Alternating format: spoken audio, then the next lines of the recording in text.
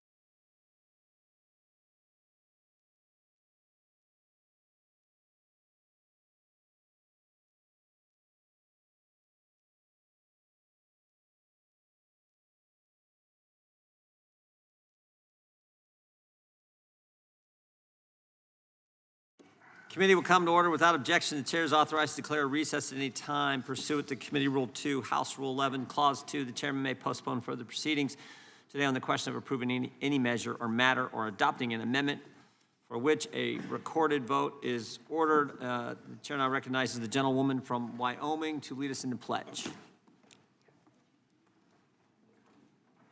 Allegiance to the flag of the United States of America and to the republic for which it stands, one nation, under God, indivisible, with liberty and justice for all. Pursuant to notice, we call up 5082, the Revising Existing Procedures on Reporting via Technology Act, or the Report Act, for purposes of markup, and move the committee report it favorably to the House. The clerk will report the bill. H.R. 5082 to amend. Without objection, the bill be considered as read and open for amendment at any point. The chair now recognizes the gentlelady from Florida, Ms. Lee, for an opening statement. Thank you, Mr. Chairman. The bill we're here to discuss today is H.R. 5082, the Revising Existing Procedures on Reporting via Technology, or Report Act. This is a strong bipartisan bill that provides additional tools to investigate and catch offenders of child sex abuse material, or CSAM.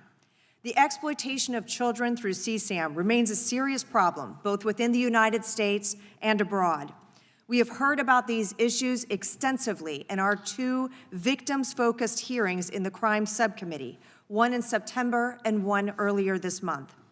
Reports of CSAM continue to grow exponentially, with 3,000 reports in 1998 growing to more than 1 million in 2014 and 36.2 million in 2023. We have gaps in federal law that prevent the National Center for Missing and Exploited Children, or NCMEC, from preserving reports of CSAM and hinders law enforcement from finding and holding these predators accountable. With the growing reports of CSAM on the internet, NCMEC, Homeland Security investigations, and other entities that protect children are having to make difficult decisions about which cases to prioritize. The Report Act will extend the duration for which evidence submitted to the cyber tip line is preserved from 90 days to 1 year. This will allow law enforcement agencies the much-needed time to conduct comprehensive investigations and strengthen the legal framework against online predators. This bill would strengthen already existing law that requires providers to report as soon as reasonably possible after obtaining knowledge of CSAM.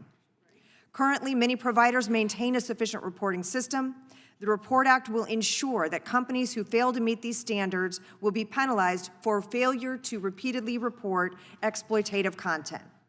I'd like to thank all of the advocates who helped get us where we are today, including crafting good policy and this important bill and recognizing the landscape and the tools that law enforcement need to combat this problem. This includes the American Conservative Union, the National Center for Missing and Exploited Children, the National Center on Sexual Exploitation, the International Justice Mission, Rights for Girls, PACT USA, Raven, and the Tim Tebow Foundation, and so many more. They all work tirelessly to protect and advocate on behalf of victims in both the United States and abroad.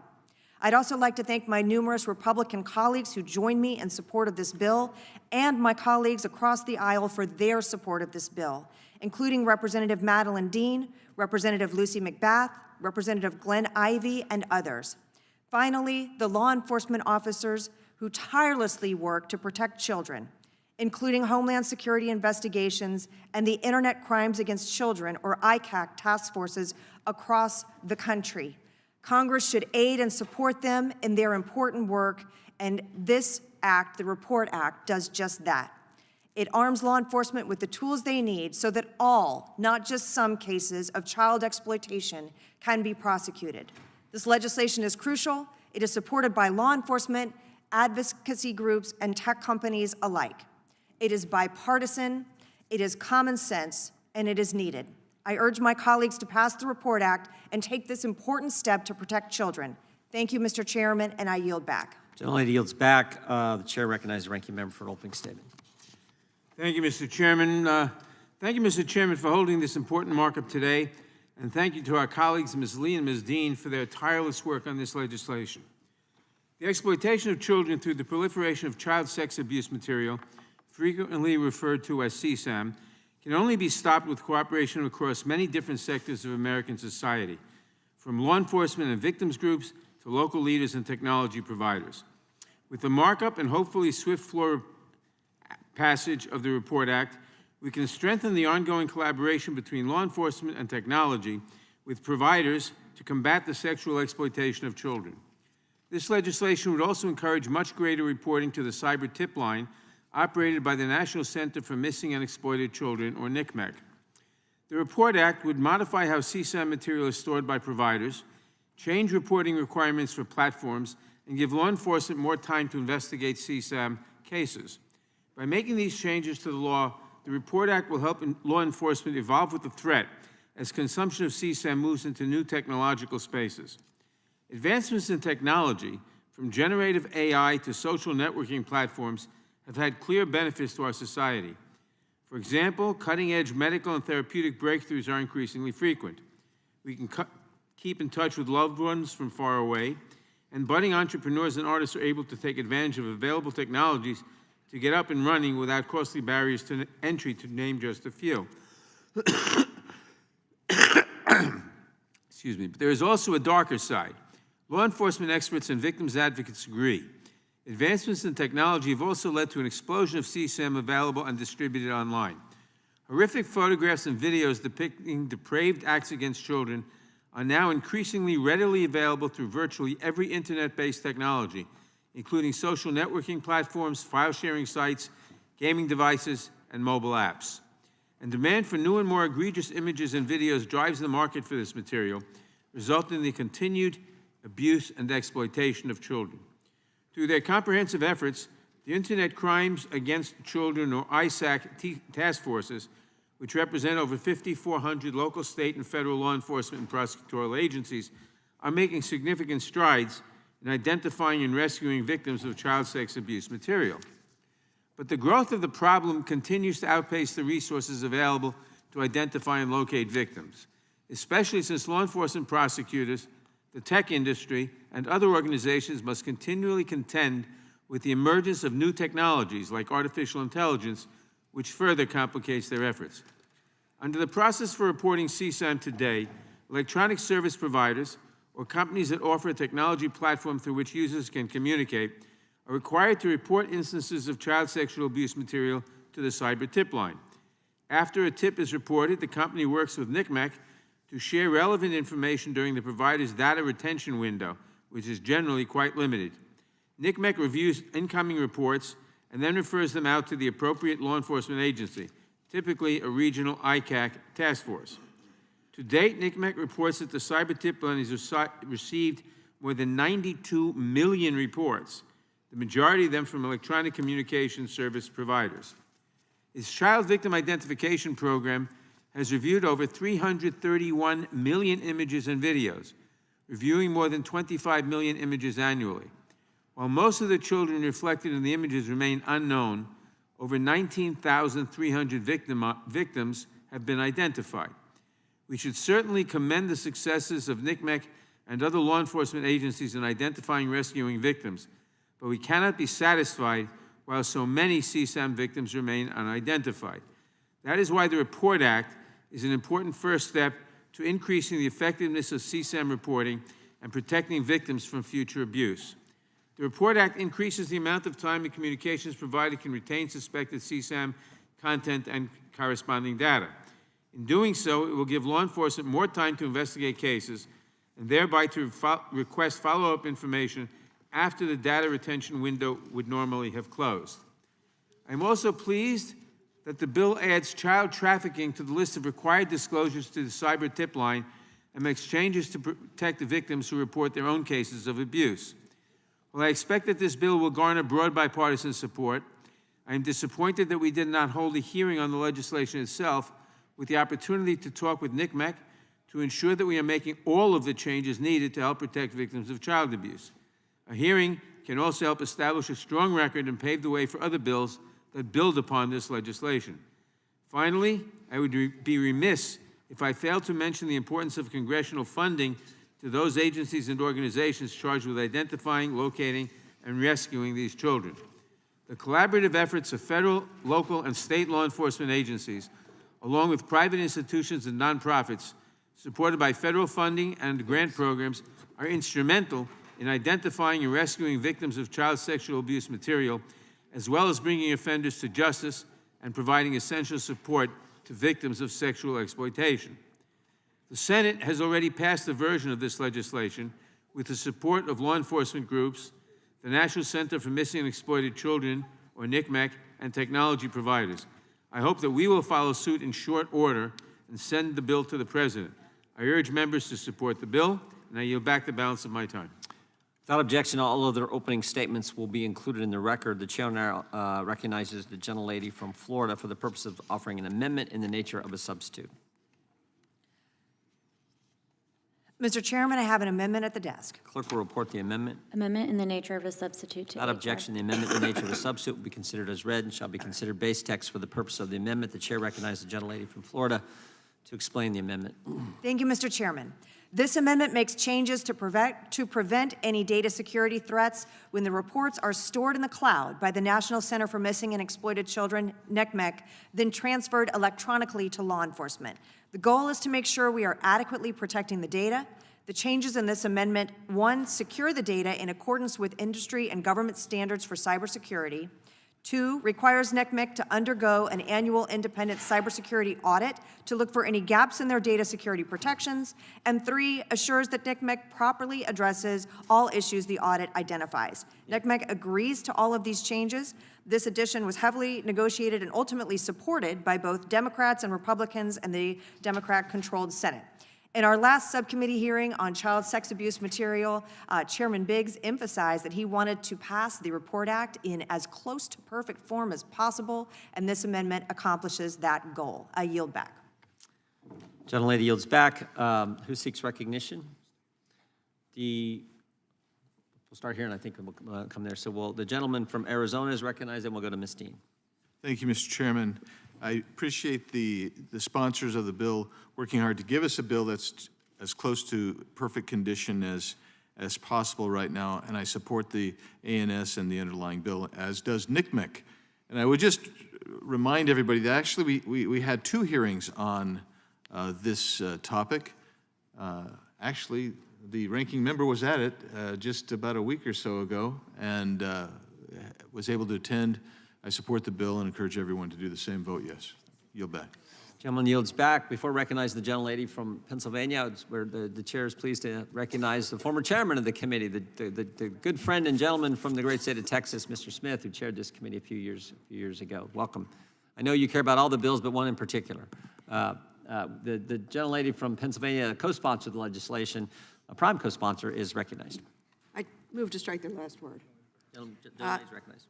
Thank you, Mr. Chairman. Thank you, Ranking Member, and especially thank you, Representative Lee, for all your work on this important bill. I rise in support of H.R. 5082, the Report Act. Think about it. In a 2023 report on child sexual abuse, NCMEC reported a 329% increase in child sexual abuse files reported to its cyber tip line over a 5-year period. And NCMEC received more than 88 million child sexual abuse files in 2022 alone. Each one of these photos, videos, live streams represents the underlying record of a child's very worst experiences.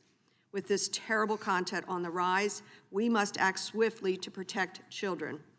The Report Act, simplified, does 2 important things. Number 1, it requires websites and social media platforms to report sex trafficking of children and enticement crimes. And number 2, it would also increase penalties for failing to report this terrible exploitative content. The bill also makes several much-needed improvements to help NCMEC and law enforcement better address these horrific violations.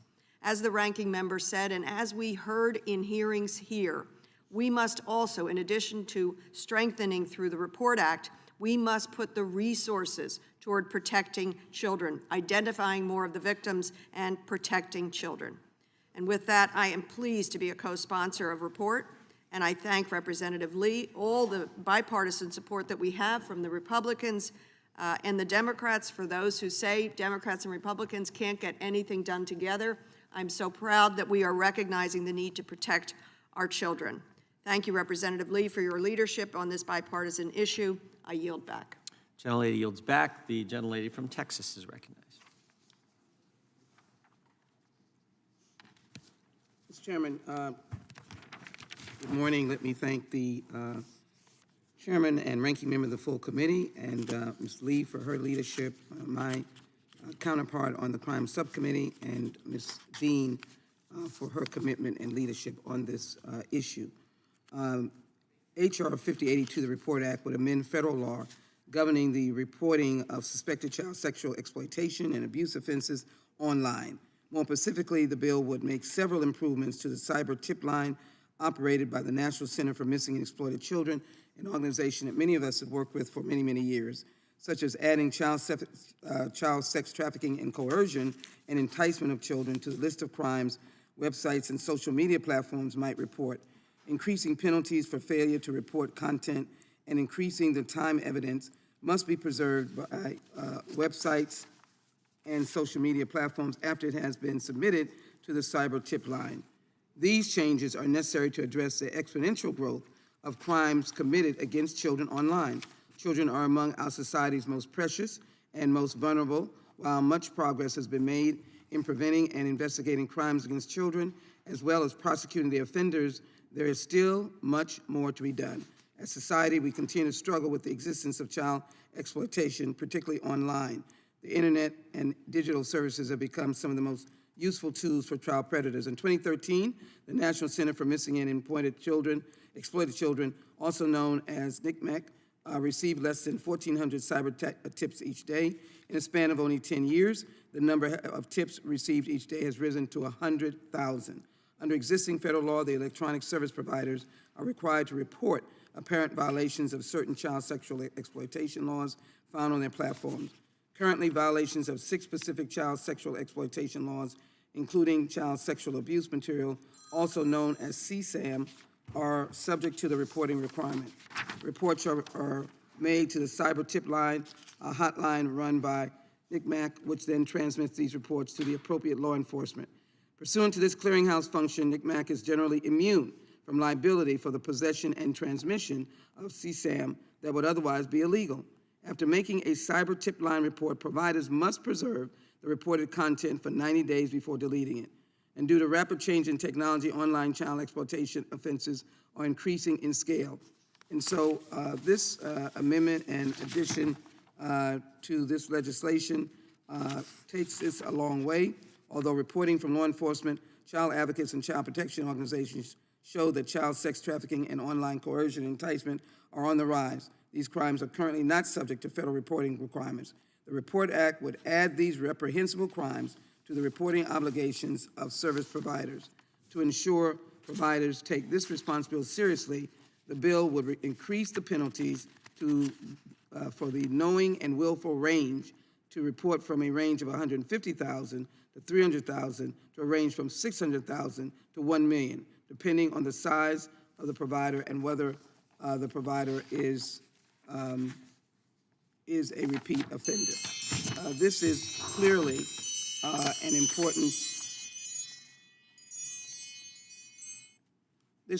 important effort and opportunity to do better by our children. While I'm on this case, let me remind my colleagues of the work we still have to do, which is H.R. 30, the bipartisan Stop Human Trafficking in School Zones, introduced by Michael McCall, myself, and Representative Nadler. And this particularly focuses on online, but as well it has the aspect of dealing with the physical enticement and recruitment of children right out of their classroom, right by classmates. And so this legislation would establish a sentencing enhancement of up to 5 years for any person who commits human trafficking offenses and other sex offenses. We can do always more, and I applaud the Report Act and look forward to my colleagues joining me in working on H.R. 30 as well, specifically dealing with human trafficking.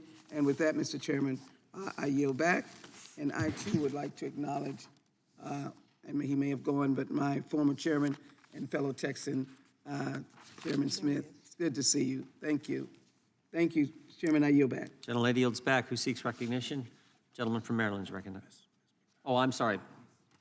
Ms. McBath was in the queue first. The gentlelady from Georgia is recognized. Thank you so much, Chairman Jordan and Ranking Member Nadler, and I'm just so excited. Thank you to Representative Lee. Thank you very, very much for asking me to participate in this really important piece of legislation, because above all else, I'm just a mom, which is why I speak today in support of the Report Act. What else is as precious as our children? The love that we feel for our children is deeper than any that I've ever known, and I'm sure any parent in here feels exactly the same way. And even if we lose our children, as I have, that love lives on in us and pulls us to do our very best to keep our children and other children safe. The legislation before us today will be implemented to support child victims, help law enforcement bring missing children home, and protect our future generations from these horrors. I saw the need for stronger laws to eliminate the spread of child sexual abuse material, so I introduced the End Child Exploitation Act. My bill empowers our law enforcement to conduct comprehensive, thorough investigations without their evidence being prematurely thrown out. And I am proud to say that my bill is included in the piece of legislation that we are discussing today, along with other important guidelines that support our law enforcement to find these children and to prosecute their abusers. It's a dangerous reality that inappropriate, disgusting material can be shared across the globe, while those uploading and recording the material can easily disappear. Our children are at risk.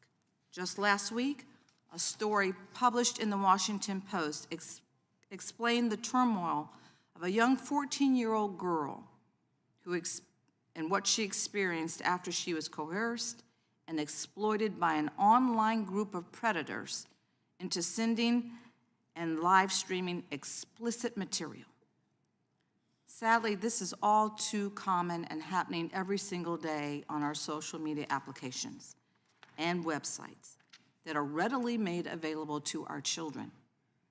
This is exactly why the Report Act is so sorely needed and why I am so very proud to support it. We must take care of our most precious resource, and that is our children. They are our future. And as parents and our community leaders, members of Congress, we must do everything that we can to protect and support and uplift them. And I yield back the remainder of my time. Gentlelady yields back. The chair recognizes the gentleman from Maryland. Thank you, Mr. Chairman. I want to associate myself with the remarks of my colleagues who've come before. I certainly want to take a moment to strongly support this piece of legislation. I want to commend my fellow former prosecutor, Ms. Lee, for her outstanding leadership in this legislative effort, and also Ms. Dean, who I think has been doing a great job on this front. I want to thank Ms. McBath for her leadership and allowing me to join in the provision that's been included in this bill, Section 3. Chairman, I want to thank you for bringing this bill forward. And with that, I know you'll be surprised that I'm this brief, Mr. Chairman, but I want to thank my colleagues, urge them to support this bill, and yield back. Gentleman yields back. Question is on the adoption of the amendment in the nature of a substitute. This will be followed immediately by a vote on reporting the bill. All those in favor say aye. Aye. Those opposed, no. In the chair, the ayes have it, and the amendment in the nature of a substitute is adopted, a reporting quorum being present. The question is on favorably reporting the bill as amended. I was looking around to make sure there's a quorum present. When we do have that. All those in favor say aye. Aye. Aye. Those opposed, no. The ayes have it, and the bill is ordered to be reported. The request for recorded votes, the clerk will call the roll. Mr. Jordan? Yes. Mr. Jordan votes yes. Mr. Issa? Mr. Issa votes aye. Mr. Buck? Mr. Gates? Mr. Biggs? Mr. Biggs votes aye. Mr. McClintock? Mr. Tiffany?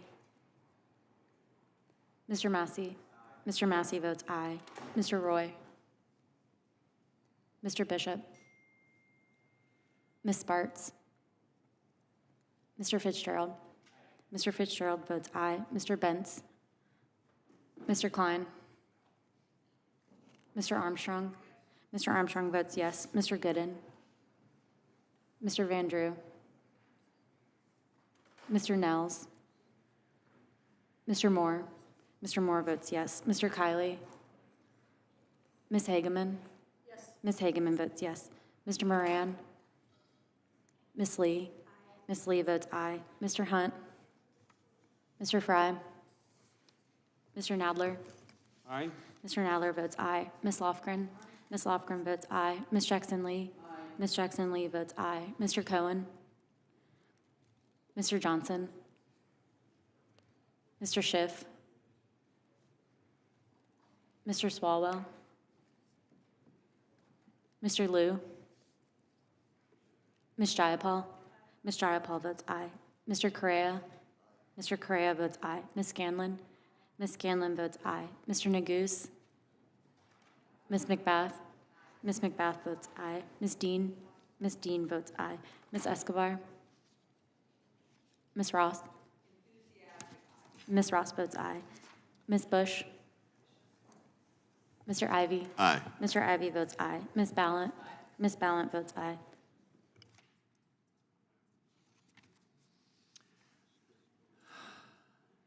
You okay?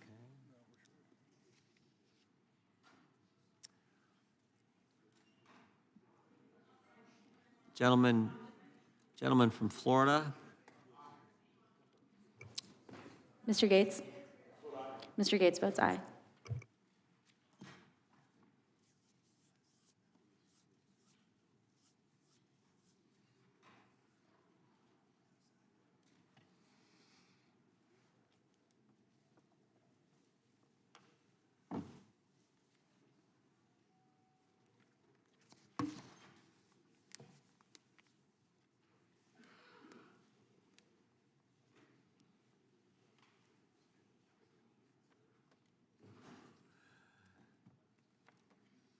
I think we need two more. I think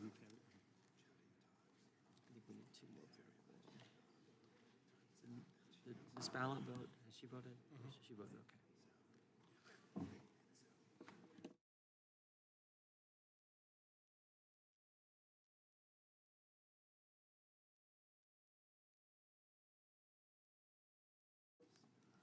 Gentlelady from Texas. Ms. Escobar votes yes.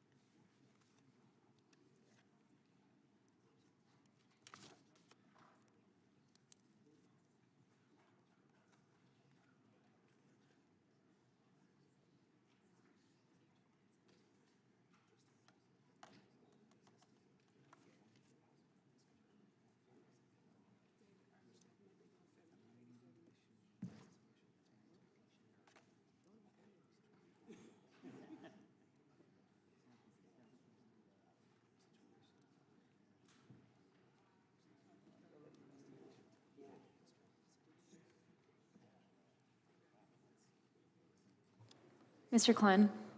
Mr. Klein votes yes.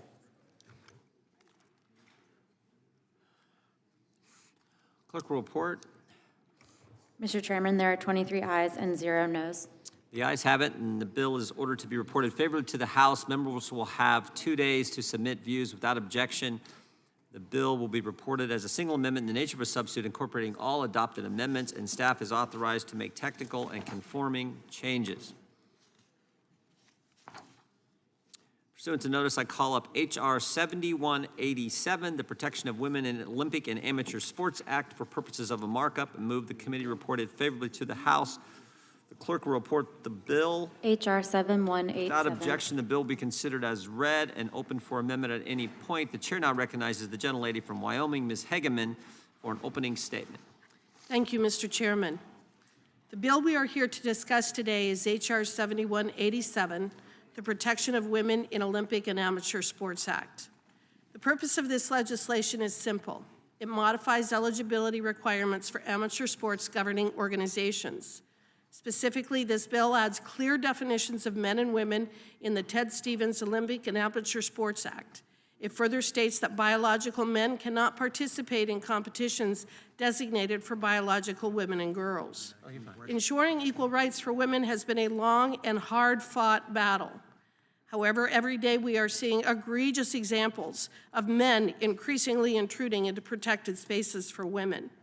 From female swimmers being forced to both compete and change in the locker room with the man who changed his name to Leah Thomas, to the recent decision by the USA Boxing to update their rule book to include a transgender policy, women and girls are being pushed aside and given no voice in the matter. A recent decision by USA Boxing is particularly troubling.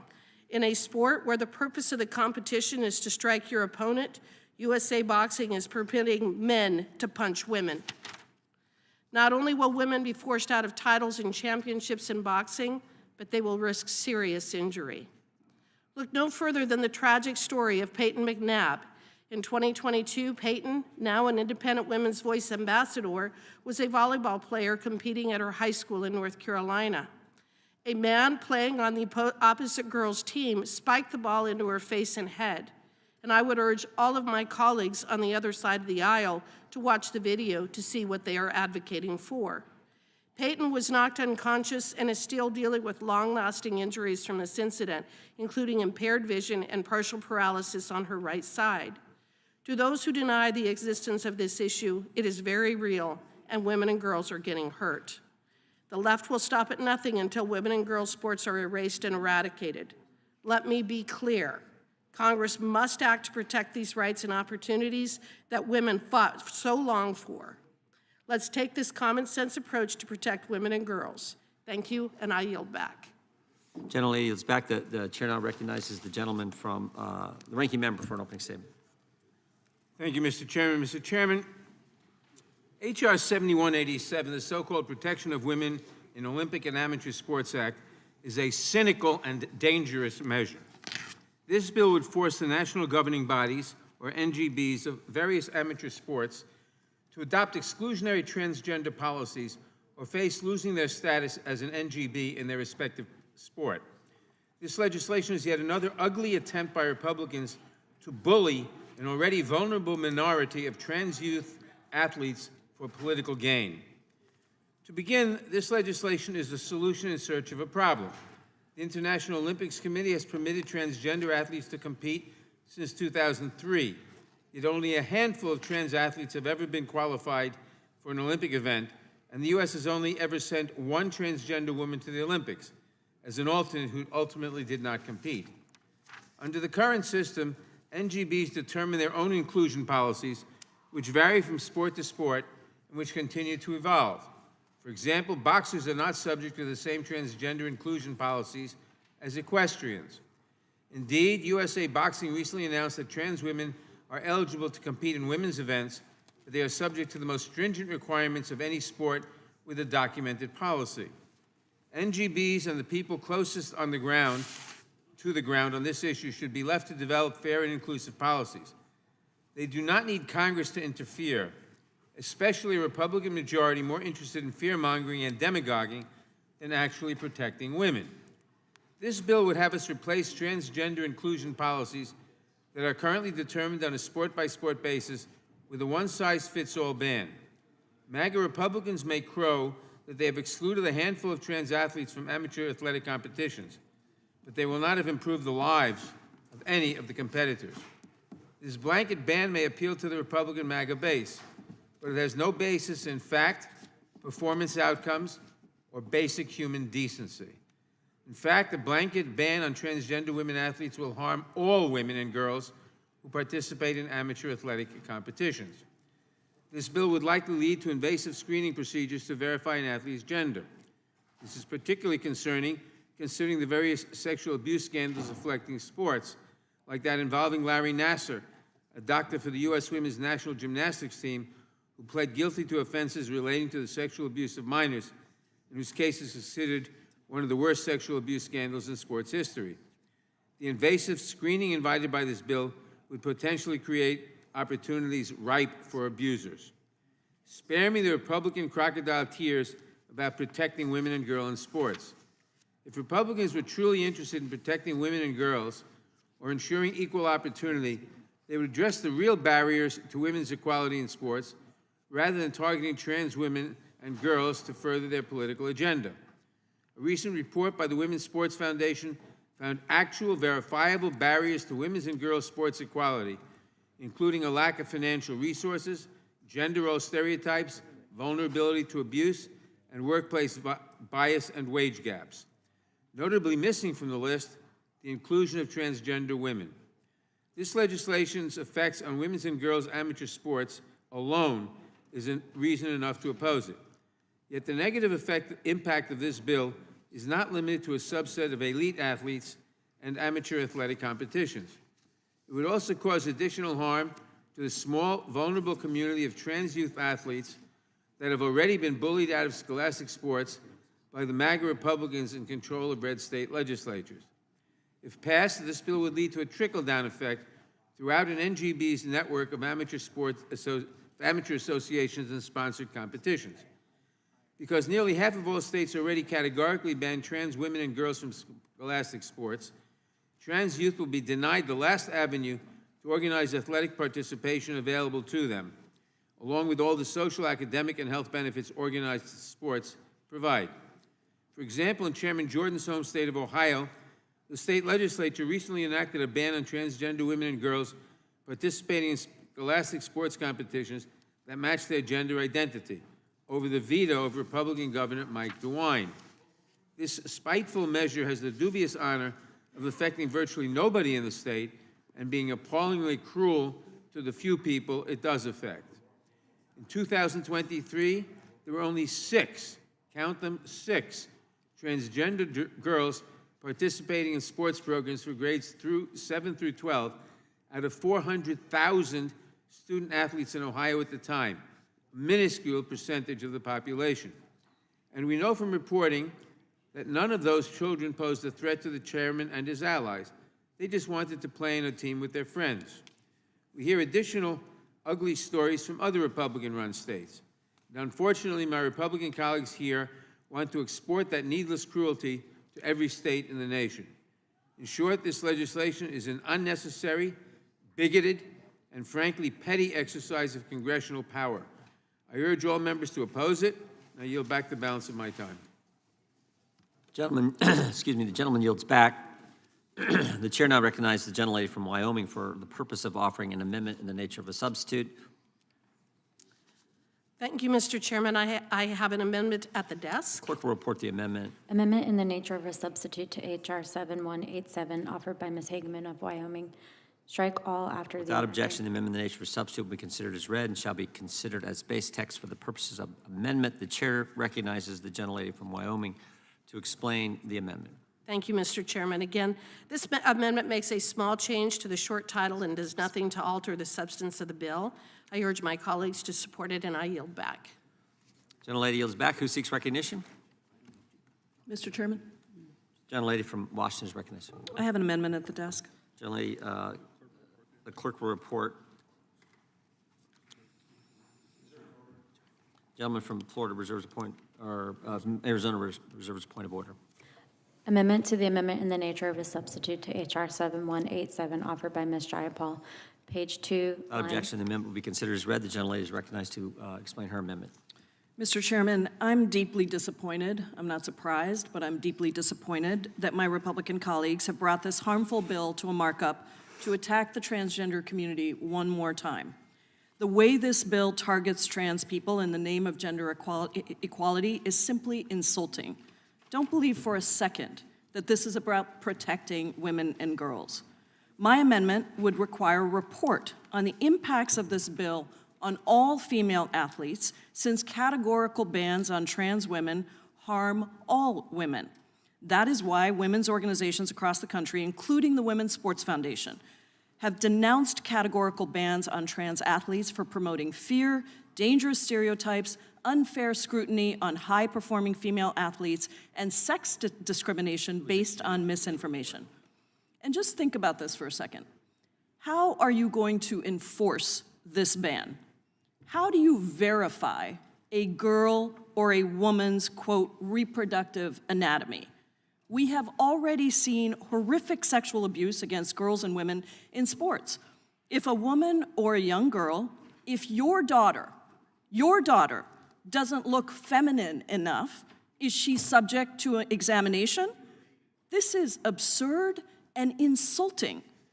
Instead of focusing on the real issues that female athletes face, including a lack of financial resources, vulnerability to abuse, and wage gaps, Republicans are instead choosing to appropriate the rhetoric, just the rhetoric, of women's rights to obscure what seems to be a deeply felt hate for gender inclusivity and prejudice against the trans community.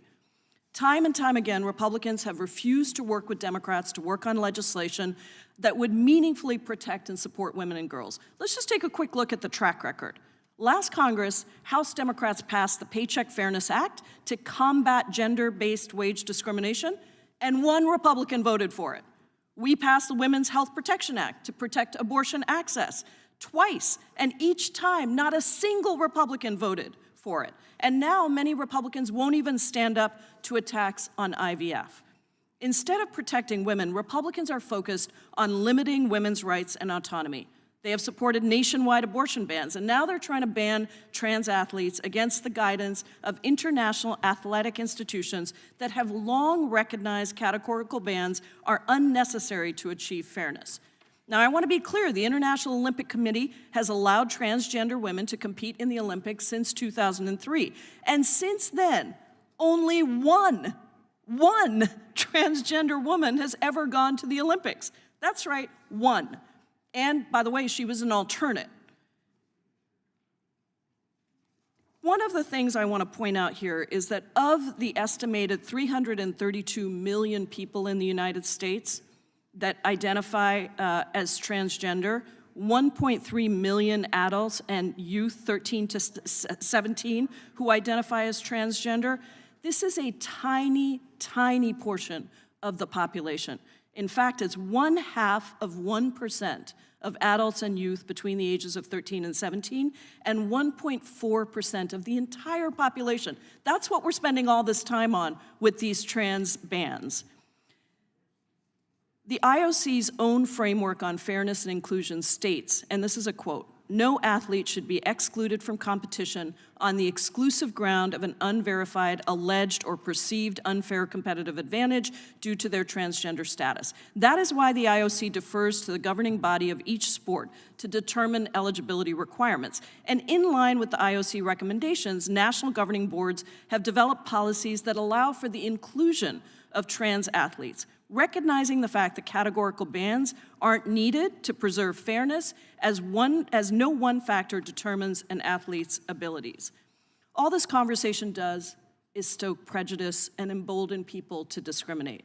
Almost half of transgender people in the United States will attempt suicide at least once in their life, and trans people are over 4 times more likely than cisgender people to experience violent victimization. These bills directly harm some of the most vulnerable people in this country and tell them that they don't belong. I am the proud mother of a trans daughter. And every time these bills come up, I ask you to think about what it would be like if your daughter was the one that you were talking about. What would it be like if you were telling your daughter that she does not have the right to be who she is? Every one of you has children. I ask you to please stop targeting our trans community that is already vulnerable, that already faces so many challenges. Why are you doing this? It is a tiny portion of people across the country that identify as trans, and not a single one of them is doing anything to harm you or your family. Stop it. Stop it. We have better things to do in Congress, things that could actually lift people up across this country. Vote yes on my amendment and no on this horrific bill. I yield back. Gentlelady yields back. The chair recognizes the gentlelady from Wyoming. I think it's very clear why we are doing this bill, and that is to protect women and girls in sports.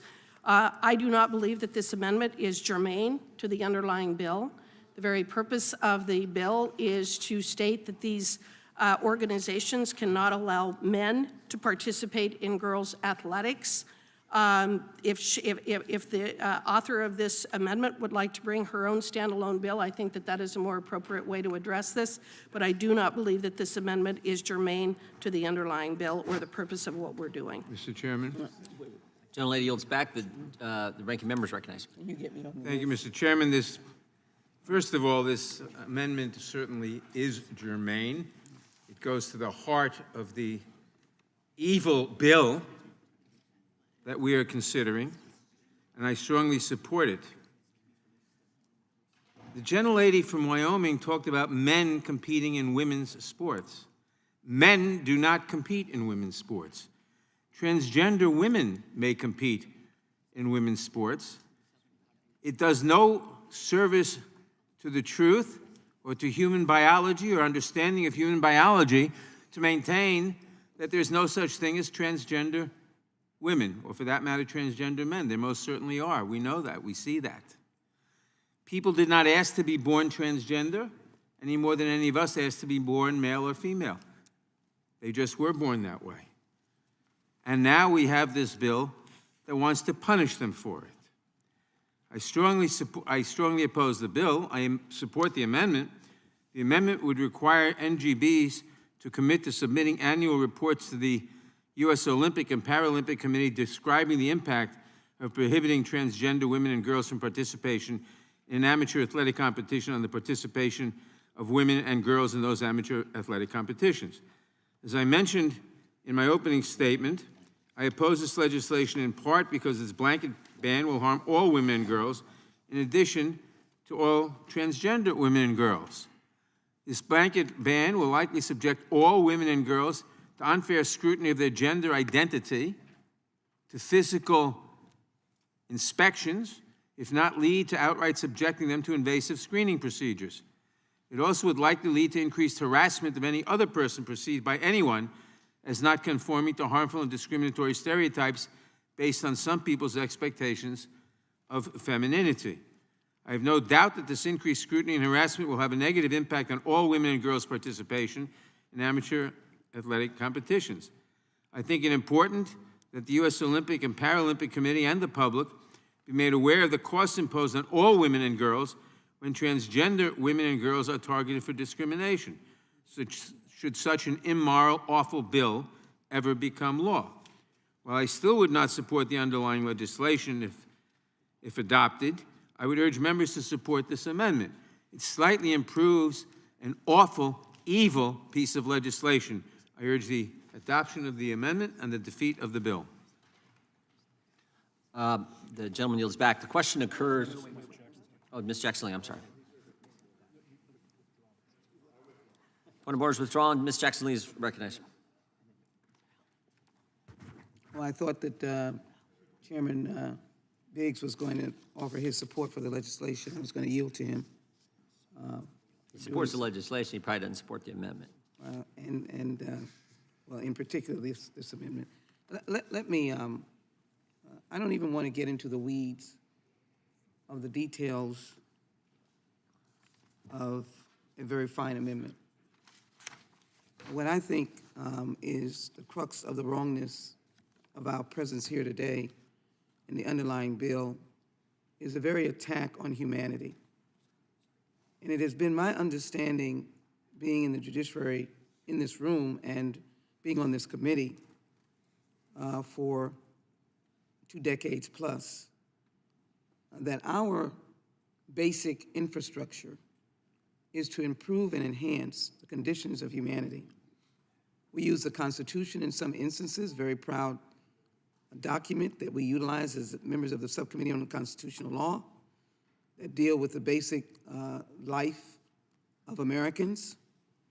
It governs whether we have equal protection of the law. It governs whether or not we can be in the courtroom. It governs whether or not our race will discriminate against us. It governs whether our language will discriminate, will be a basis for discrimination. We could argue our sexual orientation. But our proposition is that it is to make human life better.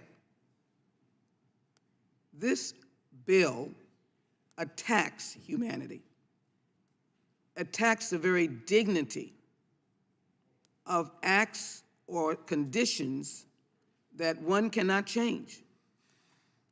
You are a human being that has this description. You cannot change it. Your loving daughter is a loving daughter and one of our human family. And our job is to make her life a life where she is applauded in this nation as part of the extended human family. Why would we even entertain legislation that is denigrating, denying, destroying the life of a population of people? The trans community exists. They are children, they are adults, and God, if they have not been killed, they are now aging. Many of whom have lived in the shadows of life only to protect themselves from being attacked. So my argument, Mr. Chairman, is for you to even have brought this bill up. This is not a bill that should be on the roster for the Judiciary Committee. This is a bill that is destructive.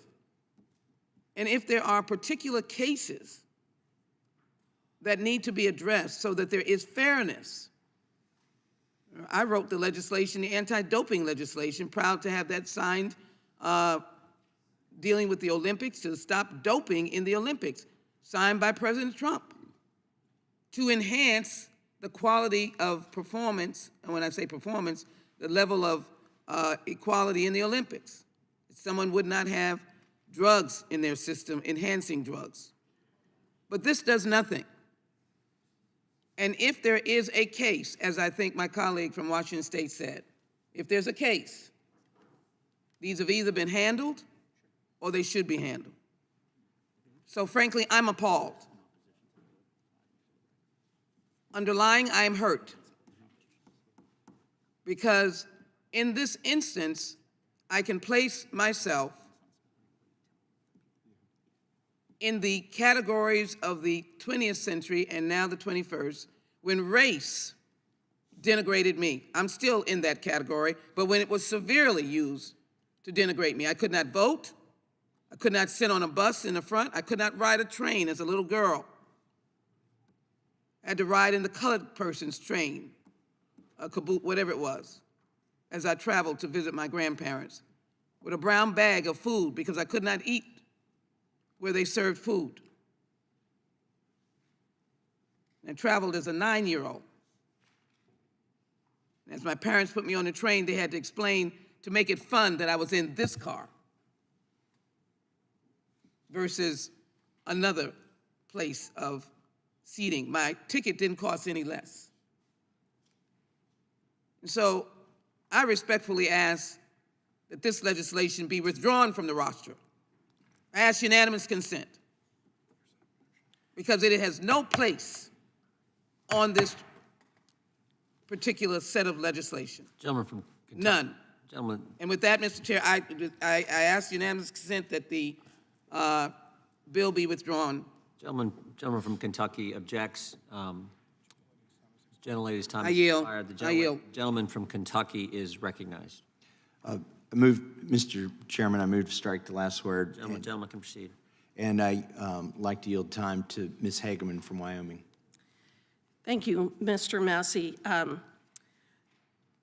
There is really no discussion so far on the actual bill. There's a lot of emotional language and a lot of accusations being made by my colleagues on the other side, but no discussion about the need for the bill that we are debating at this time. In terms of the amendment, I would like to point out to my colleague from New York, as he read the amendment, he actually changed the language of what is stated in the bill in order to make a point, because he recognized that the word that is in this amendment actually completely undermines every single thing that he said.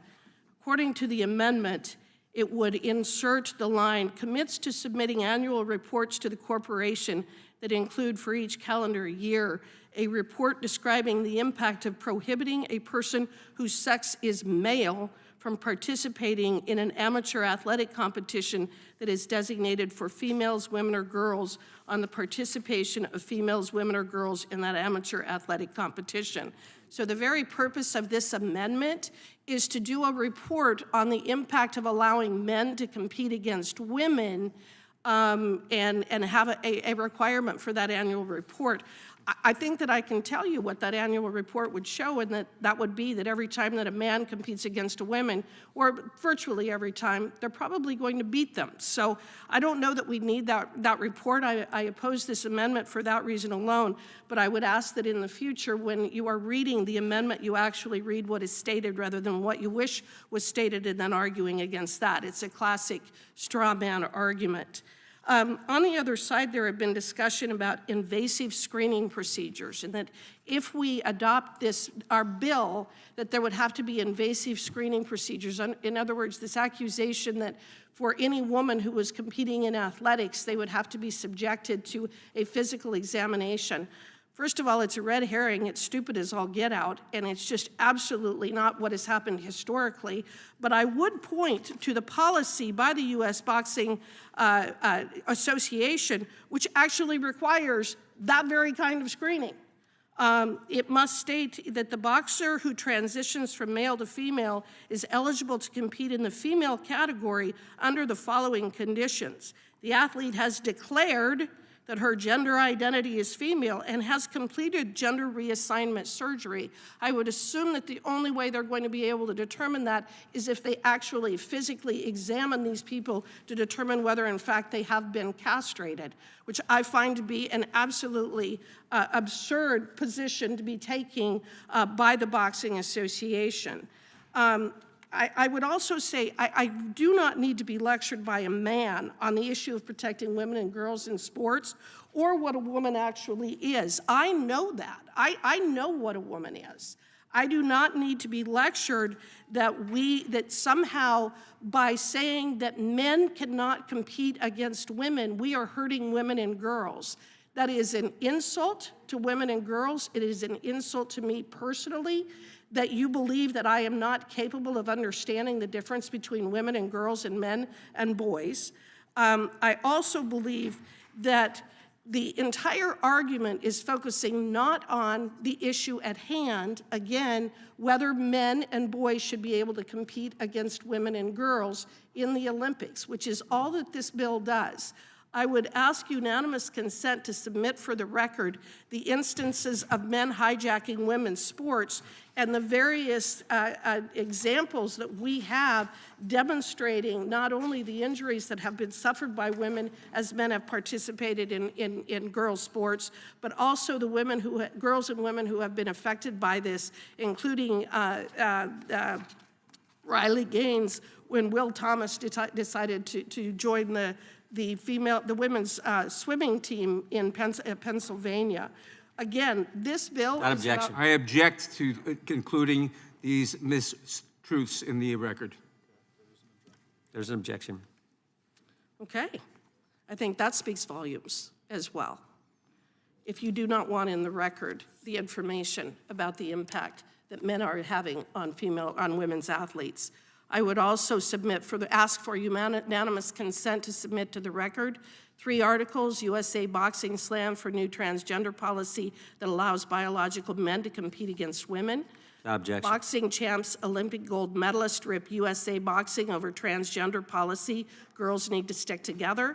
And USA Boxing codifies rule allowing male participation in women's division. Without objection. Gentlelady's time has expired. Yield back. The gentlelady from Georgia is recognized. Thank you. I move to strike the last word. Gentlelady can proceed. I find it extremely distressing that we find it okay in this body to be able to bully our trans youth for political gain. I'm speaking in opposition to this bill in its entirety. I do support, however, Ms. Jayapal's amendment.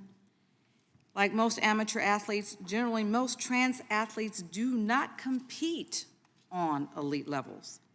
This bill imposes a blanket ban on amateur competition anyway, because nearly half of the states have already banned trans women and girls from scholastic sports. This bill would deny trans youth the very last avenue that they have to athletic participation that's actually available to them, along with all the social, all the academic, and health benefits organized sports provide for them. So I find it very distressing that we are targeting our young people, we are targeting our children, and I just think that we should be doing everything that we can to uplift them. That's what we're talking about today, supporting them, uplifting them emotionally, psychologically, physically. That is our role, and I yield back. Gentlelady yields back. The gentlelady from Vermont is recognized. Thank you, Mr. Chair. Move to strike the last word. Gentlelady is recognized. Thank you. At the top, I'd like to ask unanimous consent to enter into the record a New York Times article from June 2023, how the GOP picked trans kids as a rallying cry. Objection.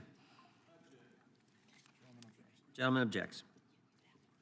So, here we are, spending time once again, using our valuable time to pick on a class of people in this country. I believe I'm the only person on this committee who represents the LGBTQ community, though I always say that we know of. And I have to tell you, I've been absolutely stunned by the amount of time and energy that we have spent in this Congress talking about trans kids, their parents, gay Americans, that somehow my community is the source of all that is wrong in this country. And I want to associate myself with the remarks of Ms. Jackson Lee from Texas and Ms. Jayapal from Washington. This is about basic humanity. This is about dignity. And it is no secret, if you are paying attention, that my colleagues on the other side of the aisle have decided that this congressional term would be about bringing up the issue of trans kids and their families and gay Americans relentlessly.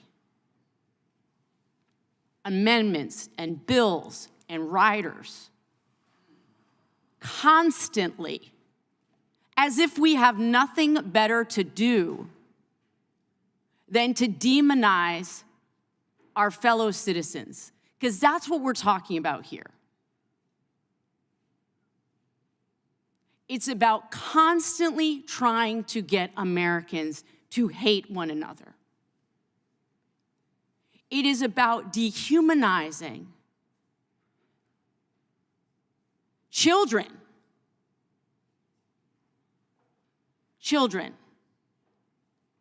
And as a former teacher, I can tell you, it is hard enough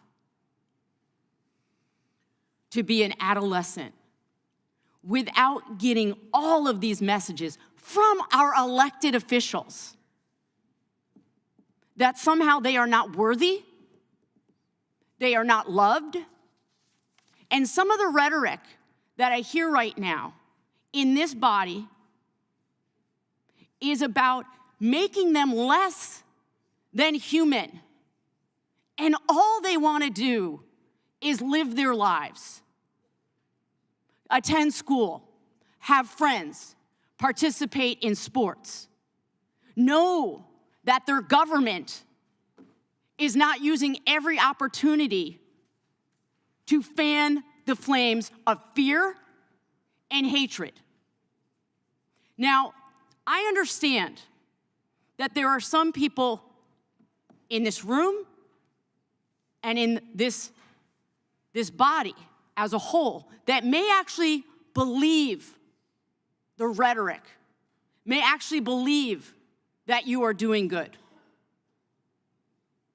But I'm telling you, it has a devastating effect on children, on teens, and their parents. In this committee, we had a hearing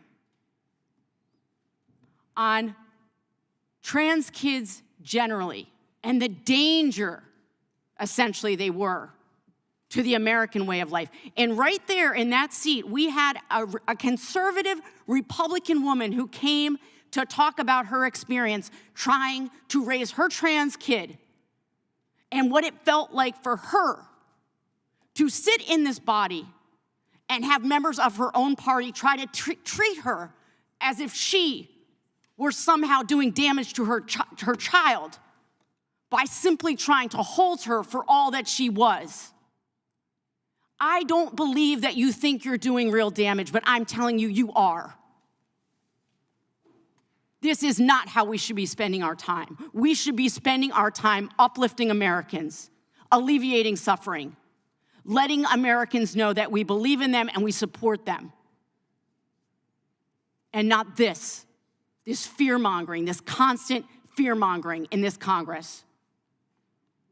People who just want to live their lives and the families who love them. I yield back. Gentlelady yields back. The question occurs on the amendment offered by the gentlelady from Washington. Those in favor say aye. Aye. Those opposed, no. No. In the opinion of the chairs, the noes have it, and the amendment is not agreed to. A roll call being requested. The clerk will call the roll. Mr. Jordan? No. Mr. Jordan votes no. Mr. Issa? Mr. Buck? Mr. Gates? Mr. Biggs? Mr. Biggs votes no. Mr. McClintock? Mr. McClintock votes no. Mr. Tiffany? Mr. Tiffany votes no. Mr. Massey? No. Mr. Massey votes no. Mr. Roy? Mr. Bishop? Ms. Spartz? Mr. Fitzgerald? No. Mr. Fitzgerald votes no. Mr. Bentz? Mr. Klein? Mr. Armstrong? Mr. Armstrong votes no. Mr. Gooden? No. Mr. Gooden votes no. Mr. Van Drew? Mr. Nels? Mr. Moore? Mr. Moore votes no. Mr. Kiley? Mr. Kiley votes no. Ms. Hageman? No. Ms. Hageman votes no. Mr. Moran? No. Ms. Moran votes no. Ms. Lee? No. Ms. Lee votes no. Mr. Hunt? Mr. Fry? Mr. Nadler? Aye.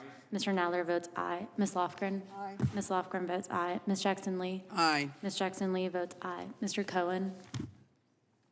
Mr. Johnson? Mr. Schiff? Mr. Swalwell?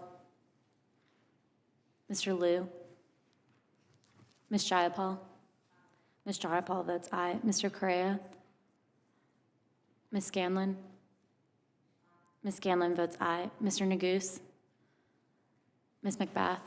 Ms. McBath votes aye. Ms. Dean? Ms. Dean votes aye. Ms. Escobar? Ms. Escobar votes aye. Ms. Ross? Ms. Ross votes aye. Ms. Bush? Mr. Ivy? Mr. Ivy votes aye. Ms. Ballant?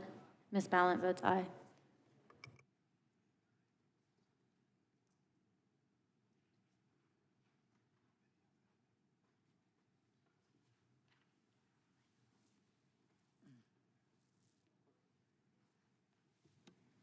Clerk will.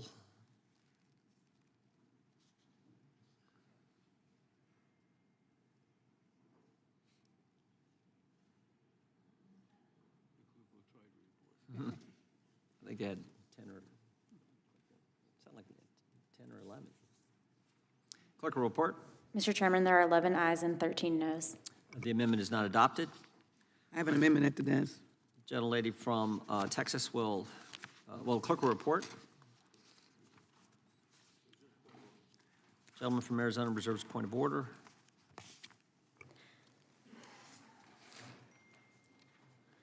Substitute for the amendment in the nature of a substitute to H.R. 7187 offered by Ms. Jackson. Without objection, the amendment will be considered as read. The gentlelady from Texas is recognized to explain her amendment. Mr. Chairman, I thank you very much. I do this not to be partisan or not to take seriously the amendment process. I've already indicated that this is an attack on humanity and really has no place here today. My amendment would, in essence, substitute the present language of 7187 for H.R. 4960, the China Gibson Stop the Transgender Murder Epidemic, which speaks to the rampant killing of women, transgender women, throughout America for a period of time. This is to make an important point and to send a clear message to the American people that we should not be supporting and uplifting those who are marginalized and discriminated against. We should not be uplifting persons who would marginalize and discriminate against individuals who are in the trans community. And we should be especially mindful of protecting individuals whose very existence subjects them to violence and murder. Specifically, my bill, H.R. 4960, or the new 7187, would establish a commission to study and develop proposals to combat the epidemic that is the murder of transgender, gender nonconforming, gender expansive, and transgender women of color. This bill is named after and in honor of a transgender woman who was tragically murdered on February 25, 2017, while she was in New Orleans celebrating Mardi Gras. It is a tragedy and epidemic what is happening to transgender black women who are being murdered across this country at a rate that is 7 times higher than the general population. In 2018, 26 transgender people were violently killed in the U.S., with the majority of them being black transgender women. In 2022, at least 34 transgender or gender nonconforming people were fatally shot or violently murdered. And so instead of marking up a dangerously discriminatory and harmful bill excluding transgender women, a measure that can surely amplify hate crimes. So instead of, let me correct that, instead of marking up a bill that would attack dangerous behavior and discriminatory behavior, we should be focused on what will help humanity and help people who are themselves, who are described as human beings. We must establish a commission to document and research issues gender conforming, gender expansive, and transgender women of color face, such as limited access to health care, public and private discrimination against this population, overshadowing the risk factors that the community faces. I met the family members and supportive community of this wonderful young woman who had every right to live, and her death is attributable only to her condition, not that anything that she did, not at all. And she was a lovely young woman. Texas transgender women's killing highlights the disturbing trend. And so we need to make appropriate recommendations on how to educate the American public, how federal laws can uplift humanity, cannot stigmatize, can protect people who've lost loved ones. I'm not against harsh laws that will punish those who've done ill to others. We need to come together on how we do that in a way that we protect families. But the categorical banning on transgender women, athletes, and children are simply outrageous, and young women. In particular, H.R. 7871 does nothing to address actual barriers to women's equality in sports. It does nothing to help my sister from the state of Washington, her beautiful daughter, her family, the unity of her family, the love of her family. It does nothing to create a pathway for people whose humanity is different from mine. If Republican members really cared, they would offer a bill that provides solutions to women's sports equality and not spark fear against a vulnerable community. H.R. 7187 is simply, again, the Republicans' pathway to victory in November 2024. Let's find a group that we can categorize, demonize, and have everybody saying that if we vote for the other guys, they're going to support the demons that are out to get us. They're not out to get us. They're part of our extended family. And H.R. 7187 is simply the Republicans' popularity contest of bullying trans youth and stoking fear against transgender people. There have been 1,500 anti-LGBT bills over the couple of years. Republicans have set the record for the fourth year in a row with 589 bills introduced in 2023. In state legislature, 174. We cannot stand by, Mr. Chairman. I don't think you want to stand by and do this. The Biden administration is opposed to this kind of language. No group has come to us and asked for this language. I stand ready to fight against this bill. I will not tolerate it. I have had this horrible experience of discrimination, the fear, the hatred. I will not have it. And so I ask my colleagues to support the Jackson-Lee amendment. Gentlelady yields back. Does the gentleman from Arizona insist on his point of order? Yes, Mr. Chairman, I do. The gentleman insists on his point of order. Does the gentlelady wish to respond on the germaneness point of order? I absolutely do, Mr. Chairman. I expect so. This underlying bill deals specifically with the trans community, though it may be dealing with athletics. This is a folder full of articles about the attacks on transgender, in particularly African-American women, but in particular, it goes to all aspects of their life. Athletics is a part of your life, and so I believe that this amendment is an appropriate ANS for the mission of this committee. This committee's mission is to use our laws to protect and uplift, not to discriminate, tear apart, and tear under, as we would say in places of worship, tear us under. It is to lift us up. It is to find ways to protect vulnerable populations. The trans community is a vulnerable population that should be protected, and I would argue that it is germane on the basis of the constitutional protections that my amendment would provide, as opposed to the constitutional conditions that would be torn down under the present 7187 as it's presently written. I maintain that it is germane. The chair is prepared to rule. No one supports attacks on anybody, but the gentlewoman's amendment does not satisfy the subject matter and fundamental purpose test. Therefore, it is not germane and is out of order. And Mr. Chairman, I move to adjourn.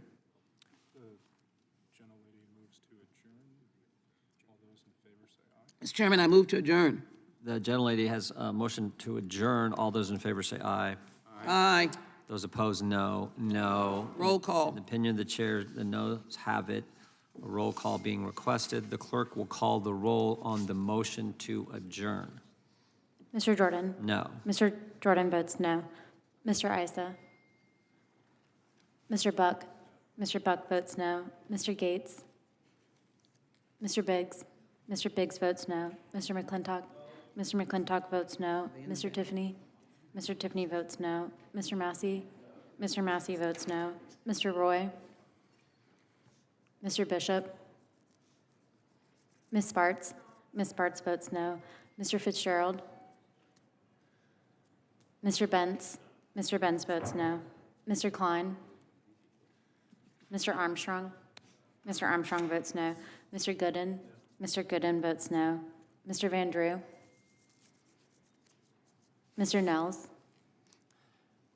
Mr. Moore? Mr. Kiley? Mr. Kiley votes no. Ms. Hageman? Ms. Hageman votes no. Mr. Moran? Mr. Moran votes no. Ms. Lee? Mr. Hunt? Mr. Fry? Thomas. Mr. Nadler? Aye. Mr. Nadler votes aye. Ms. Lofgren? Aye. Ms. Lofgren votes aye. Ms. Jackson-Lee? Aye. Ms. Jackson-Lee votes aye. Mr. Cohen? Mr. Johnson? Mr. Schiff? Mr. Swalwell? Mr. Liu? Ms. Jayapal? Ms. Jayapal votes aye. Mr. Correa? Ms. Scanlon? Ms. Scanlon votes aye. Mr. Neguse? Ms. Macbeth? Ms. Macbeth votes aye. Ms. Dean? Ms. Dean votes aye. Ms. Escobar? Ms. Ross? Ms. Bush? Mr. Ivy? Mr. Ivy votes aye. Ms. Ballant?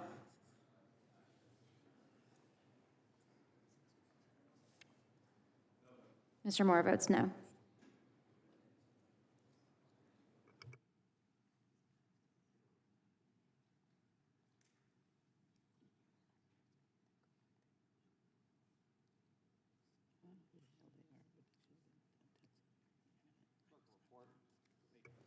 Mr. Chairman, there are 8 ayes and 14 noes. The motion is not agreed to. Who seeks recognition? Gentlelady from Indiana is recognized. Thank you, Mr. To speak on the bill. I move to strike the last word. Thank you so much, Mr. Chairman. I rise in strong support of this bill, and I'll tell you something. It's really sad for me to see that the other side that said they also protect women and women's rights. It's really, not protected, these rights for women, and girls to be competitive in sports. And I'm talking as a woman who's been in very male-dominated professions all my life, whether it was farming, commercial real estate, large finances, and politics. It is extremely hard if you're a woman, independent thinker, and someone who is not a puppet to the establishment of your party to survive, especially in politics where we have, a lot of men, that I would call, a lot of pricks with no balls but attack the women. And that's why I'm a big supporter of, of Second Amendment rights, which is the ultimate equalizer, because ultimately, let's just be honest, physically, we are not as strong as a man. When we have Second Amendment, it makes us equal. And that is why it is equality rights, Second Amendment, I truly believe. And for me, it's sad to see, I'm also a mother of 2 girls, that we are actually trying to put girls in disadvantage. And a lot of these girls work extremely, extremely hard to be able to succeed in the sport. It's very competitive, sometimes even, probably spend too much of their energy and don't even have time for academics. But truly, for me, it's very offensive to see that we have actually men who were, biological sex males now competing against these girls. Let's just be honest, whether we're playing golf or other things, we have for a reason. We have a different place where girls hit the ball, which is a reason for that. And it's sad for me to see that on this issue, we become politicized, and not protecting actually girls' abilities and celebrate successes and win.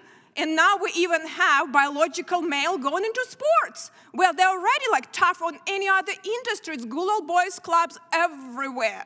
And I hope the other side will start politicizing. There is no one here saying that we should be promoting any violence. No violence against anyone should be. People have their rights to do whatever they want, even craziest things, unless they want to hurt someone else. But this is actually can hurt women in the sports, and we have, accidents happen at that. It limits the ability for women and girls to win and succeed.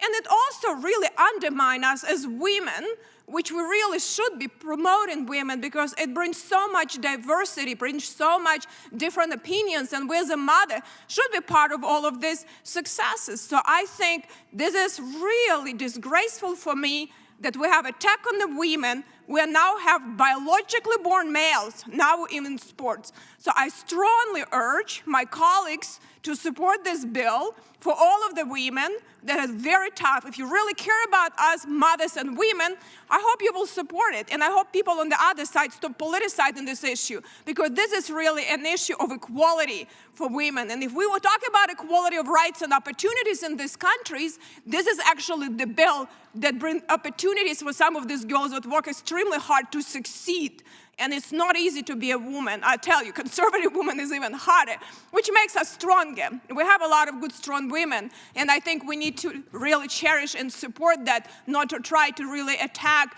with really politicizing and bad legislation that, the other side is trying to do. So I think it's truly protection of women's rights, and if you stand for women and women's rights, you should be in strong support of this bill. And I urge my colleagues to support it, and I strongly support this bill. And I thank you, my colleagues, for bringing it to this committee. And I think this is an issue that's very important because we're the country of equal rights and equal opportunities. And I think, a lot of times we forget about that. And I think women bring so much to the table. And I would like to have more women be involved, and I want women to be able to succeed in sports because it brings a lot of opportunities for them that otherwise they will not have. And, and these girls are working hard. And I thank everyone who will be supporting this bill, and we should really be watching who really standing for women or just does talking points and political appeasement on paper. Do you really stand for women and women's rights or not? And I thank you very much, and I yield back. Gentlelady yields back. The gentlelady from, I think, I just want to get the right order because I don't know if you do you have an amendment or do you? I have an amendment. Okay, and we'll go with the gentlelady from Pennsylvania, and then we'll go to Mr. Ivey. Thank you, Mr. Chairman. I have an amendment at the desk. Clerk will report. Amendment to the amendment in the nature of a substitute to H.R. 7187. Gentleman from California reserves a point of order without the amendment will be considered, without objection, the amendment will be considered as read. The chair now recognizes the gentlelady from Pennsylvania to explain her amendment.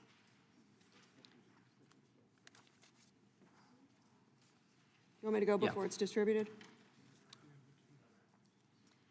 That's. Thank you, Mr. Chairman. My amendment. Your ability to explain is so good, we didn't even need it any further. Thank you. And you know what? It is a simple, clean amendment. It is going to be very clear. My amendment would add to H.R. 7187 the so-called Protection of Women in Olympic and Amateur Sports Act. It would add the obligation that sports organizations are require employees to report sexual abuse of athletes. Let me say that again. An obligation that sports organizations require employees to report sexual abuse of athletes. I cannot agree with my Republican colleagues that, as written, H.R. 7187 would help women and girls. There are many problems and inequities that face women and girls in locker rooms and on the sporting field, but the inclusion of trans athletes in women's sports is simply not one of them. I want to call back, if you remember, Utah Governor Spencer Cox, a Republican, explained his thoughtful decision to veto HB 11. It was a state bill, like H.R. 7187, that would have banned transgender girls from participating in women's sports. Allow me to read his letter, his thoughtful letter. I commend it to all of you about his choice to veto. He writes in part, again, this is March 22nd of 2022, by a Republican Governor, Spencer Cox. Transgender sports participation issue is one of the most decisive of our time, but I hope you will permit me an opportunity to explain my reasons for vetoing HB 11. And he moves on very thoughtfully. Finally, there is one more reason for this veto. I must admit I'm not an expert on transgenderism. I struggle to understand so much of it, and the science is conflicting. When in doubt, however, I always try to err on the side of kindness, mercy, and compassion. I also try to get proximate, and I am learning so much from our transgender community. They are great kids who face enormous struggles. Here are the numbers that have most impacted my decision. 75,000, 4, 1, 86, 56. 75,000 high school kids participating in high school sports in Utah. 4 transgender kids playing in high school sports in Utah. 1 transgender student playing girls' sports. 86% of trans youth report suicidality. 56% of trans youth having attempted suicide. 4 kids, and only one of them playing girls' sports across his entire state. That's what this is all about? 4 kids who aren't dominating or winning trophies or taking scholarships? 4 kids who are just trying to find some friends and feel like they are a part of something? 4 kids just trying to get through each day? Rarely has so much fear and anger been directed at so few. Please, members on the other side of this aisle, read this thoughtful letter from your Republican colleague who says that we should err on the side of mercy and compassion and allowing children to have their lives as difficult as it is to get through adolescence in a state of being happy in themselves, participating with their friends in sports. Why would you deny that? What are you afraid of? Honest to God, what are you afraid of? I don't understand it. These young people desperately need to be included, to be welcomed. You send the exact opposite message every single time you can. And I have to admit to you, consider the paradox of what we just considered, a bill to protect children from exploitation, grotesque exploitation, and yet we follow it up with a bullying bill. Shame on this markup. We should not turn a blind eye to the genuine problems facing women and girls who we know are disproportionately vulnerable to sexual abuse. UNESCO reports that roughly 1 in 5 women and girls around the world have suffered sexual abuse in sporting events and in the sporting environment. These horrific accounts must not go unreported. I urge my colleagues who are serious about protecting women and girls, not merely bullying trans children, to support my amendment. I urge my colleagues to err on the side of kindness, mercy, and compassion. I yield back. The gentlelady yields back. The chair recognizes ranking Chairman, I member. withdraw the point of order, but I would note that the amendment hang on. the gentlelady described is not the one before us. Yeah, and that's what we're going to the ranking member. A gentleman withdraws a point of order. Mr. Chairman, the wrong amendment by Ms. Dean was distributed, so I ask that that amendment be withdrawn and the proper amendment distributed. Without objection, and the next time Ms. Dean offers an amendment, we will wait for it to be distributed. Okay, reserve a point of order. I think she explained it, but we'll make sure everyone gets a copy of the amendment. Ms. Dean has 2 amendments. I assume she's going to offer them both, but we'll get the one distributed, and then we'll proceed with debate.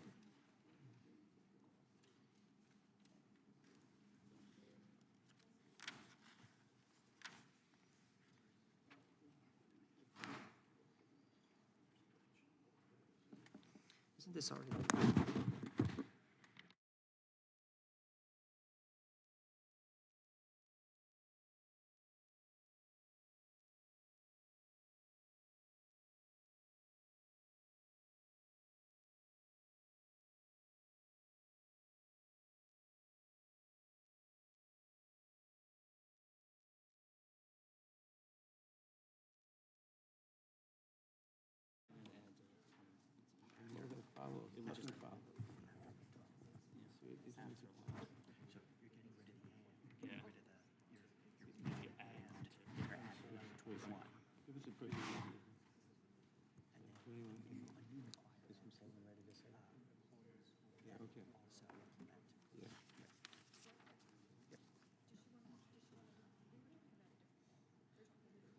Can you have her?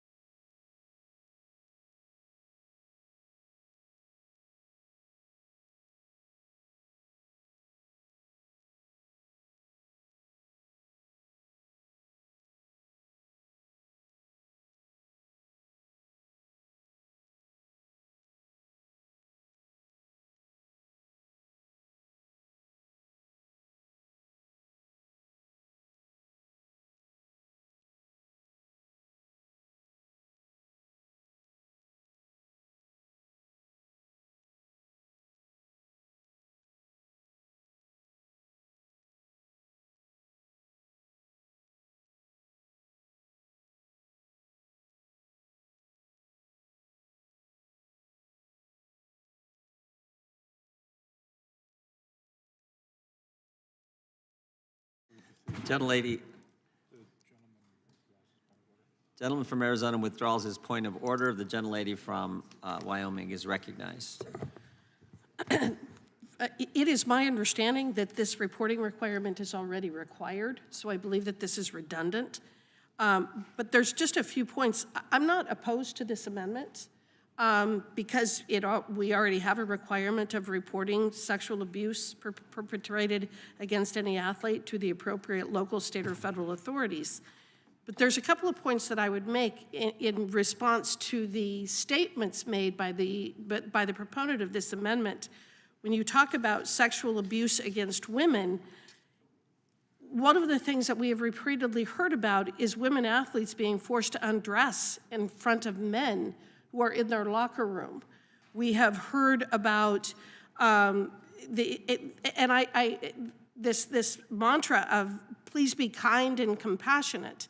I don't understand what is kind or compassionate about forcing female athletes to share locker rooms with male athletes. I don't understand why we are talking about the sexual abuse of women and then immediately turning and pivoting to the idea that that's happening against men.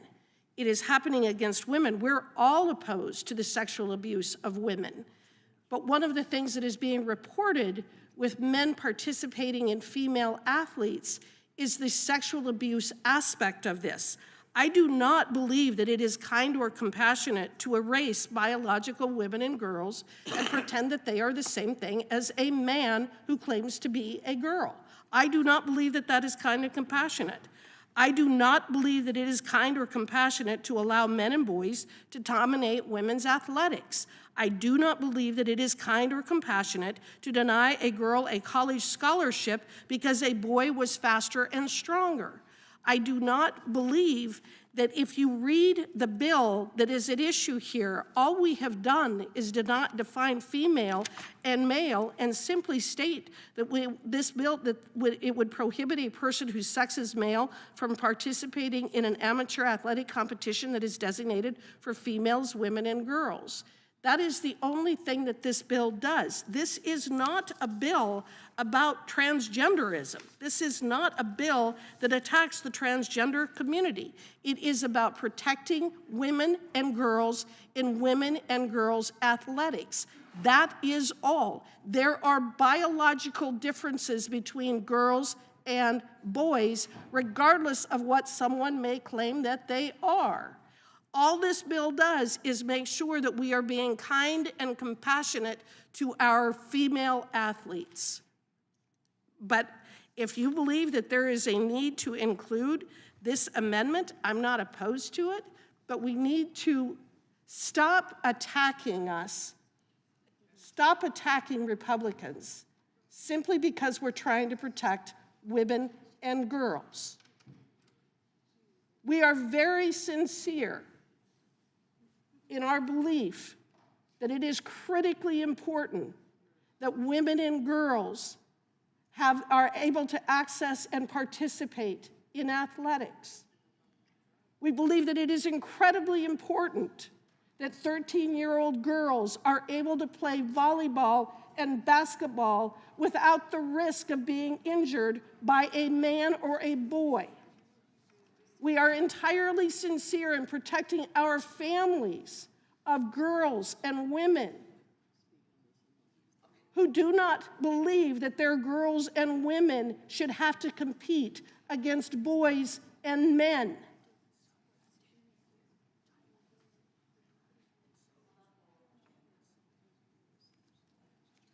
With that, I yield back. Gentlelady yields back. Mr. Chairman, I just want to confirm that the amendment is accepted.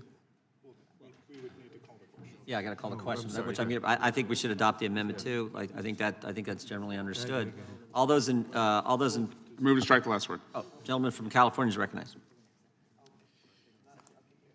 I guess it's a good thing that some folks on the other side are now interested in what happens in a locker room, and we're not going to look the other way. Okay, I'll accept that. But this is something that is not a thing. It's not a thing. We have things happening in our community that are a thing.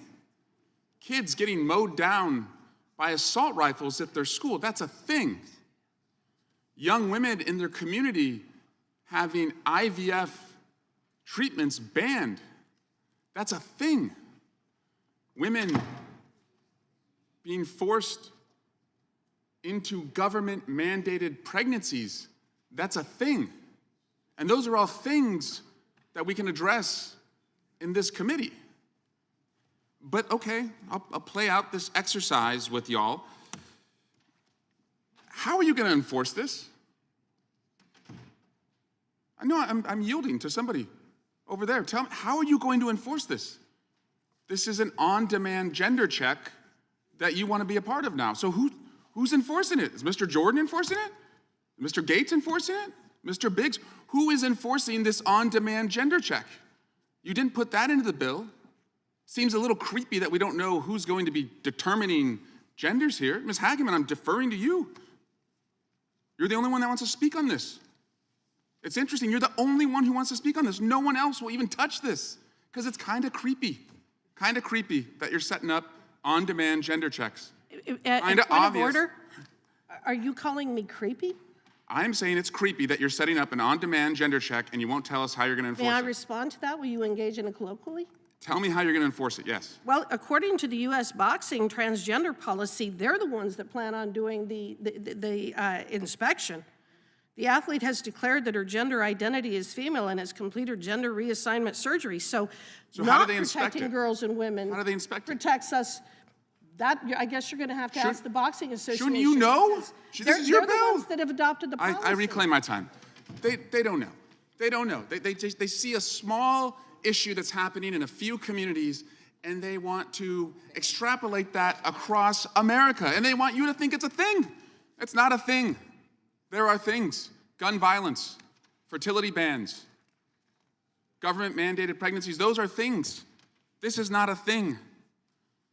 Ms. Jackson-Lee, who has a bill to address the targeted violence against the transgender community, that's a thing. That's something we should be working on. This is not a thing, and so I just invite my Democratic colleagues who have so passionately spoke on this to continue to passionately speak on this, but to just reject this as a thing. And thank you for caring about what happens in locker rooms. I yield back. Gentleman yields back. Yep. The gentlelady from Indiana is recognized. Thank you, Mr. Chairman. And truly, I actually would like to play some video to say how we're going to enforce it. I want to see what it really can cause, how much harm, and we can show examples to have a much stronger guy playing the sports against biologically not as strong women. Most of us, and as I said, are not biologically as strong. And it is unfortunate that the other side tried to, really deter the conversation in a different direction and divert it, and not talking about, let's talk about how we are going to protect our women and girls. And I would appreciate if we can have video of some examples how our girls can actually get hurt.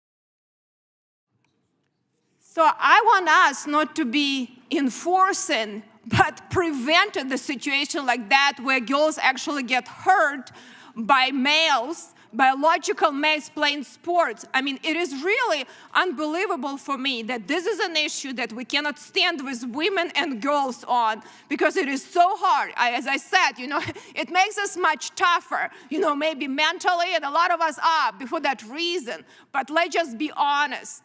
boys, natural biological boys have, have advantage, have a differently advantage against women playing sports. Let's recognize and be honest about that and not divert the conversation. So I would really appreciate us to go back to this bill and not to try to talk about issues like some of the other side are trying to do, that we can debate and deliberate, and we will debate and deliberate. But this issue protected women. Yes, I will yield. Yeah, can you ask the proponent of the bill how that solves what you're speaking of in a global sense, as opposed to dealing with the cases as they come? We could not understand any of the film that you saw. There was no names or no designation. I saw humanity, I saw girls enjoying sports, but I couldn't understand what it was. The proponent of the bill needs to say how this bill fixes anything that you've just spoken about. Well, this is where you saw the examples where Thank you for yielding. transgender boys, transgender girls in this case, they're playing, transgender athletes were playing against naturally born girls on the same teams, on opposing teams, and girls got hurt. That was an example like that. If we're going to say that we are not going to have this situation, so we will not have, the disadvantage that you have as a female playing against much stronger athlete. The proponent will not answer the question, how does that help what you're saying? And we couldn't make any sense out of the film. Listen, well, I will. It's a slippery slope what we're doing, but I yield, Ms. Hagman. So all of those were videos that I'm actually very surprised that my colleague on the other side isn't fully aware of those particular videos. They've been showed over and over and over again in a variety of media. And I guess that if you have not seen those videos and are not aware of the circumstances where females have been injured by males in volleyball games, field hockey games, and those sorts of things, I guess that I'm surprised that you're saying that this is something that really isn't happening when you're now telling us that you're completely unaware of the incidents where, in fact, it has happened. And what this bill does, the way that this bill resolves that, is that male volleyball player wouldn't have been on that court to hurt the female. That male would not have been in that basketball game to hurt the female. That male would not have been in the field hockey to hurt the female had this bill been in place. Well, I'm aware that we want to protect young Please let me finish. athletes. I have not yielded to you. Well, I understand it's her So time. what Time I'm belongs saying to the is- gentlelady from what I'm saying Indiana, is- who's yielded to the gentlelady from Wyoming. What I am saying is that this bill, by stating that it prohibits a person whose sex is male from participating in an amateur athletic competition that is designated for females, women, and girls, those incidents wouldn't have happened. The time has expired. Mr. Chairman? What I'd like to do is adopt the amendment, and then we can keep the debate going. I mean, I think the debate is largely on the legislation, if the committee is comfortable with that. All those in favor of the amendment Mr. offered by the Chairman? gentlelady from, I wanted to strike the last word. you want to go on the amendment? Yes. Okay, then the gentlelady from California is recognized to speak on the amendment. That's got unanimous support. Correct, and I want to yield to my colleague from Texas, Ms. Jackson-Lee.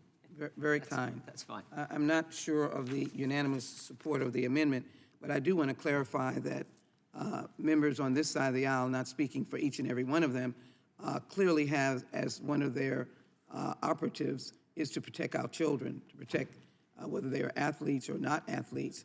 The footage that was shown was enormously unclear. There was no language, there was no voice over, there was no print, etc. So let's move on from saying that we have no knowledge or no interest in protecting athletes. My question is, and it is still on the table, how 7187 in any way points to a solution to those acts if those acts occurred. Again, the film does not evidence that, but the point I want to make is that the proponent of the legislation has not answered the question of humanity, has not answered the question of whether or not the cost of discrimination is a higher cost to pay by this legislation than the problem that it's looking to solve. We've already heard from the gentlelady from Washington about what it may do to her daughter, an example of the trans community. I've already offered an amendment that evidences statistically the murders of trans women who happen to be African Americans Does that legislation that we're dealing with athletics deal with the larger question? And there is no answer to that. And so if there is a question of male-female strength, again, she has no answer to that because Mr. Swalwell had a question, what is the mechanism of enforcement? Never has that been answered. What is the mechanism of enforcement? All you have, you're going to have condemnation. In cities, counties, hamlets, states across America, condemnation, interrogation, intimidation. That is what you're going to get. And you have no answer why this legislation should even be on the roster in the Judiciary Committee for us even to move forward. I've said this over and over again. So with that in mind, we have yielded. We will not, I assume you can get your own time. We have yielded for you to answer. None of those answers have been forthcoming. There's no enforcement mechanism at all. Will you yield? It is the gentlelady's from California's time. Thank you. It would be up to the USOC in terms of compliance, but determining biological sex can be done with a cheek swab. It doesn't require a physical examination, as has so emotionally been described on the other side today. The other thing that I guess that I'm so terribly confused about is I don't think most people are confused about what is a boy and what is a girl or what is a man and what is a woman.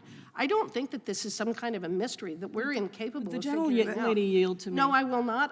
It's my time, and I reclaim my time and yield to the gentlelady from Washington. You don't want my answers. Thank you. I just want to say, first of all, please stop talking about how an emotional response from the other side is not appropriate. We are all human beings in this committee, and it is appropriate for us to have emotional responses about our children and a whole community of children that is listening to this and hurt by it. Secondly, I want to say to the sponsor of this bill, let's just take as given that you actually care about the rights of women and girls in sports.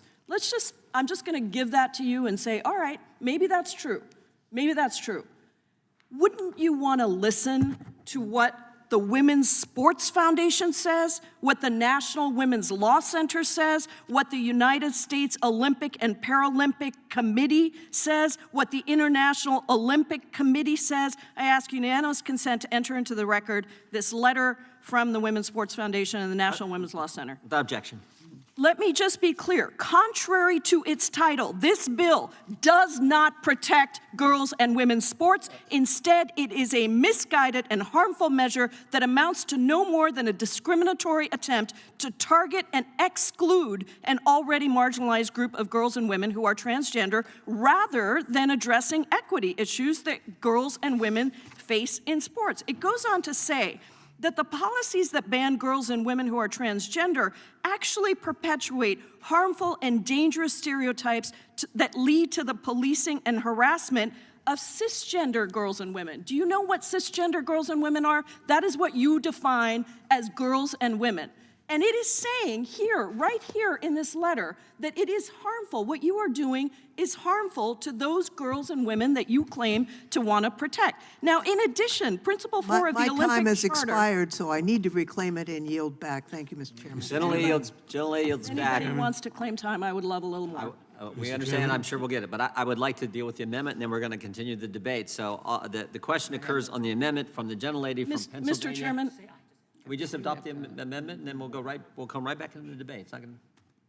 Well, I want to respond to something that she said on the amendment. So if I can just finish my point, I would really appreciate it. Well, we'll recognize the ranking member to yield. I will yield to the gentlelady from Washington. All right. Thank you. Thank you so much, Mr. Chairman. I appreciate that. Additionally, Principle 4 of the Olympic Charter outlines that the practice of sport is a human right. Every individual must have access to the practice of sport. And by imposing a categorical ban on women and girls who are transgender, this directly conflicts with the International Olympic Committee's framework on fairness, inclusion, and non-discrimination on the basis of gender identity and sex variations. And it goes on to say that actually, under the Ted Stevens Olympic and Amateur Sports Act of 1978, the U.S. Olympic Committee is prohibited from discriminating on the basis of race, color, religion, age, sex, disability, or national origin regarding. For decades, federal courts that have interpreted these non-discrimination laws have overwhelmingly recognized that anti-trans discrimination relies on sex stereotypes and is a form of sex discrimination.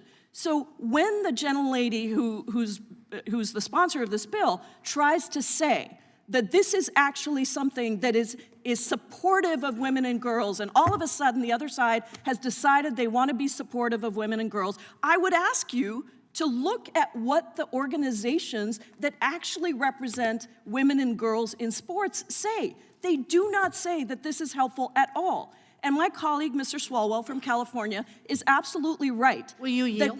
Not right now, because you I yield? I am in the middle, it's Mr. Nadler's time, but I am in the middle of making a very important point, which is not only is Mr. Swalwell right, and I tried to make these arguments earlier, this is a tiny, tiny, tiny group of people that you are trying to criminalize, essentially, make feel like they don't belong in our country. Not only is that true, it's not a thing, but on top of that, even if we were to take at face value that you care about women and girls, and I'm willing to do that.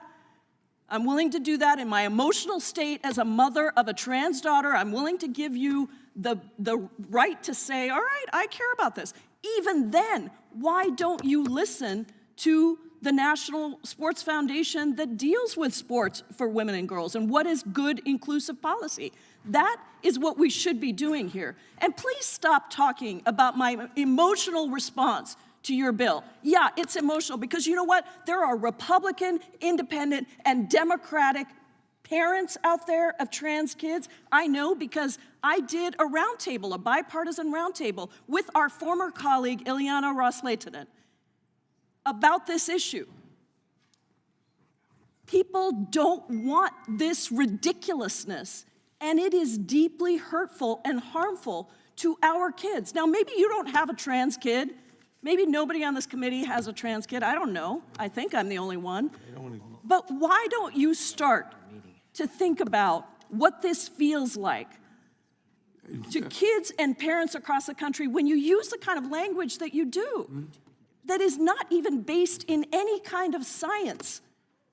And so when you argue so righteously that you actually care about women and girls, why don't you start to look at what would actually make a difference for women and girls? Like more money so that we could make sure that women and girls programs are really thriving, like equal pay for athletes so that they can pursue their careers. Those are the things that make a difference. Reclaiming This does not. I yield back to the... Reclaiming my time, I just want to point out, the bill, I agree with everything the gentlelady said, obviously, but the bill, the gentlelady keeps talking about males competing against females. The bill defines a male as, male means an individual who has, had, will have, or would have, but for developmental or genetic anomaly, historical accident, the reproductive system that at some point produces, transports, and fertilizes sperm for fertilization. Would have, does not have, but would have, but for a developmental or genetic anomaly. In other words, the fact is that there are people, a tiny number of people, we call them transgender, who are not males, who may have an X and a Y chromosome, but are not males. They're a different category. They're transgender. And this bill, by seeking to characterize them as males and say that they somehow unfairly compete with females, discriminates against them. And we heard about the tiny number. The governor of Utah said there were four transgender people in sports, and one, on a women's team. Why are we seeking to humiliate and prohibit from participation in sports this tiny number of people who are not, in fact, males? We have to realize that humanity is not, as we thought for a long time, divided into only two sexes. There are more than two. Tiny numbers, but more than two. I yield back. Gentleman yields back. Without objection, a statement from the sponsor of the legislation will be included in the record. The question occurs on the amendment from the gentlelady from Pennsylvania. All those in favor say aye. Aye. All those opposed, no. Opinion of the chair is the ayes have it, and the amendment is adopted. I assume Ms. Dean wants her second amendment? No, I think we're going to go to Ms. Scanlon. Ms. Scanlon is recognized. Thank you. I do have an amendment at the desk. The clerk will report. Gentleman from Florida reserves a point of order. Amendment to the amendment in the nature of a Without substitute. objection, the amendment will be considered as read. The gentlelady from Pennsylvania is recognized to explain her amendment. Okay, thank you. I want to be clear here. This bill, H.R. 7187, is not about supporting and protecting women or females, as the bill would define them. As several of my colleagues have pointed out, the rationale for this bill and many of the comments we've heard from the other side of the aisle elevate cynical and dangerous political attacks on the transgender community. Everyone deserves the opportunity to play sports, to be part of a team, to have fun, and to learn resilience while challenging themselves. House Republicans have already voted to keep trans girls and women off their school sports teams. Now they want to jam through a bill to prevent trans girls and women of all ages and all levels from participating in sports. The fact is that there are real issues facing female athletes, but as usual, our Republican colleagues are missing the mark. Where's the discussion of legitimate barriers like lack of resources, vulnerability to abuse, bias, and wage gaps? I find it outrageous that this majority is yet again using the House Judiciary Committee to fearmonger and bully members of the trans community, a group of already marginalized citizens who just want to fit in and be included. When I was growing up, Title IX was in its infancy, but we knew the purpose of that law was to make everyone welcome and included in sports, an experience that has taught every member of my family valuable lessons that we still use today. Whether in school or elsewhere, we should not retreat from policies that promote the inclusion of all Americans, whether in athletics, employment, academics, housing, or all aspects of our civic life. I understand that the proponents of this bill say that they want to protect women and girls, but as multiple members have pointed out, this bill does so at the cost of marginalizing and harming individuals in our transgender community. That's what this bill is about, exclusion and fear-mongering. Meanwhile, the policies that American people and American women in particular actually want continue to be ignored or attacked. Now, this bill, as written, defines a female as an individual who has had or will have the reproductive system that at some point produces, transports, and utilizes eggs for fertilization. Very handmaiden kind of definition there. This bill mimics bills that have been brought in several states, which have sought to narrowly define the terms male and female while ignoring science and facts regarding sex and gender, particularly for the transgender population. Actual scientific research shows that it's more complicated than just male or female. Sex chromosomes can indicate one thing, anatomy can indicate something else, and other genetic factors can play a role. We know that our Republican colleagues aren't open to considering the rights and facts regarding our transgender citizens, and they've refused to withdraw this bill from the markup. So, since this bill purports to define women by their reproductive systems, I think it only makes sense that we do talk about reproductive health care here today, because we can't talk about women's equality for female athletes or others in the workplace without talking about access to reproductive health care. That's why I'm offering an amendment to this bill to prohibit amateur sports organizations from discriminating against anyone for being pregnant or accessing reproductive health care, including abortion care, contraception, or IVF. And that would include not only athletes, but also the coaches, administrators, and staff of these organizations. Since the Dobbs decision to overturn Roe v. Wade, states across the country have moved to restrict access to reproductive health care in a variety of ways, including banning abortion care, IVF, and certain forms of contraception. The consequences have been devastating as providers have been forced to relocate and close their doors. And American women have found themselves in dangerous situations as they've struggled to find appropriate care. In the face of that reality, we need to make sure that the athletes and staff working at these organizations aren't discriminated against for accessing needed health care. If my Republican colleagues really wanted to support women, they'd support this amendment and ensure that female athletes and all women have the freedom to make their own personal health care decisions. I yield back. Gentlelady yields back. The point of order was Sean. Gentlelady from Wyoming is recognized for 5 minutes. Again, this amendment has nothing to do with the bill that is before this body. Talking about abortion and contraception and reproductive health care services has nothing to do with protecting girls and women's sports and athletics. If you want to come up with and introduce a bill directed to this, you're more than welcome to, but it has nothing to do with the debate we're having today. I also want to say I'm really tired of the other side personally attacking us and impugning our character and accusing us. It was only about 5 minutes ago that everyone in this room would have been able to define a woman and a man. It was only about 5 minutes ago that every woman in this room would have been horrified by the idea that Title IX would be used to allow men to compete against women in athletics. It was only about 5 minutes ago that we recognized that there are biological differences between men and women with very, very limited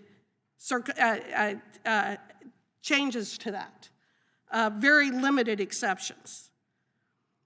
This amendment is absolutely unnecessary for the purpose of the bill, which is to protect women and girls in athletics.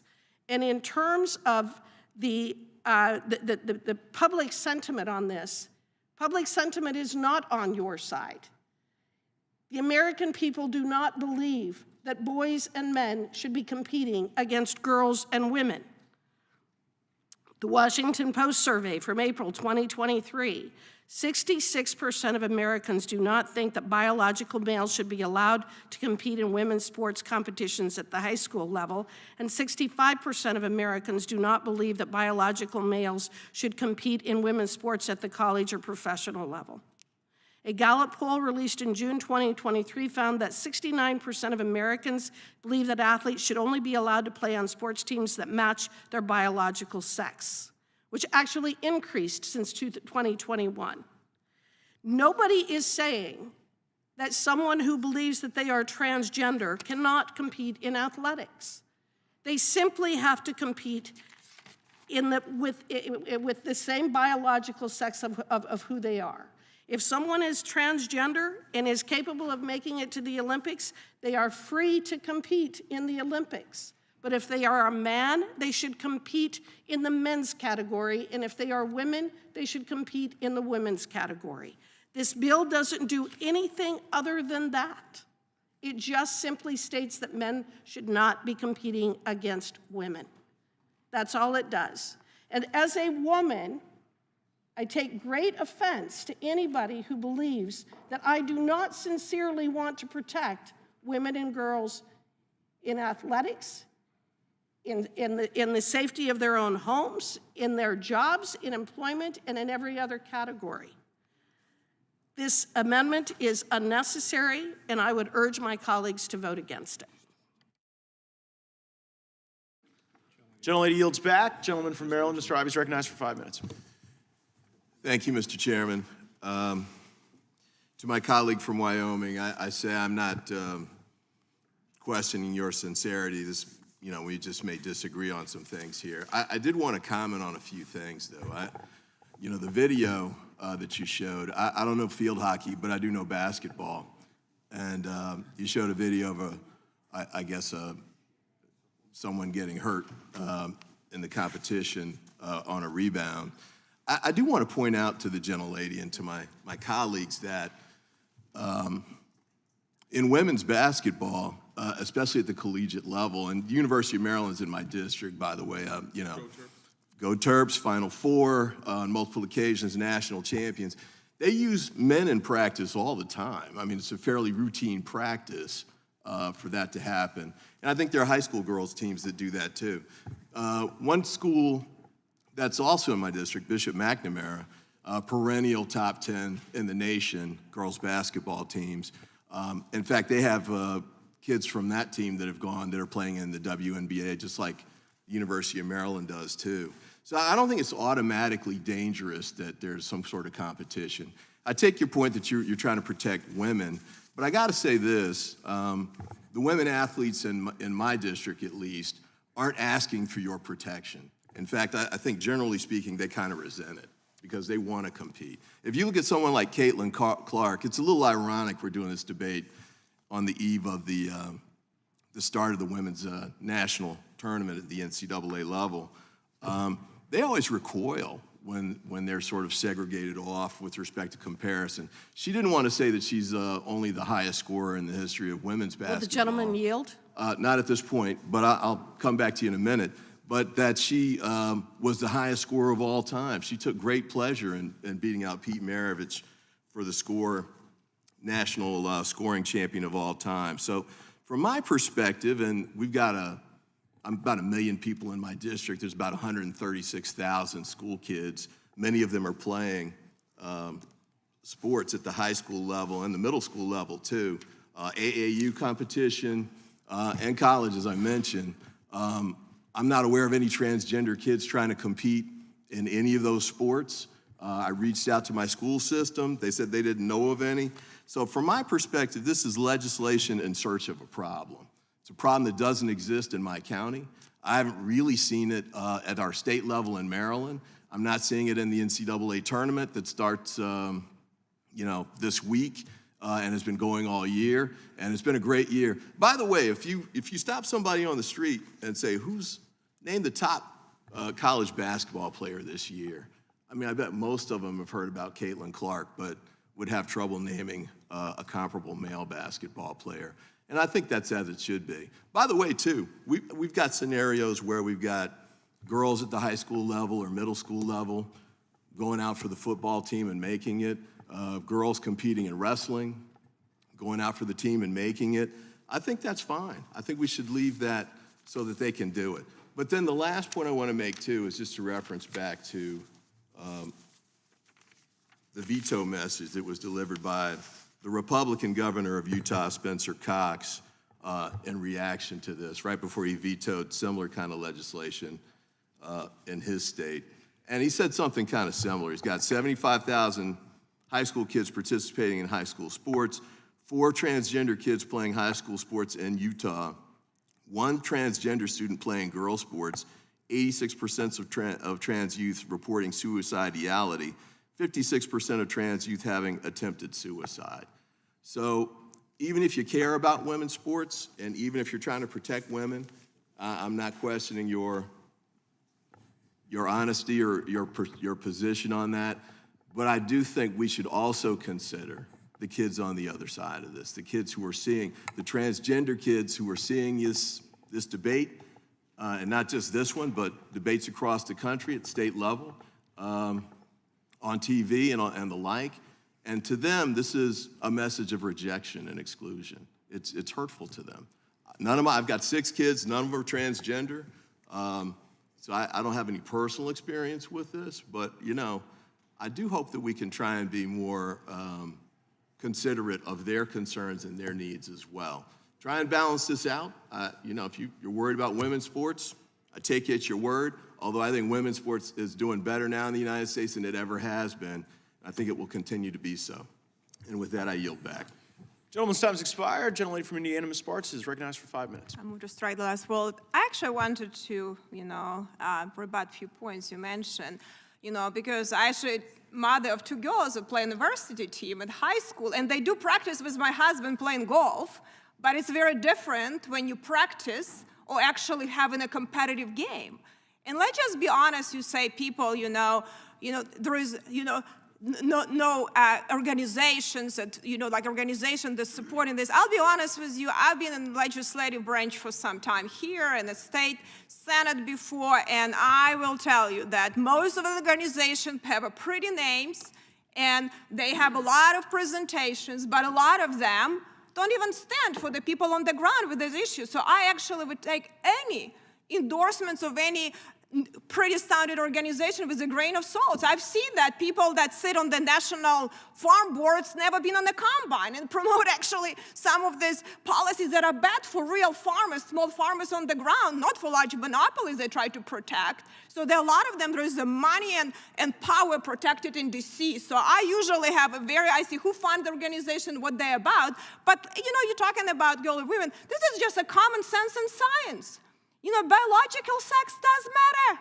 That matter. I wish it wouldn't. I would be really mean and tough, but I already am without it. As I said, with Second Amendment rights, I'm good with it, okay? But I'll tell you that this is really, disappointing for me that we worry about, and no one is trying to hurt anyone here, but why are we not worrying about hurting opportunities and really discriminating against girls and women? Why we are not worrying about this in this debate? Here's just protecting, biological girls and women and not hurting their opportunities. They work extremely hard, and I'm telling you how hard a lot of these girls work. The opportunities for college, the opportunities for advancement, job to win, and I think we should be really honest about that. Will the gentlelady? Yeah, I will yield to you, sure. Okay. I mean, I'll stick with basketball because Prince George's County, and track for that matter too. Turn out Olympians that would match any other jurisdiction here. Our high school teams are turning out women going to play basketball at the college level across the country, AAU national champions and the like. They're not asking for this. They're doing just fine with the track that they're on. They're getting college scholarships. They're playing in the WNBA. They're not asking for this help because I don't think they feel that they need it. Well, we may have different people in your district, in my district, because I have a lot of people in my district that were upset. A lot of women and school-age girls are upset they're put in this situation. So I think we need to have an honest conversation about why we would not give girls these opportunities, to protect for them opportunities to compete, because ultimately we have to be honest. That is science, if we go back to science, and that is a common sense that we're born biologically different, and that's just a reality. We can spin this reality. We can have a lot of definitions. I can't even keep up with all of these definitions. But this is a reality that we have. We are different when we are born with different physical capabilities. Not all, but we have inherent, genetical, formula when we're born. That is genetics. That is, you cannot change that in as much as we want to do that. And I think that's why, I will yield to you. Sure. Name one transgender player who's been drafted by the WNBA. Well, listen, it's not about, who's been drafted or not drafted, okay? We have a situation, what I'm just talking to you, we have a situation where we need to really be very clear. Do we want to have biological male playing women's sport? That goes to this. Do we want to have them allowed to happen or not? Or we should maybe resolve, I'm sure there are some kids with a lot of mental health issues, and really there are a lot of issues driven by a lot of different things, there are a lot of, but the question is us, do we believe that biological male should be played on girls' teams or women's teams? Will the gentlelady yield? No, please, could you answer? I will yield to you, but do you believe that biological male should be I don't know of any who were trying to do. The question I was going to ask you was, at the NCAA level, women's basketball, are there transgender players trying to compete in that league?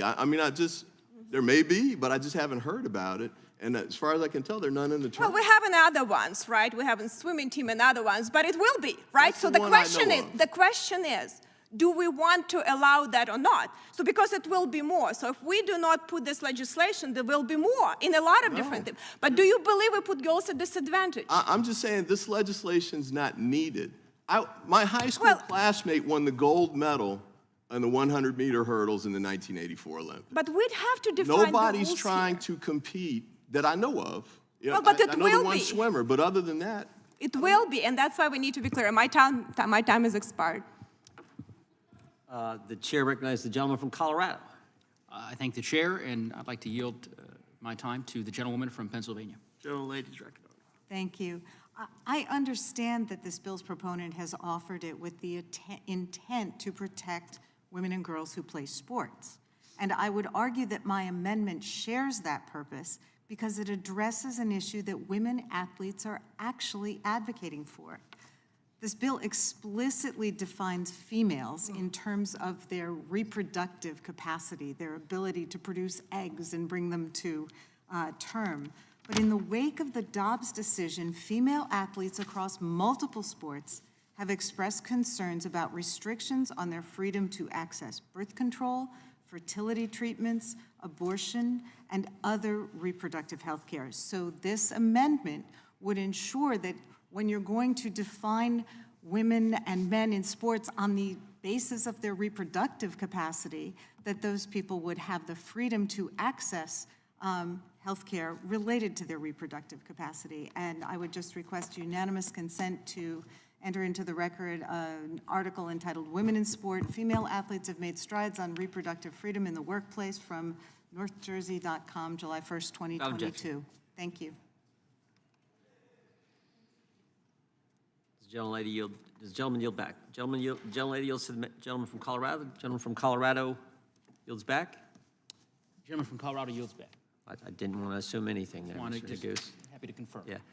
I think the question, no, the gentleman from Oregon is recognized. Mr. Betts. I yield to the gentlelady from Wyoming.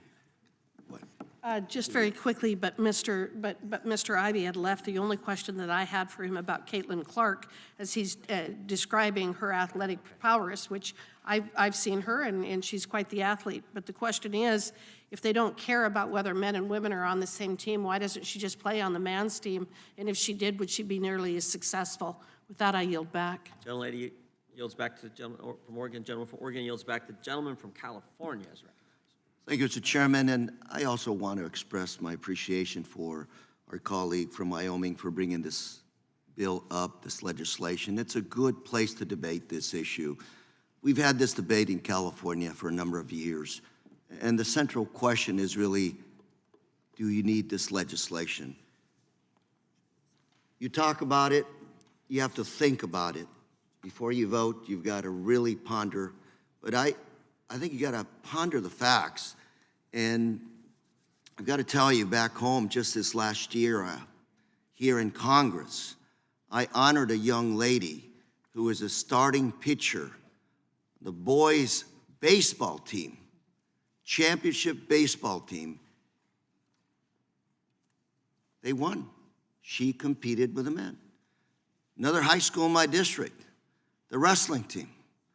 When my son was wrestling a dozen years ago, and women were wrestling with him on the men's or the boys' wrestling team. My son came home and said, Dad, you're not going to believe what I'm about to tell you. This young lady on my team has my respect. She pinned a couple of my friends on the mat. So when you talk about the need for this legislation, when you talk about protecting, I'm trying to figure out who needs protection. Boys, the girls. And is this Would the really gentleman a question? yield? Of course, go ahead. Are you advocating for the abolishment of Title IX? I'm not advocating for the abolishment of Title IX. It sounds like you may be saying that there's no reason to have girls and boys athletics at all. Is that what you're advocating? No, ma'am. My colleague from Wyoming, what I'm advocating for is giving them the opportunity. If they want to choose another place to compete, they can compete in that area. You're looking at protection, and I'm looking at opportunity. Thank you very much. Well, hold on a second. I yield for my colleague from Colorado. I thank the gentleman for yielding the time and for his eloquence. I would just simply say, and I know that this has been a very robust debate with respect to this particular bill, there are a lot of incredibly important priorities that the American people care deeply about that warrant the consideration of this committee. In 24 hours, in my community, will mark the 3-year anniversary of a devastating mass shooting that happened at a local grocery store in Boulder, Colorado. 10 people died, including one police officer who tragically died in the line of duty, making the ultimate sacrifice and saving lives. This committee has jurisdiction, as we know, over law enforcement agencies and over federal statutes that govern the provisioning and the regulation of weapons and firearms. We've yet to consider a single bill won in the 118th Congress to address gun violence in our communities, in our schools, in our movie theaters, in our grocery stores. And just once, I'd like to attend a markup in the House Judiciary Committee and be able to go back and tell my constituents that we addressed that challenge, among many other challenges. We've got a long list. So I recognize, obviously, we're going to have a vote on this bill, and we'll move on to the next one. I just would offer, I suppose, to the chairman and to the committee staff our request, our effort to implore all of you to consider some common sense legislation that I think the American people very much would like to see us debate. With that, I yield back to the gentleman from California. Gentleman yields back. The question occurs on the amendment offered by the gentlelady from Pennsylvania. All those in favor say aye. Aye. Those opposed, no. No. Opinion of the chairs, the noes have it. Gentlelady from California requests to record a vote. The clerk will call the roll. Mr. Jordan? No. Mr. Jordan votes no. Mr. Issa? It's this one, right? Mr. Buck? Mr. Gates? Mr. Biggs? Mr. Biggs votes no. Mr. McClintock? Mr. McClintock votes no. Mr. Tiffany? Mr. Massey? Mr. Roy? Mr. Bishop? Ms. Sparts? Mr. Fitzgerald? Mr. Benz? Mr. Benz votes no. Mr. Klein? Mr. Klein votes no. Mr. Armstrong? Mr. Armstrong votes no. Mr. Gooden? Mr. Gooden votes no. Mr. Van Drew? Mr. Nels? Mr. Moore? Mr. Moore votes no. Mr. Kiley? Ms. Hageman? No. Ms. Hageman votes no. Mr. Moran? Mr. Moran votes no. Ms. Lee? Mr. Hunt? Mr. Fry? Mr. Nadler? Mr. Nadler votes aye. Ms. Lofgren? Ms. Lofgren votes aye. Ms. Jackson Lee? Mr. Cohen? Mr. Johnson? Mr. Schiff? Mr. Swalwell? Mr. Swalwell votes aye. Mr. Liu? Mr. Liu votes aye. Ms. Jayapal? Ms. Jayapal votes aye. Mr. Correa? Mr. Correa votes aye. Ms. Scanlon? Ms. Scanlon votes aye. Mr. Neguse? Mr. Neguse votes aye. Ms. McBath? Ms. McBath votes aye. Ms. Dean? Ms. Escobar? Ms. Ross? Ms. Ross votes aye. Ms. Bush? Mr. Ivy? Mr. Ivy votes aye. Ms. Ballant? Mr. Van Drew, you are not recorded. Mr. Van Drew votes no. Ms. Sparts, you are not recorded. Ms. Sparts votes no.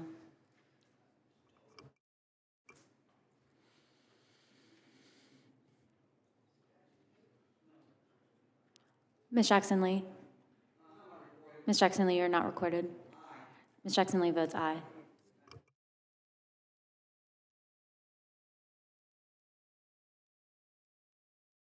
Gentleman from Florida.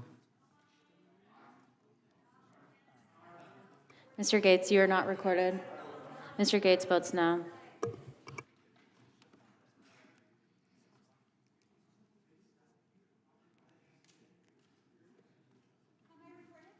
Ms. Escobar, you are not recorded.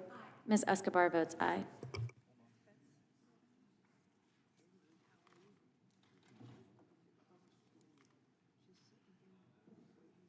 We okay?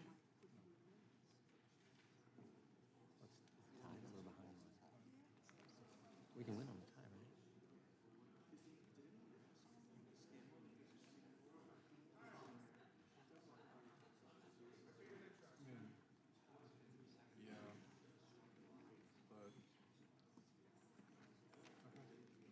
We can wait.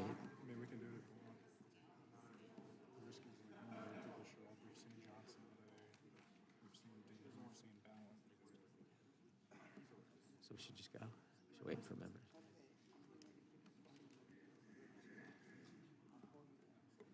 Is Ella getting people?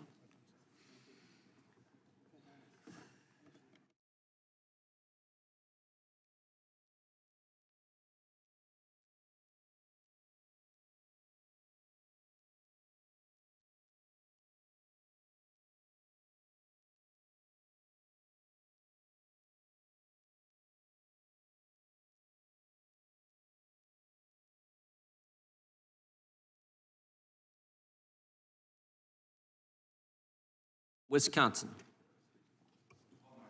Mr. Tiffany, you're not recorded. Mr. Tiffany votes no. Clerk will report.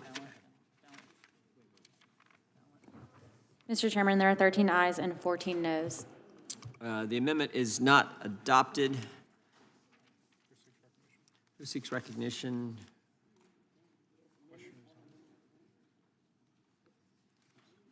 Question occurs.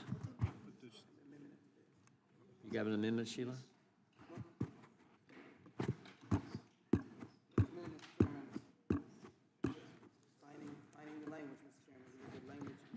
Okay, all right. That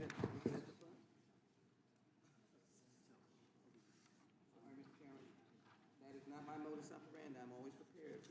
Sorry that there's some No problem. missing documents. Gentlelady from Texas is recognized.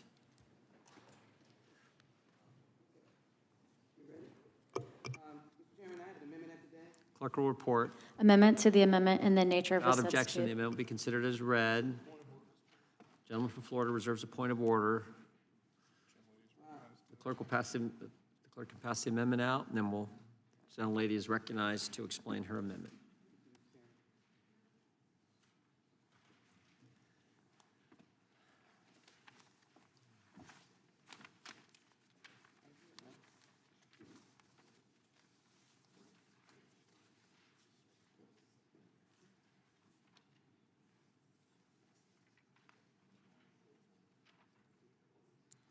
Gentlelady may proceed. Thank you very much, Mr. Chairman. As I indicated, I have You might hit the mic there. with the underlying legislation, and it is clear that I oppose it. I've made a point of the necessity of our work being to uplift humanity, and however you wish to interpret the underlying legislation, it poses a great difficulty for an isolated or a unique group of Americans. So I oppose this legislation because of its blanket ban will harm all women and girls, in addition to transgender women and girls. If an NGB is required to ban all transgender athletes from competition designated for women and girls, the question arises, how will they enforce the ban? We have throughout this markup asked that question, and it's yet to be answered. This legislation then would likely lead to invasive screening procedures to verify an athlete's gender across the sports world that would potentially create opportunities ripe for abusers. And to suggest that DNA, we know what DNA has been used for. We have a historical record from slavery into the 20th century in terms of the actions of the Germans dealing with the Holocaust. We know what this leads to. This bill's blanket ban would still invite scrutiny and harassment of any other person perceived by anyone as not conforming to sex stereotypes. And so these harmful and discriminatory stereotypes are often directed at women of color who would likely receive disproportionate scrutiny if this dreadful bill ever became law. According to a letter opposing H.R. 7187 signed by dozens of civil rights groups in states with bans on transgender athletes, there are already reports of cisgender girls being accused of lying about their gender and subsequently being subject to harassment and threats simply because they don't meet some people's interpretation or expectations of femininity. While the purpose of this bill is fundamentally wrong, this amendment would at least improve it by effectively prohibiting an NGB from instituting a blanket ban on transgender participation. I want my colleagues to know this goes against my very grain because I have indicated that this legislation should not be before us, but I have yielded in a last-ditch effort to be able to give some light to a very tragic initiative that is going to be detrimental to this nation. And so I ask my colleagues to support, which may be an enhancement of the underlying legislation, of banning all categories so that every person is treated with dignity. Gentlelady yields back. The gentlelady from Wyoming is recognized. This obviously fundamentally changes the very purpose of the bill, and I recommend a no vote. And I yield back. Gentlelady yields back. Gentleman withdraws his point of order. The question, gentleman from New Jersey is recognized. Look, first of all, Chairman, I want to apologize that I haven't been here the whole time. We had a ceremony, Congressional Gold Medal for World War II veterans. Congratulations. 3 of them left alive. One of them happens to live 20 minutes from me. That's awesome. In my district. And you want to know what America's about. God, when you sit there and listen to what they did, you do. You know, I think I have a sense of what America's about. And I'm a dentist. But you don't have to spend years of study in medical school or dental school. And I'm sorry, but I'm going to say it. There's an undeniable physical difference between men and women. There just is, anatomically.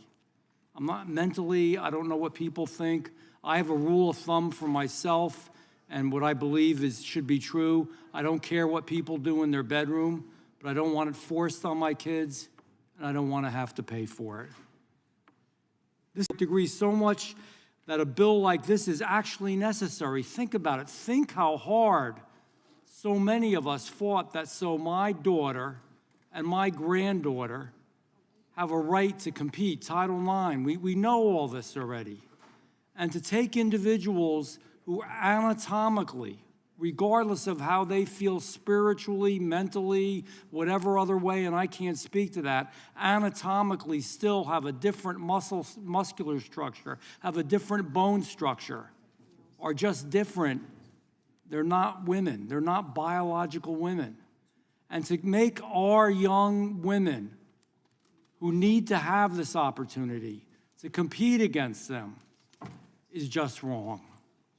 Women spend decades fighting for equal rights in this country, and to be thinking that we're going to take it away because some men believe they're actually women, and I'm not going to criticize them, and I'm not going to say anything about them, but it is just wrong. And we're preventing, again, women of having the opportunity they deserve. And I know you've heard this all already, but I had to get on the record for it and say what I believe. So you've got to protect women's rights. To see them lose high school state competitions and championships to biological males is wrong. We've seen women lose college national championships, and it has happened. And we've seen women lose professional titles in sports like golf to biological males, and it is wrong. Enough is enough. Sometimes common sense is necessary. To hurt women in the name of social progressivism is wrong. So I don't like this amendment, and I'm going to vote no on the amendment because the bill is good. The bill is clear. It states what 99% of all American men and American women know that is true. A right that we've fought for, a right that women now have. To take that away from them is cruel, it's unjust, and it's, again, not to be repetitive, it is just outright damn wrong. And I don't know how others feel. I think I do know how some feel, but we're tired of it. We're tired of all this. I want to know that my granddaughter, if she wants to compete in a women's sport, has a fair and equal chance. That's my idea of civil rights. I yield back, Chairman. Gentleman yields back. Well said. The question occurs on the amendment offered by the gentlelady from Texas. All those in favor say aye. Those opposed, no. No. Opinion of the chair, the noes have it. The recorded vote has been requested. The clerk will call the roll. Mr. Jordan? No. Mr. Jordan votes no. Mr. Issa? Mr. Buck? Mr. Gates? Mr. Biggs? Mr. Biggs votes no. Mr. McClintock? Mr. McClintock votes no. Mr. Tiffany? Mr. Tiffany votes no. Mr. Massey? Mr. Roy? Mr. Bishop? Ms. Spartz? Ms. Spartz votes no. Mr. Fitzgerald? Mr. Benz? Mr. Benz votes no. Mr. Klein? Mr. Klein votes no. Mr. Armstrong? Mr. Armstrong votes no. Mr. Gooden? Mr. Van Drew? Mr. Van Drew votes no. Mr. Nels? Mr. Moore? Mr. Moore votes no. Mr. Kiley? Ms. Hageman? Ms. Hageman votes no. Mr. Moran? Ms. Lee? Mr. Hunt? Mr. Fry? Mr. Nadler? Mr. Nadler votes aye. Ms. Lofgren? Ms. Lofgren votes aye. Ms. Jackson-Lee? Ms. Jackson-Lee votes aye. Mr. Cohen? Mr. Johnson? Mr. Schiff? Mr. Swalwell? Mr. Liu? Mr. Liu votes aye. Ms. Jayapal? Ms. Jayapal votes aye. Mr. Correa? Mr. Correa votes aye. Ms. Scanlon? Mr. Neguse? Mr. Neguse votes aye. Ms. McBath? Ms. McBath votes aye. Ms. Dean? Ms. Dean votes aye. Ms. Escobar? Ms. Escobar votes aye. Ms. Ross? Ms. Ross votes aye. Ms. Bush?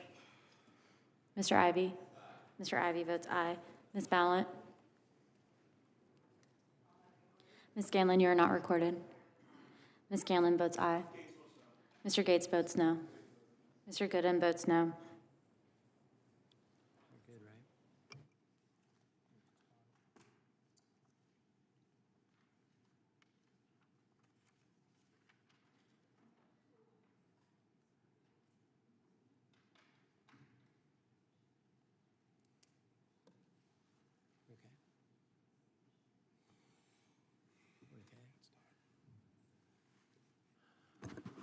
Clerk will report. Mr. Chairman, there are 13 ayes and 13 noes. The amendment is not adopted. Question is on the adoption of the amendment in the nature of a substitute. This will be followed immediately by a vote on reporting the bill. Mr. Chairman? Okay, we will back up. The gentlelady from Texas has an amendment. And she is recognized. Thank you, Mr. Chairman. I have Oh, wait, hang on a second. The clerk will report. Amendment to the amendment in the nature of a substitute. Without objection, the amendment will be considered as read. The gentlelady is now, point of order from the gentleman from Arizona. The gentlelady is now recognized to explain her amendment. Thank you, Mr. Chairman. I move to introduce an amendment to the amendment in the nature of a substitute on this resolution. To be clear, this bill does nothing to truly protect women's equality in sports. This bill isn't about protecting women, it's about attacking the trans community. The majority's decision to mark up this bill is an unnecessary, cynical, and dangerous political stunt. It is designed solely to stoke fear against an especially vulnerable and small minority group. House Republicans are advancing this bill against the backdrop of a broader right-wing campaign. Since 2018, lawmakers have filed roughly 1,500 anti-LGBTQ bills, with an increasing number targeting the transgender community specifically. In 2023, anti-trans bills set a national record for the 4th year in a row, with 589 bills introduced in state legislatures to restrict transgender rights. This is shameful. Republicans have attempted to restrict access to gender-affirming health care, permit religious exemptions to allow discrimination against transgender people, bar transgender people from updating their identity documents, restrict school discussions on sexual orientation and gender, and deny transgender students equal access to school bathrooms, facilities, and activities. Republican efforts have gone as far as to track students' menstrual cycles, a proposal put forth most prominently by Florida Governor Ron DeSantis as a roundabout way of discriminating against trans students and subjecting students to invasive government mandates requiring them to submit personal medical records. This has unequivocally resulted in harm to transgender people. Just last month, a horrific tragedy occurred when 16-year-old high school sophomore Nex Benedict was assaulted and beaten by fellow students in a public school bathroom and died the next day. Nex, who was TNB, or transgender and non-binary, was consistently bullied for their identity, with reports stating that the school district did nothing to respond. The assault and subsequent death of Nex is an inevitable result of the hateful rhetoric and discriminatory legislation targeting trans youth. Alarmingly, over 1 in 5 hate crimes being committed are motivated by anti-LGBTQ+ bias. The last 3 years have been the deadliest on record for transgender people, according to the FBI's annual crime report of 2021, 2022, and 2023. It is up to us to prevent these harmful policies and rhetoric from putting transgender students and youth at even greater risk. Earlier, one of our colleagues across the aisle said, we've got to protect women's rights.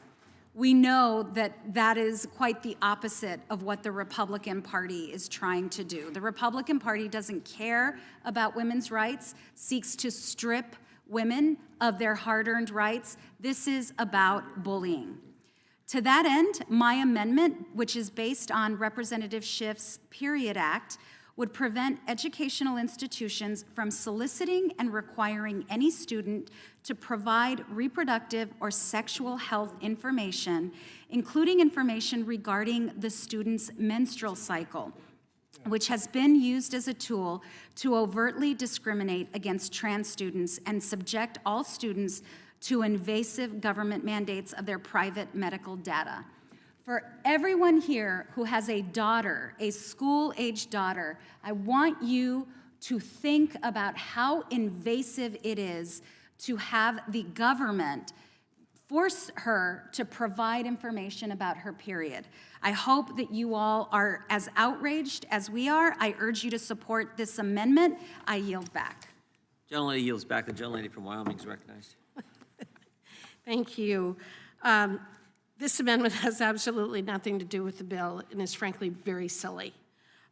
There is no invasive government mandate associated with the bill. Determining sex isn't difficult. It does not require invasive physical screening. We all know that. In fact, as shown by the U.S. Boxing Association's transgender policy, the only time that there would be a necessity of this type of invasive screening is when we do allow men or boys to participate in women's and girls' sports. This amendment is absolutely unnecessary. It is not related to the underlying bill, and I would urge my colleagues to reject it and vote no. With that, I yield back. Question occurs on the... Gentlelady yields back. The question... Point of order is withdrawn. The question occurs on the amendment offered by the gentlelady from Texas. All those in favor say aye. Aye. Those opposed, no. No. In opinion of the chair, the noes have it. Roll call. Roll call being requested. The clerk will call the roll. Mr. Jordan? No. Mr. Jordan votes no. Mr. Issa? Mr. Buck? Mr. Gates? Mr. Biggs? Mr. Biggs votes no. Mr. McClintock? Mr. McClintock votes no. Mr. Tiffany? Mr. Tiffany votes no. Mr. Massey? Mr. Massey votes no. Mr. Roy? Mr. Bishop? Ms. Sparts? Ms. Sparts votes no. Mr. Fitzgerald? Mr. Benz?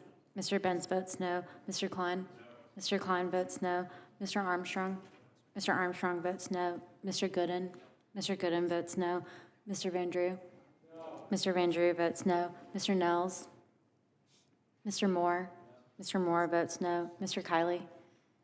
Ms. Hageman? No. Ms. Hageman votes no. Mr. Moran? Ms. Lee? Ms. Hunt? Mr. Hunt? Mr. Fry? Mr. Nadler? Aye. Mr. Nadler votes aye. Ms. Lofgren? Aye. Ms. Lofgren votes aye. Ms. Jackson Lee? Aye. Ms. Jackson Lee votes aye. Mr. Cohen? Mr. Johnson? Mr. Schiff? Mr. Swalwell? Mr. Swalwell votes aye. Mr. Liu? Ms. Jayapal? Ms. Jayapal votes aye. Mr. Correa? Mr. Correa votes aye. Ms. Scanlon? Mr. Neguse? Mr. Neguse votes aye. Ms. McBath? Ms. McBath votes aye. Ms. Dean? Ms. Dean votes aye. Ms. Escobar? Ms. Escobar votes aye. Ms. Ross? Ms. Ross votes aye. Ms. Bush? Ms. Bush votes aye. Mr. Ivy? Mr. Ivy votes aye. Ms. Ballant? Mr. Gates votes no.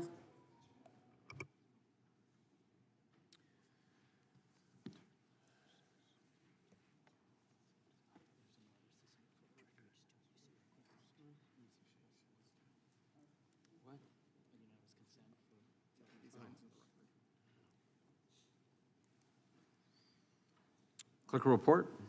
Mr. Chairman, there are 13 ayes and 14 noes. The amendment is not adopted. Chairman, Ranking members have recommend. unanimous consent request?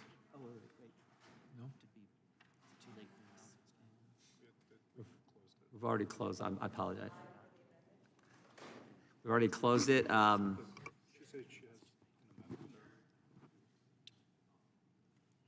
you have an amendment, or were you just trying to vote, Ms. Galen? Oh, sorry. Okay, we'd already taken it and lost by a vote. The ranking member's been recognized for a unanimous consent request. Vote's over.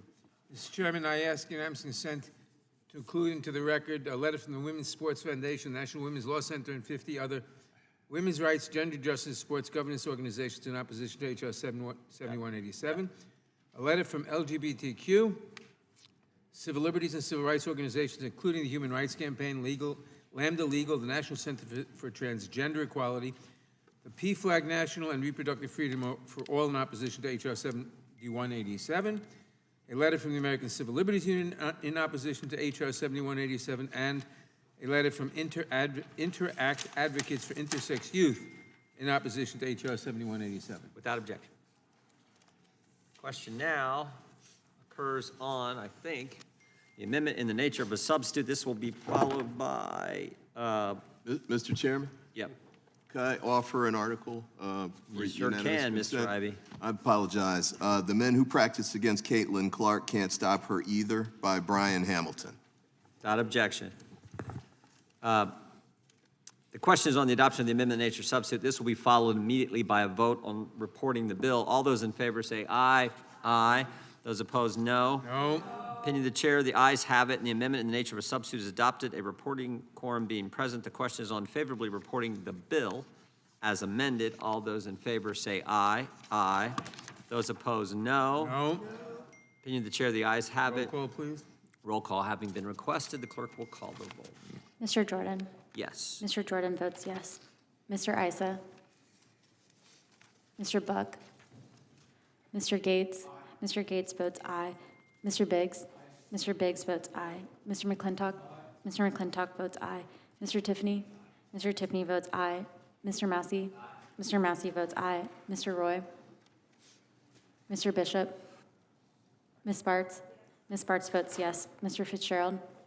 Mr. Fitzgerald votes aye. Mr. Benz? Mr. Benz votes yes. Mr. Klein? Mr. Klein votes aye. Mr. Armstrong? Mr. Armstrong votes yes. Mr. Gooden? Mr. Gooden votes yes. Mr. Van Drew? Mr. Van Drew votes yes. Mr. Nels? Mr. Moore? Mr. Moore votes yes. Mr. Kiley? Ms. Hageman? Ms. Hageman votes yes. Mr. Moran? Ms. Lee? Mr. Hunt? Mr. Fry? Mr. Nadler? No. Mr. Nadler votes no. Ms. Lofgren? No. Ms. Lofgren votes no. Ms. Jackson Lee? No. Ms. Jackson Lee votes no. Mr. Cohen? Mr. Cohen votes no. Mr. Johnson? Mr. Schiff? Mr. Swalwell? Mr. Swalwell votes no. Mr. Liu? Ms. Jayapal? Ms. Jayapal votes no. Mr. Correa? Mr. Correa votes no. Ms. Scanlon? Ms. Scanlon votes no. Mr. Neguse? Mr. Neguse votes no. Ms. McBath? Ms. Dean? Ms. Dean votes no. Ms. Escobar? Ms. Escobar votes no. Ms. Ross? Ms. Ross votes no. Ms. Bush? Ms. Bush votes no. Mr. Ivey? No. Mr. Ivey votes no. Ms. Ballant? Mr. Chairman, how am I recorded? Mr. Moran, you are not recorded. Yes. Mr. Moran votes yes.